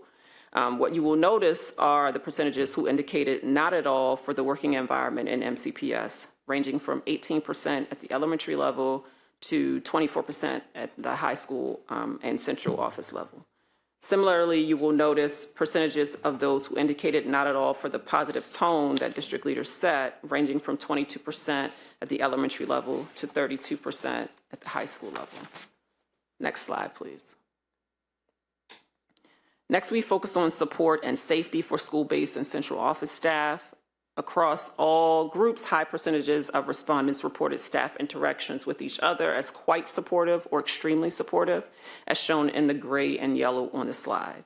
And additionally, high percentages of staff across all groups reported feeling quite safe or extremely safe in their school or office. At the high school level, about 10% reported not at all safe, and about 9% of middle school respondents also reported not at all safe. Next slide, please. Sorry, how many people filled out the survey in central office? 900. 900. Yes. Do you have the number for last year? How many filled out? I can get that for you. Okay. This is my final slide, just catching up. All right, so ending with grading of the school or office and MCPS by school-based and central office staff. So similar to what was observed for parents and guardians, higher percentages of A's and B's were indicated for the office or school compared to those for the district MCPS as a whole. I will now turn it over to Mr. Sean McGee, who will share additional information related to results from school-based staff. So if we could go next slide, please. Thank you. Good afternoon. Oh, it is. Oh, we're in discussion. Okay, we switched this around, so we'll go back. Colleagues, if you have any questions, please turn our light on. And I know there's a lot of questions that we have, so if you could keep your questions brief, I would appreciate it. Thank you. Ms. Yang. Yeah, I will keep the other portion of the question after Mr. McGee's presentation, but I do want to first thank you for bringing this to the board this year in a much more timely manner as opposed of waiting a semester to see the results. So thank you for that. I think you heard our feedback, and that's an improvement. And now I noticed that the staff participation has increased this year compared to last year. Is it because now it's an all system participation instead of, no, so it's not. So last year was a whole system staff, right? So can you link one measure that have helped increase participation from the staff? It's a 10-point gain. I'll let Dr. Addison join in, but I do think one of the things, we only kept the survey open. It was a very late administration last year. I believe it was June, correct, Dr. Addison? And end of May, and it was only open for 2 weeks. Okay. So we had this open for multiple months. Okay, thank you. So I think that's a good thing for us to remember. Then parent participation is 6%. That's very sad. Okay, so I think it's significantly lower than, we didn't do it last year, but previous years we have done it. So is the number higher in previous years? I just wanted to make a connection back to what you just first said, and it goes back to what Ms. Sharon was sharing around the idea of taking action or doing something with data. So this year we developed the school improvement plan specifically around the questions from the climate survey, which the staff participated in. You saw a 10% increase in participation. Okay. At the same time, you have a low return rate on parents. I think that kind of speaks to why you see an increase in staff. I don't know that parents see themselves in the action or responsiveness to what the feedback that they're providing is. Okay. If they did, which they will, this summer, I think there will be a much more significant increase in their return. Okay, that's good reflection. And I also know that some parent has mentioned that they don't tend to go to an email to do things. We have that Remind app.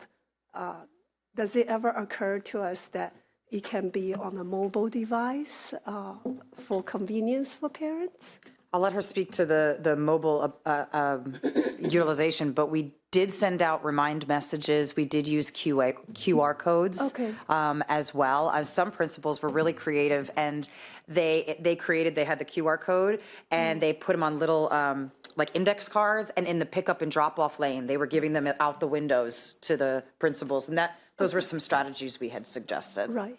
Then let me move to the students. We have a target rate of 80% for students. Do we give time in school for students to fill out this form? So that be the best practice that one would take, right? So at the high school level, you'd have the advisory period. You could administer the survey all at the same time throughout the entire school.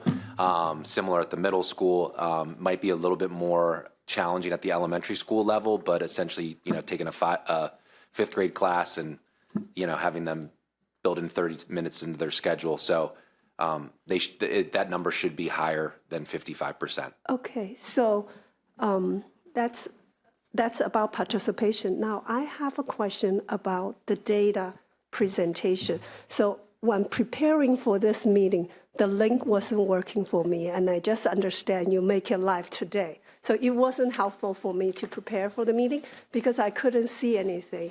Having a PDF presentation for me doesn't tell me when part of my role is overseeing the whole school system. So I would really like to make a request in the future if we can have a spreadsheet, right? So I can see multiple schools, that I can see some trends and see some areas of concern or area of improvement, right? And I'm wondering, I just went on, as a parent, I can see our schools compared to our cluster or all MCPS schools. Now I'm wondering for our directors, associates, or chiefs, do you get to see the whole spreadsheet or do you get to see just sections too? So I'll just chime in terms of how we prepare it, and then I'll turn it over. So the tool that you see online was originally developed because we weren't doing central office surveys in the manner that we do them now. I can't hear you. I can't hear you. Are there too many?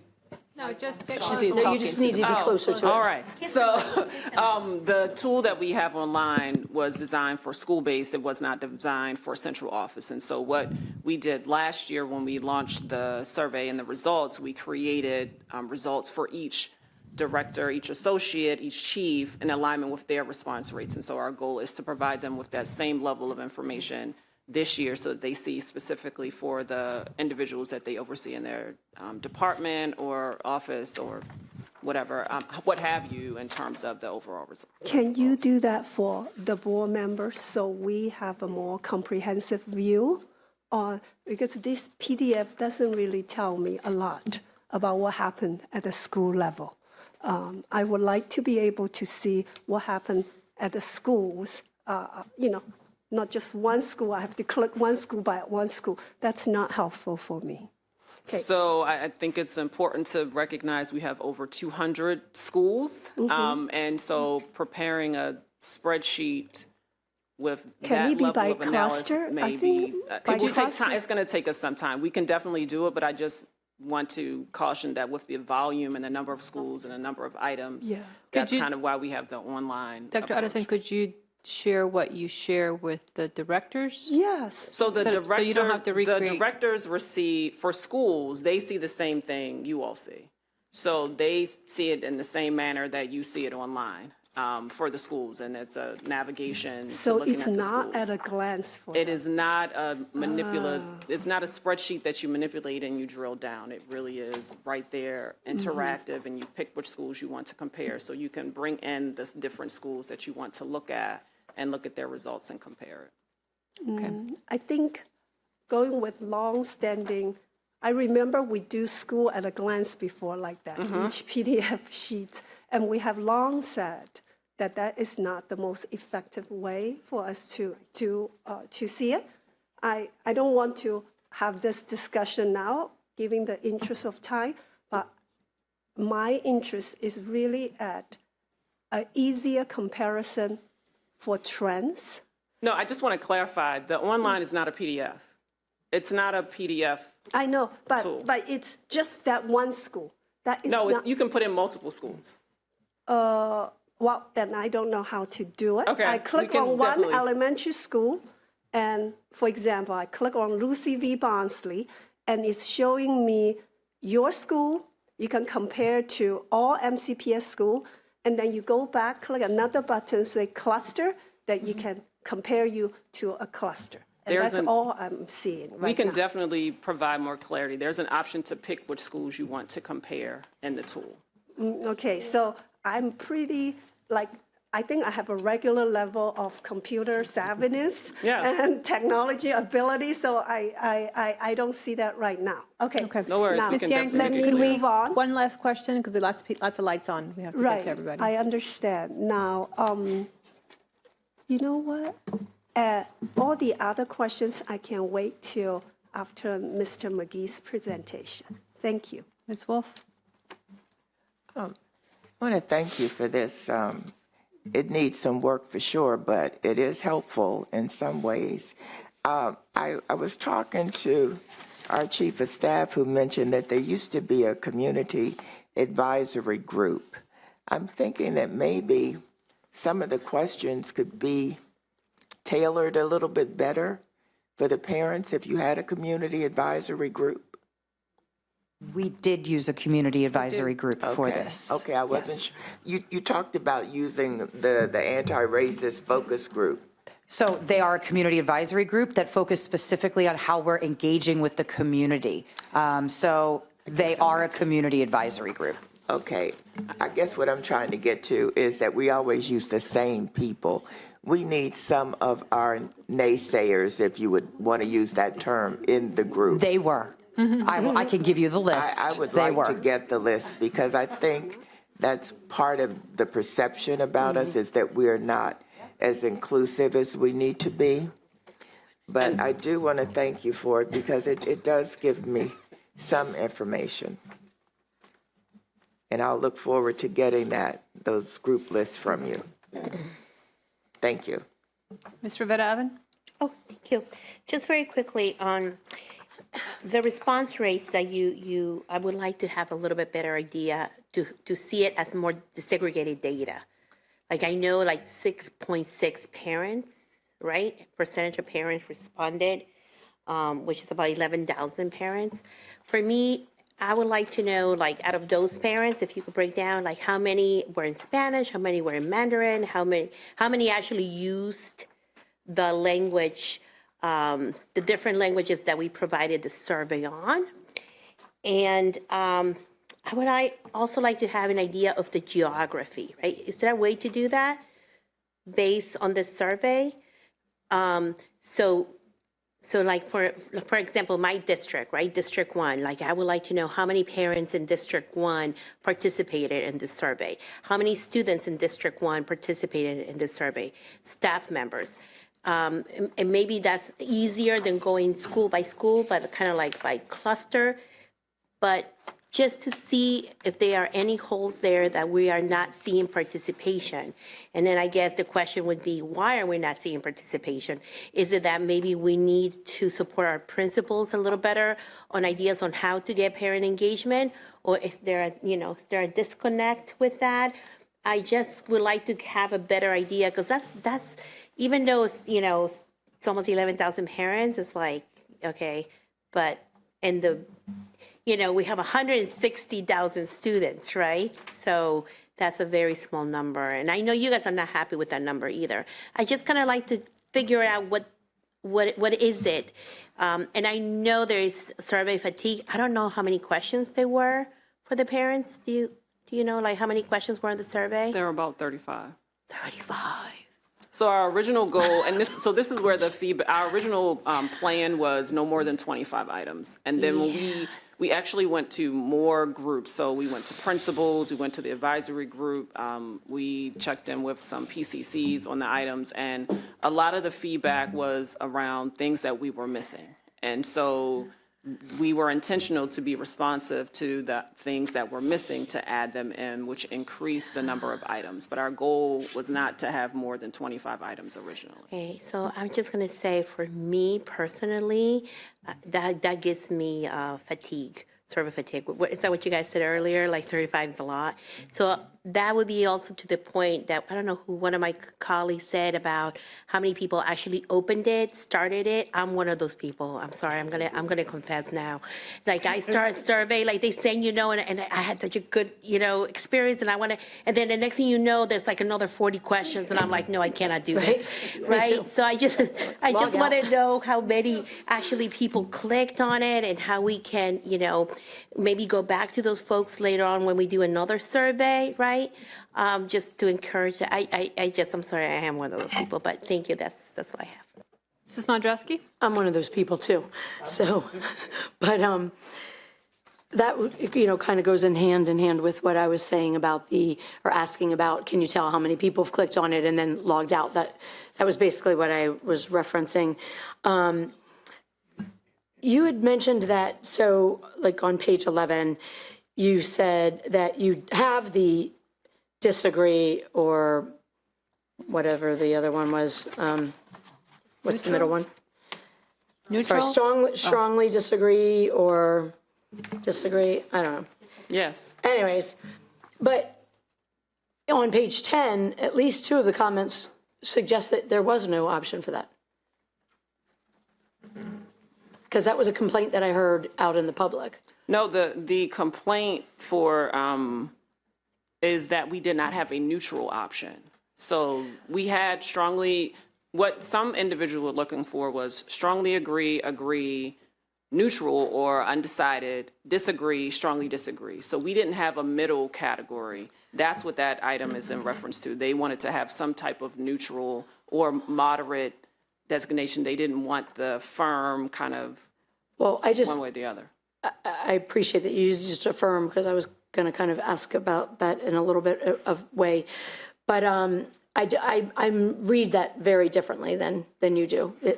To me, it reads that because the questions are so general, moderately agree or / disagree, or a neutral option should be available, meaning both moderately disagree or disagree and neutral should all be on there. That's how I take it. So if I can look up the responses, I will do that. My other question was in reference to using affirm, because this is going to sound like a silly thing, but when it's the A, B, C, Ds, they're A, B, C, D, but when it's the written out, it's the negative first, not at all, disagree, somewhat disagree, I don't know and I just know a lot of times, at least me, when I'm going down, I won't reread it, so I just make an assumption that they're all on the same block, if you know what I mean. Maybe you're looking like you don't have any idea what I'm talking about. Are you referring to the layout for the slides or on the webpage? On the webpage, I'm saying like the order if I start a survey and it's, rated 1 to 10, 10 is strongly agree, 1 is not agree, I go on the assumption as I continue to go down that they're all like that. That 1 would be negative and 10 would be positive. This flips them around, and I'm just concerned that people may have not realized that. Oh, thank you. And so, but that's why I was going to ask about the firm, because I'm glad to hear you had a committee that helps work on this so that they can provide better feedback, like, kind of stuff that we're doing. So anyways, thank you. Sevens? Yes. So on page, is it page 17, where we talked about, we show the elementary, middle school, and high school on school safety and discipline, and the response rates for question 22, like this, for at each level, the question around most of the time my teachers teach without being interrupted by students was fairly low. Can you talk about, in getting this survey data back, at both the school level and central office level, what is it that we would do? Like, what is the response to information like that? Are we checking to see if it falls into class management, or like, what is the response to try to get to the issues that come about? I'm looking, Sean, I don't know why I'm looking at you, but I'm looking at anybody. I'm looking at anybody who can respond. Like, give me an idea, or give us walk us through the thinking behind what a school and what at central office we would think to do to help support the schools based on this data. Yeah, everyone. I think it's an individual experience, I guess, when you have like a disruption that's happening in the classroom, whether it's the staff's perception of that or a student's perception of that. If we see that at the school level, obviously there are resources that the school can put into place in regards to mitigating that, trying to determine why that disruption is happening. If it becomes something larger than what the school can handle, they can always reach out to central office for our support. Typically, our office would be involved with that, because sometimes we do get requests from schools to help with students if it's something that cannot be handled through the typical measures that a school would do with restorative justice or with class discipline, class management, those type of structures that are in place. So is it not like, I'm at central office, I'm the director or higher up, and I'm gonna say, oh, I saw your data, and so what's happening? Are we thinking to do this, or are you just waiting for the school to respond to say they need help? No, I think it's both, right? So I think you can look at the data and have a conversation, which part of what I'll talk about in just a second, okay. We'll talk about that. But I also think there's the other part of that too, to say that sometimes this happens where it isn't reflecting the data and the school is reaching out, or sometimes parents reach out too. They'll say, and sometimes you all might receive emails about that to say there's a disruption in the classroom and we need help because it's distracting the learning. So on both sides of that, we're responsive to supporting the school, because in both cases, we're going to the school to say to them, what support do you need? Okay. So in looking at all the results, my initial thought in thinking about the low response rate, particularly for parents, was, okay, so how do we think about an opportunity to get this in front of parents when they're in the school, which is parent-teacher conference, right? Do we have computers available for them to fill out the form at that time, or just give it their feedback? Because we have a great bit of people coming in. It still may not reach everybody, but it's an opportunity to get more than 6.6%, right? Because everybody wants to know how their child is doing. But then I heard Dr. Addison make the comment about just the apprehension about people wanting to respond, because there is still at least one person that can see the information. And I know in talking with teachers in particular, their apprehension to responding is because it's not anonymous, right? And so paper would be difficult. But at what point should we think about hiring somebody on the outside? I think at one point we talked about the amount. Maybe I'm maybe I'm forgetting, but I would think that at this point in time, because there is mistrust, right? On the inside, externally and internally, that we take a year to see what the response would look like if we use an external firm to gather the data. And if in fact our targets are met, then by George, we got it, right? But if not, then we try the internal. But I just think that because we're in the place that we're in right now, and prior to the pandemic, Dr. Moran, you were here, Brenda, I can't remember her last name, but she left. You all were charged with coming together to do the climate survey. We were going to do it in a different way. And then the pandemic hit, and we weren't able to do it. And of course, Brenda's no longer with us. She moved away, and I can't remember her last name. But I do know that there was intentionality behind wanting to do our climate surveys in a different way to gather information from everybody, the students, parents, and staff. But right now, people just don't feel comfortable saying what needs to be said. And we actually really need to hear what they need to say because it'll help inform our work, right? Yeah. And so I just believe we should give some thought to, we tried it, we've come back. And we've tried it, right? So last year we did it at a point when everybody was tired. So now we tried another opportunity to do it in February. I don't know if you do it in January when people are happy and they just come back for break, but they're thinking about the end of the year already, and that's a good time. You just leave it open completely. But I really think that it would bode us well at this moment in time as we're trying to build back trust, that we just do things a different way and listen to what our educators are telling us. And they're saying, we don't trust you. We don't want to actually tell you what we have to say because it could be used against us, right? People believe that. And I think these numbers show it. So that's just my thought. Let's try and look to see if there's somebody on the outside that can do this work for us that won't break the bank, but could get us some return. One comment I'd like to make about that, and I think we're seeing it across our schools, is the reimagining of back to school night.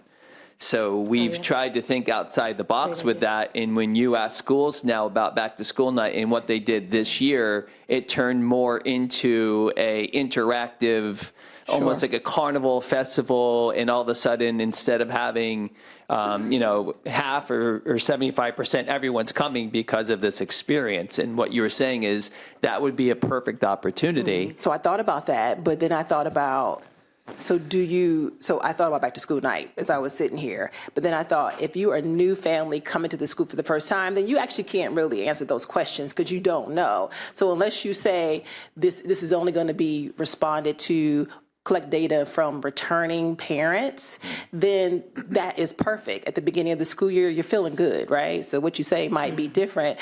But I thought about that, Mr. McGee. And so the only reason why I did not bring it up is because I don't want to skew the data because it could be a new parent, right? Mm-hmm. But guess what? At the beginning of the year, we're all happy. We're coming back. Yeah. And so definitely has to be at least the conference. It is a happy time of year. Right? Parent-teacher conference. And by that time, you've kind of settled in. You're getting your feet a little wet. And you're trying to figure it out. I just think how you would respond to be different than at the beginning of the year, at the end of the year. Yeah. Ask me at the spring break, and that might be something different too from parents, right? We just had vacation, or maybe not because your kids have drove you crazy. They've been home for a whole week. I just don't know. But I was trying to think about a way to collect data in an intentional way where we just really want to hear from people and get their responses. And at that time, when as your child is going to the next level, you might get the responses that you're looking for. And then it's also an opportunity. We talk about, what do we want parents to get from what we're doing, right? What do we want them to understand and know? And I don't know, we throw some questions in there at that time to get a feel. Are you getting what you need? Do you understand? Do you know the next milestones or touch points for your student? So that's just a thought that every question that I had over here was kind of null and void after thinking about the mistrust and not being able to get the information. It's not anonymous. Putting your kid's ID in there or one person seeing it, it's not anonymous, right? So how do we do it in an anonymous way to get the information? Or do we really want it? I do. How do you do that? So that's it for me. I'm just Ms. Modrowski, last question, and then we'll move on. Yeah, that's fine. I want to associate myself with Shepherd's comments because that's why I was asking about even something like flipping responses can skew the results. And I thought you said that you did work with a company, though. I thought you said you did hire a firm. I just want to clarify because I thought you said we you did not work with a company. When we started the development of the survey, we leveraged the items that came from Panorama Education, which is research-based, and they have a lot of their items. And so we started with that as our base in terms of those items. And then as we went and gathered feedback, we made some adjustments and modifications. Okay, well then, I 100% agree with Ms. Evans that we should look at using a firm. Okay, let's continue. Okay, if we could go to the next slide. And this just connects to the conversation that we have. We're looking at the school-based responses, the number of responses that we have, and you can see there's a year-to-year comparison between elementary, middle, and high school. And you can see that there's an increase of change, 10% change from 2023, a 9% change from 2023 middle school, and then 7% change from high school for 40 to 40%, 7%. Next slide, please. And this is just bringing out a few questions, and this is something that we wanted to talk a little bit about, certainly the last question. But again, you can see some of these questions where we have positive changes.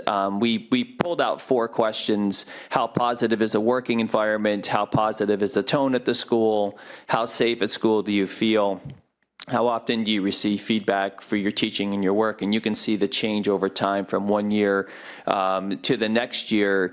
And the one that I really wanted to bring out here is the last one of how often do you receive feedback on your work. For a lot of the schools that we're supporting, that ended up being one of the lower marks that the staff had responded to. And so when you look across the board of that high of a response rate, the difference of 34% or 35% or 31%, we can attribute that to what we're going to talk about in just a second, is the emphasis of building an action plan based upon these school climate goals, having a climate goal itself. And then for us as our office, as we went in for supervisory visits, we built questions that were designed for climate, designed for well-being into the questions that we're asking the schools about. So in one of the things you can see that schools responded, and I had several principals that said that was interesting that we have staff members who said they're not getting enough feedback on their work, and so they put structures in place this year in order to increase their number of times that they're coming into the classroom and having some informal or formal feedback forms for them to get feedback on their work. And it has really made, in our perspective, it's certainly going to help improve teaching and learning. So it's just a way that we've used this and connected throughout the school improvement process. Next slide, please. And so we talked about this already, so I'll kind of go over this really quickly. Obviously, this is a cohesive approach. We've worked with all of our unions in order to go through and make sure these questions, obviously the points that we just talked about, are well taken. Next slide, please. I'm going to try to move fast because I know we have some time. So it is, our school climate remains a shared endeavor. It's not owned by the administration. It's not owned by any group. It's a collective effort by all of us. The data from the school climate plan is reviewed by each school. Goals and action steps are created by each school team. The process is the same for all of the schools, and the climate in the building is a frequent discussion point during school improvement meetings, school check-ins, and with directors and associates. This is a constant conversation that we're having to underscore the importance of the climate survey that is positive to student learning. Next slide, please. And as you can see, we wanted to just bring out, two different types of data points, one for climate data points or one for well-being data points. And these are all things that we are considering, schools are considering as we monitor. Obviously, you can see the climate survey is a climate data source. There is local climate voice data. Typically, we see that coming through what we would call the triad meeting, where the triad meeting is with the principal, representative from MCEA, the EFR, a representative from SEIU, which is the ESR, and they meet monthly. So typically they could get the climate and see how things are going, but there's also other ways to do that as well. On the other side of the slide, we have other data sources that we do monitor and we ask schools about quite frequently, which is absenteeism, suspensions, the number of students that they're talking about at their well-being teams, the referrals, and also, you can see disciplinary referrals, suicide risk, crisis-centered referral data as well. So those are just some data points that we are looking at as well as we're having these meetings. Next slide, please. So this is, just kind of a summary of our process where we are examining the data, just like what we were talking about. We're making goals based upon that data. We as a office go in, we assess in terms of where we are with the data, checking in, participating in professional development if professional development is needed. Once again, checking again. It's kind of a continuous cycle for those of us who've been around for a while for Baldrige, the PDSA cycle that we have. It's very similar with that. And this is one part of our school improvement process that we make sure that the climate data is included. Next slide, please. And at this time, I'm going to turn it over to Dr. Moran, and he's going to give us a summary just in terms of key takeaways and next steps. Thank you, Mr. McGee. And just listening to your feedback, I would share the old adage that when everything's important, nothing is important. And I'm going to tie that into the feedback question. So if there's 35 questions on a survey and you isolate one and turn that into a goal for your staff, you get a return of a 30% increase. And so I think the thing that we really need to continue to do is, and there's two pieces to that feedback question that I think I want to pull out for you. If you look at the schools who had that growth in feedback, they also had a higher response rate, which means the principal this year has created a culture where feedback is reciprocal. It's not just flowing one way. The staff feels like they can give feedback, and therefore they have a higher response rate on their survey. So there's a cultural piece that Mrs. Evans was pointing out to this around creating trust. I'm trusting you to give me feedback on my performance in the classroom as a teacher. At the same time, you're trusting me to give feedback on the climate of the school, the morale, your leadership, and how it's impacting that. So I just wanted to pull that out as like an action item. Those 4 questions, our principals do take the questions, and there are questions that are more important than other ones. And so when we're talking about the number of questions and everything, I think it's also important to consider which are the most valuable questions to the staff that they put more stock into, and I don't know what that looks like in the moving down through the future. And the other thing, and Ms. Rivera-Oven and I talked about this recently, is a survey is also it is something that should initiate other things. It is something that is, and so people want to get it. People want to engage in discourse now. Like they don't necessarily want to take 30 minutes to complete a survey. They want to talk. And so I think that the trust piece is creating an environment around the school improvement plan, like Mr. McGee was discussing, where people feel that they can enter a space and just say what they really feel and think, with knowing that it's going to be taken and turned into action. And so I think the survey fatigue part, I think, is something that we need to work together on. And I think principals, when we look at just the regular monitoring, also, when you administer one survey that is that comprehensive, how are you collecting data along the way? In addition, like a 5-question survey, boom, you can get that. Everybody will fill out a 5-question survey at your school.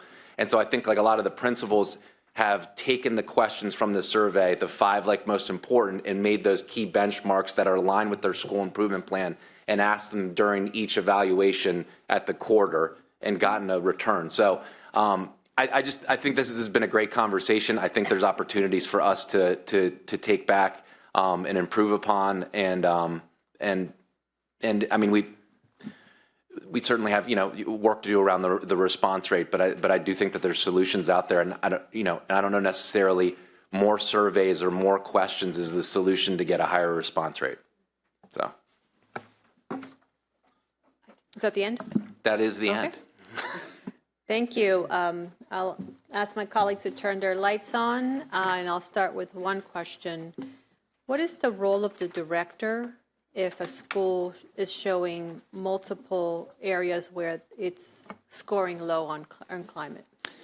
Well, it's part of that action plan. So if I see a school that has multiple low data points, I'm going in, asking them, have a conversation with that school, have a conversation with the staff, create an action plan that is based upon data, based upon actions that they can see and make improvements. And then my touch points as the director there, because if it's showing up there, it's showing up in other places, then I have a kind of a laser focus on that school to help them, to support them, to see, you have to unpack to see where that's coming from. What, is it, like we talked about in this, Evans, is it behavioral? Is it something that there's the students that may not be allowing other students to learn? Is it something that's through the triad meeting that's coming up that's climate-based, that's something that we can support? Is it something that is coming from the staff or from the community, from maybe it's a communication part? I feel like I'm not getting a lot of communication. So you have to unpack what that data is.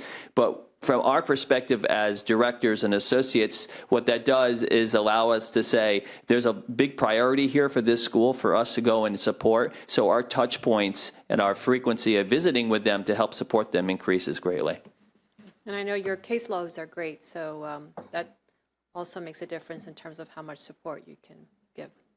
Mrs. Evans. Yes, I was just going to say, and what I am very much aware of is that the climate survey is just one measure, right? But because it is something that we use, then we got to figure out how to Use it right. Yeah, exactly.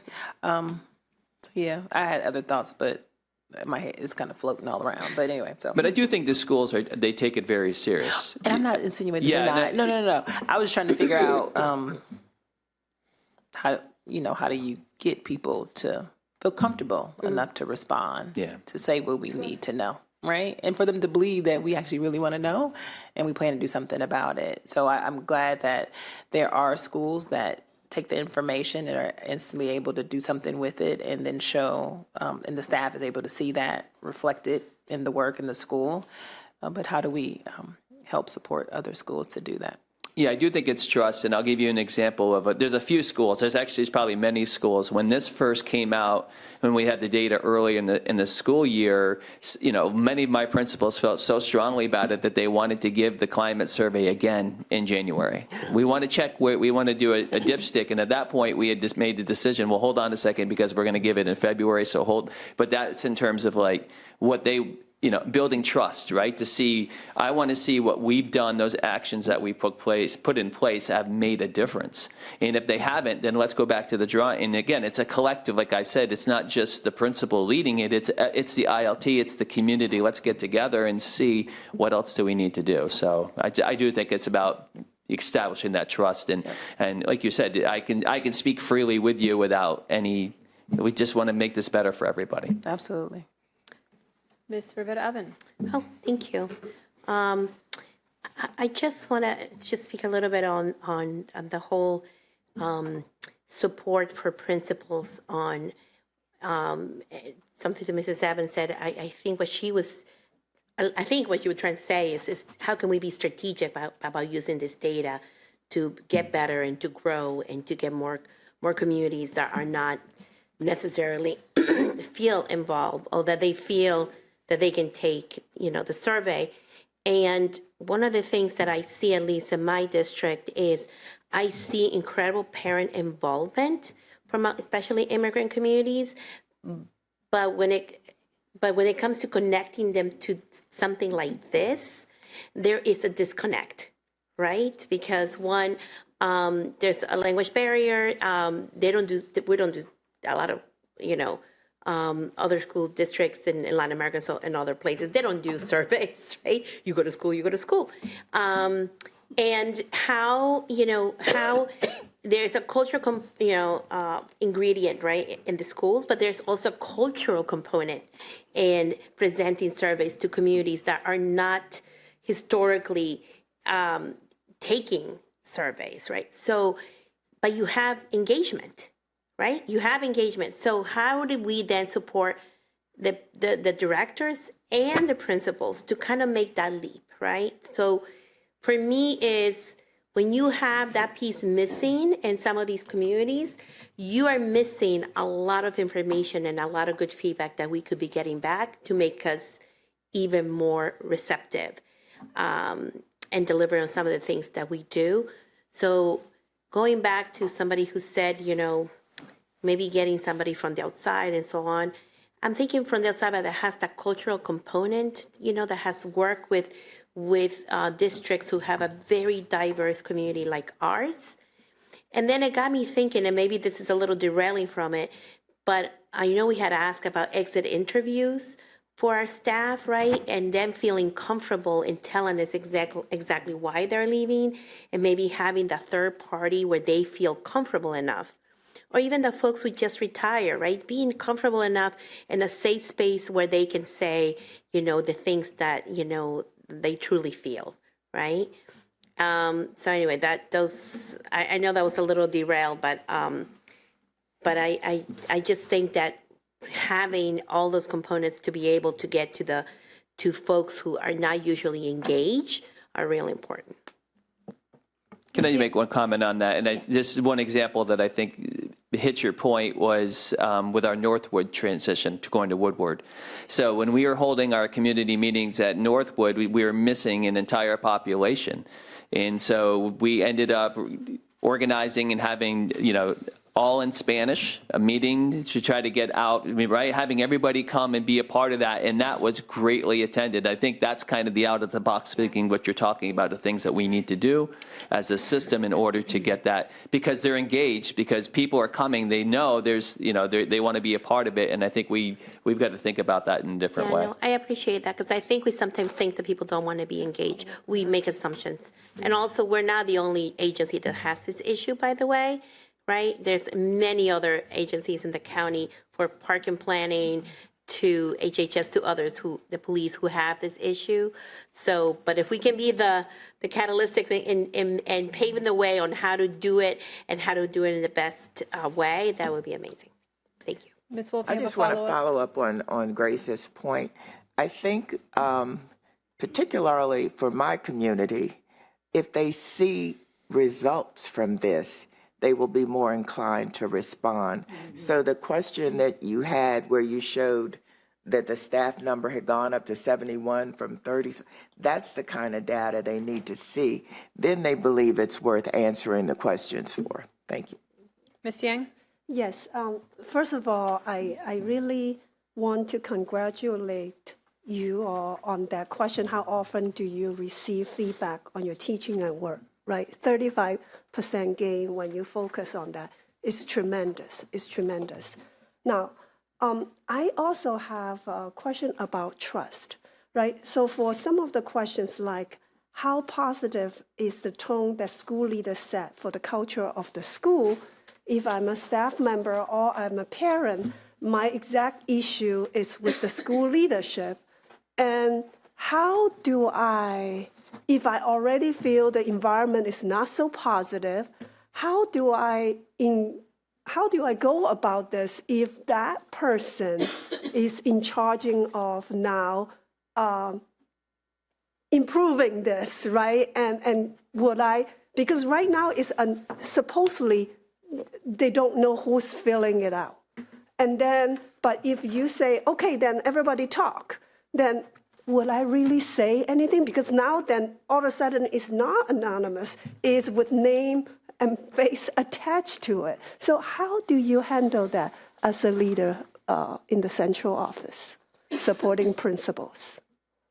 So I think and I won't use any specific examples of schools, but we have encountered that this year, where we've engaged in listen and learns and collected feedback, sometimes on behalf of the principal, and then themed it and looked at it with them, and then worked with them to create an action plan that they then present to their staff or partner with key members to their staff to create. So that is one way. We've in the past called it a listen and learn session, to take out also kind of any personal pieces that might be a part of that. The other, I think, I commend our principals, one in particular who has encountered a lot of challenges with her community. She did a marvelous job just making herself very vulnerable and asking the questions and listening with the intent of making it a better learning experience for children. She certainly, needed some support with that from her director. But her climate data from last year to this year has grown significantly. So we have processes in place from the parent engagement part, which I think is sometimes the most complex. At the staff part, which is something I want to share with you because it was an action item that we did discuss earlier in the year, is that all of our principals to standard set are receiving professional learning with their EFR and their ESR, their elected supporting staff representative, elected faculty representative, to start the school year.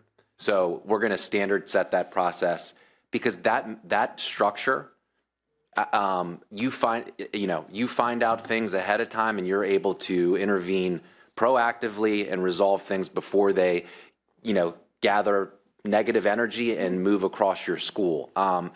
Unfortunately, I know we use this line a lot. Triads following the pandemic, the implementation of new principals, of new EFRs, requires it that 216 schools need to receive the exact same professional learning, the exact same expectations, so that they're functioning entirely the same. I think that alone will demonstrate a significant bump in our school climate. And then you also have the accountability measure. When you standard set things for 216 people, they've received the information, they've received the professional learning, you can then hold 216 people accountable to the exact same thing when, as a director, you go out and are having those kind of conversations. Now, to follow up on that, I appreciate what you talk about, that sometimes, in terms of the community, that the directors can have direct conversation with the community. I think part of it is we in Montgomery County, that our students come from all different cultures and backgrounds. There are some cultures, confrontation, or even just honest conversation can be really a difficult thing to do, especially when you are doing it with what we perceive of people of authority and people who have bigger power than your family. You are very vulnerable when you send your children in the care of these adults, right? So that the every step of discussion, collaboration, problem solving, that it's a wonderful step. I think people all appreciate, but how we do it, who is the person to do it, needs to be something carefully considered and consult with the community. Thank you. Yeah, I think, to me, this gets to one of the most essential relationships in MCPS, and that is directors with the principals that they supervise, because this work can be very fraught. And in order for a director to do this work and to look very objectively at the climate data, and I do appreciate, we're seeing aggregate data here. I very much appreciate you're saying this is disaggregated by school, so you can see and make comparisons, whether it's how many families and staff and students are actually participating in the survey, or what is the data that's bubbling up and how does it compare to the prior year. But having these conversations can be very, very difficult. And if you don't have that trusting relationship with the person that's coming in to have that conversation with you, it's not going to go very well. And to me, that gets to why it is so incredibly important. I mean, I'm just speaking for myself here, but I really do believe the only job of central office is to support principals in schools. Because if we're not, you can't have a successful school if you don't have a successful principal. And so that relationship, I think having the director cadre we need to support principals well means we cannot overburden those directors. And because you can't build those tight, trusting relationships if you are trying to supervise, 25 principals who are all in different places in their climate data and in their communities they're serving, and they all have different needs, and you're trying to be everything to all of them, and you just can't with those numbers. That's why I think it's so essential we really focus on that role and creating and reducing the load of our directors so that they can build those tight, close relationships with their principals to have these very difficult conversations and really support them in moving through them. You cited the example of a principal who had she was not getting good news and a very vulnerable conversation with her community, but she was supported. And, they wouldn't have done that if they hadn't had that support. So, and a question I have is, so we've emphasized the survey, this is one data point. So when you get these, so you get your data, it's disaggregated by school, you've got your director, you know what your schools are, you're looking at your school's data. Are you triangulating what you're seeing there with other pieces like, what's the staff turnover rate like? Right. Are there, complaints being filed by staff against other staff, that kind of thing? Are you looking at that kind of data too to further inform this piece of data? Yeah, absolutely. And that was what Ms. Silvestri was asking earlier. Absolutely. We look at multiple pieces of data, but this is a very good indicator of the health of that relationship of the climate in the building. And a lot of times it is connected to, like you said, staff turnover. It could also be connected to student achievement. So we're looking at all of those things, and when we go in, and I'm glad that you said about the relationship with the director and the principal, it's essential to have, frequent, and back to that trust and that openness to be able to just say, okay, here's where we are, and build that relationship with one another. And in my position, and Peter's been here a little longer than I have, 5-6 years, it's so important that we do that. And I think that's essential to getting us to the point to have that conversation with them, to say, not only is this data point, but it's also this data point and that data point. And so we're going to work together. And when I was listening to Peter, the word that comes to my mind is coaching.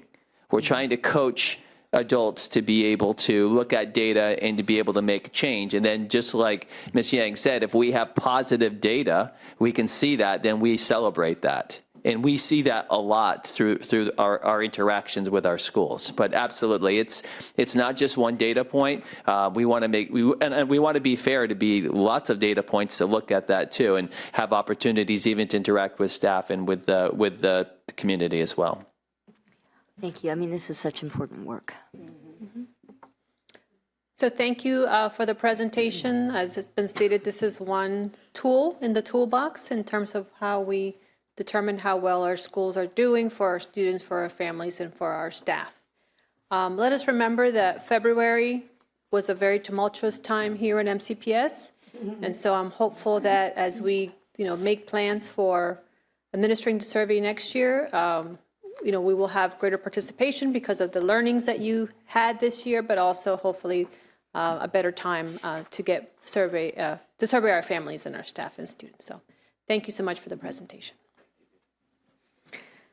Moving on to our next agenda item, we are at number 13, which is for informational purposes only.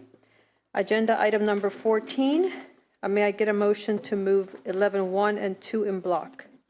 So moved. Can I get a second? Second. All in favor, raise your hands. That's unanimous with those present. 14.3 is a new business item.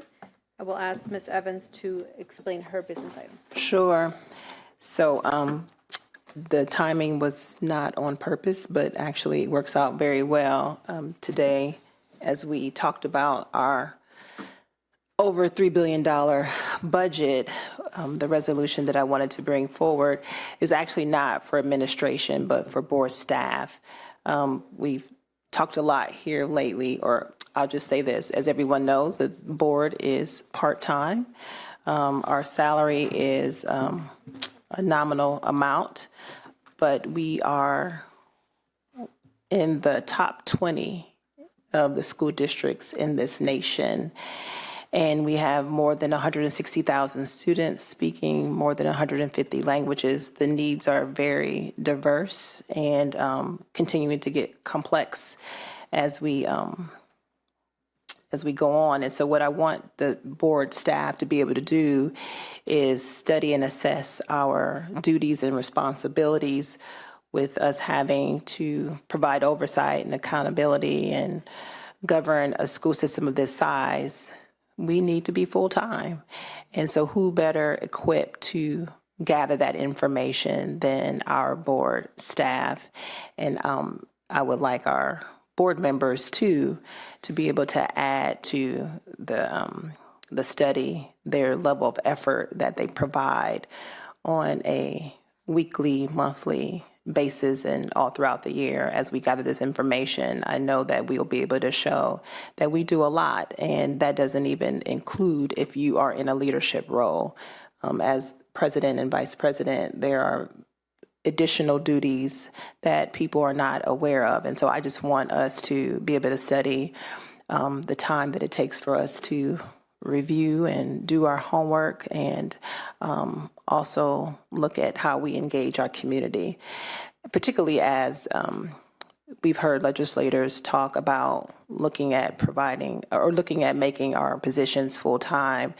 And I know that there was a commission done by our county executive prior to the pandemic, where he had the people on the commission. What they did is they interviewed every board member. At that time, I was the board president, but it was a conversation. And so it was a conversation.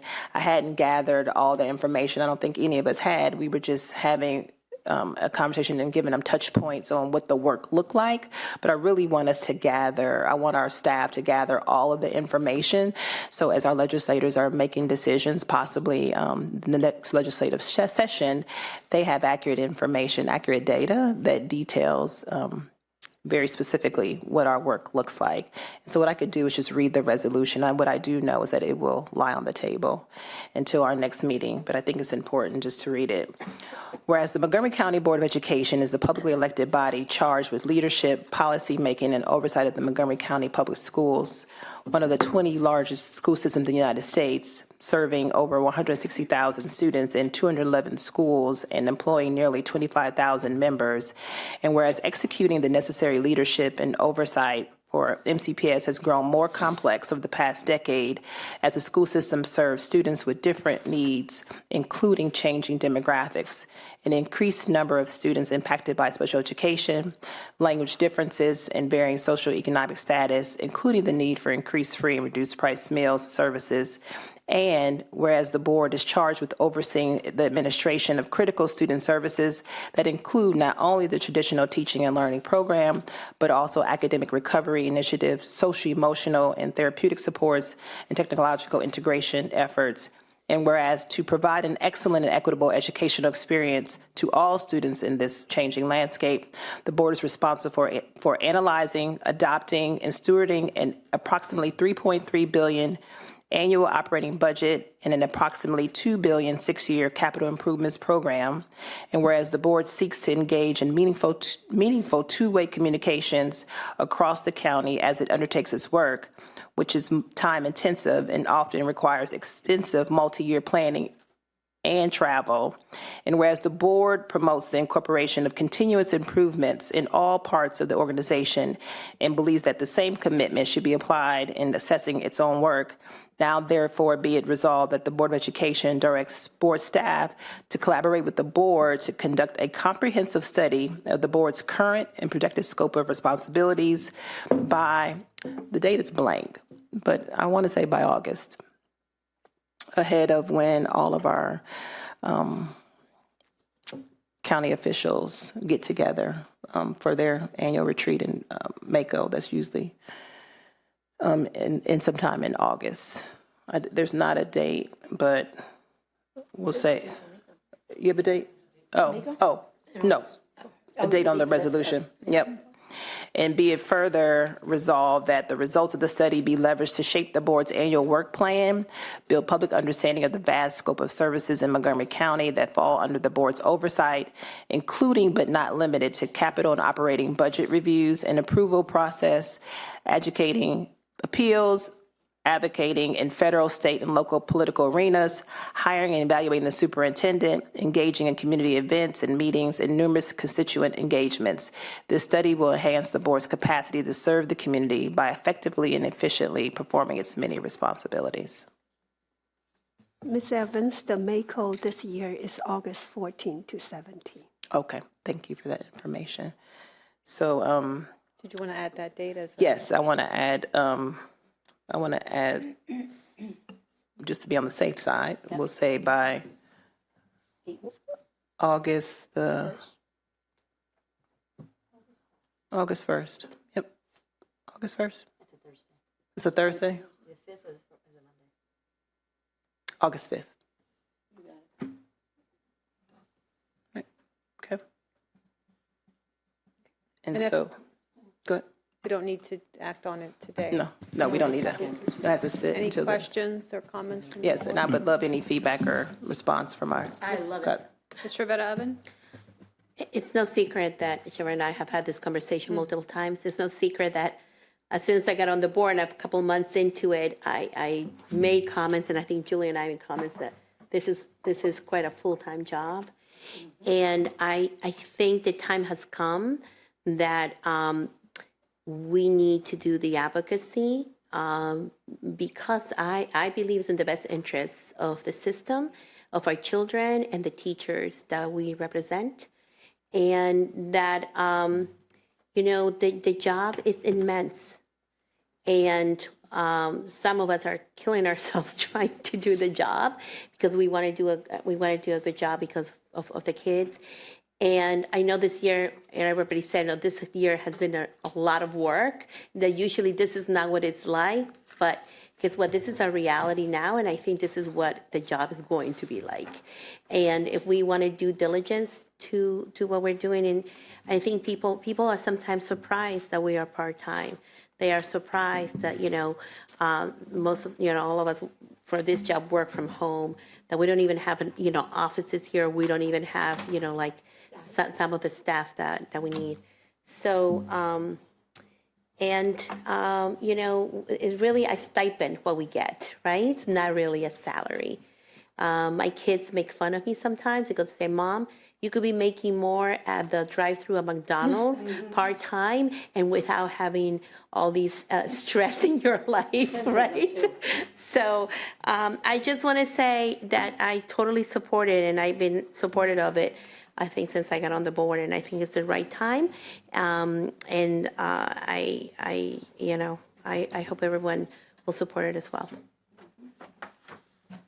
I just wanted to add, have you thought about the intersect of compensation? Because we can be full-time but still make less than minimum wage, and it won't attract people that need to make a living wage in Montgomery County, for example. Right. So the thought did occur or cross my mind, but I thought that it would be easier to make the case for compensation if people actually see that this is a full-time job, right? And so I don't know that we're in the position to attach a dollar amount, but when you take a full-time job and you look at the fact that our budget is $3.3 billion for the operating, over $1 billion for the CIP, we should be able to leverage that for compensation. I just didn't want to mix the two. I just really wanted to focus on, this is a full-time job, and how you attract diversity and voices and is you make it such that anybody would want to do this job if they can make a livable wage doing it. For so long, I think that people go back to how this is what I remember when Sydney is now, she'll be a senior in college in the fall. When she was in elementary school, her principal at that time, when she retired, she gave me, I have the letter still, but on the back of the letter that she gave me, just writing a letter to me through our partnership, me being the PTA leader at the school, her being the principal, she showed me how the demographics changed and the needs changed from the time she started being the principal until the year that she was retiring. And she was at that school for 27 years. And it was a huge change and huge shift. And so when we hear people come and advocate before us for the budget and talk about, the times when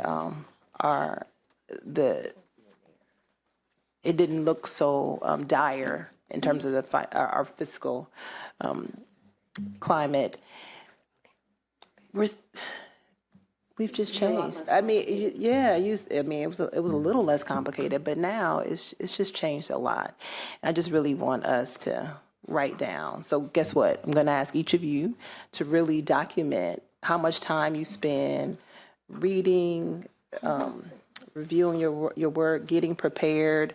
When you talk to various community members out in the community, in addition to time that we spend going to cluster meetings, I want us to document every part of our job so that people can really see how much time and effort goes into this work, so that when people decide they want to run for the school board, they really know what they're getting into, because people don't. When you look at us, you don't get a good picture of what we do, and we do a lot. I have 2 kids. The second one's about to go to college, and I really had to take time this year, I know I caught a lot of flack, to be there for my child, and I felt bad, right? I shouldn't have to feel bad. This is a part-time job that I love doing, but it takes us away from our family more times than not, and it's really 7 days a week. And if we do the job the way I know most of you do, there's no off time. People are buzzing my phone at any time, right? So they email you, and guess what? I don't mind, because I say contact me, right? I respond when I can, but I just think there's way more to this job than what it appears, and I just want to document it. I want to document it so when people say, you all are part-time, we're not. We're full-time. We get paid part-time.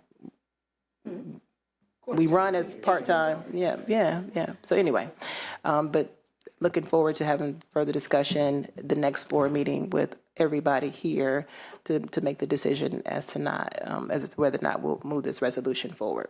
I think it's important. Yeah, just wanted to, documenting all of our time, I'm not sure people will believe it, how much time goes into this job, honestly. But I did want to, and I appreciate where we're starting with this resolution and not tying any kind of a dollar amount to it. Just did want to contextualize in the 2019 commission did make a recommendation on dollars. And just for context, looking around the Beltway, if we're looking for sort of benchmarking ourselves by size, the closest regional school district to ours is Fairfax. They're a little bit bigger than us, but not much. And just little less than a year ago, they have 12 board members. They raised their salary to $60,000 a year. So that is a regional sort of benchmark for us, a regional benchmark to sort of look at. Because the truth is, this job isn't, we talk about equity all the time, it is not equitable. It is not an equitable opportunity. Because if you have a family you're trying to support, this is not something that you cannot do this job and support your family. You cannot do it. It is not an equitable opportunity, and it should be. Anybody who wants to put in this time, who wants to put in this kind of work, who wants to devote themselves to the kind of multifaceted, never-ending breadth and depth of issues that come our way, they should be able to. But right now, they cannot. And so that is another lens to look at this through, is this an equitable opportunity? Because we talk continuously about equity of opportunity. I was going to add one more thing, and so the advantage of living in Montgomery County is we have a highly engaged, highly educated community, and the benefit of being on the board, going out in the community and talking to a variety of community members is, they talk and share. And I feel like this year, more so than ever, everybody has been talking about you all need to be full-time, right? And so I took that to heart. And I did want to say that this year was very trying, but you know what? It's getting us to a place that we needed to be in the first place, right? So it's unfortunate that we weren't there, but I did want to state that every year is there's always a big issue, and the job is no more difficult this year than it was last year than the previous year. But still, this will help. So I just need a second. Second, third, fourth. And then it'll lie on the table until the 25th. Okay. Okay. So we amended the agenda, so we're not doing item 15. And we do have a closed session after this, so we will need to adjourn the open session and then read into the closed session. So can I get a motion to adjourn the open session? So moved. Second. All in favor, raise your hands. And that's unanimous with those present. Can I get a motion for closed session? Okay, I move that the board meet in closed session to address topics listed in the posted revised resolution for today's closed session and for the reasons and on the basis stated therein. Second. All in favor, raise your hands. And that's unanimous with those present. We will now go into closed session.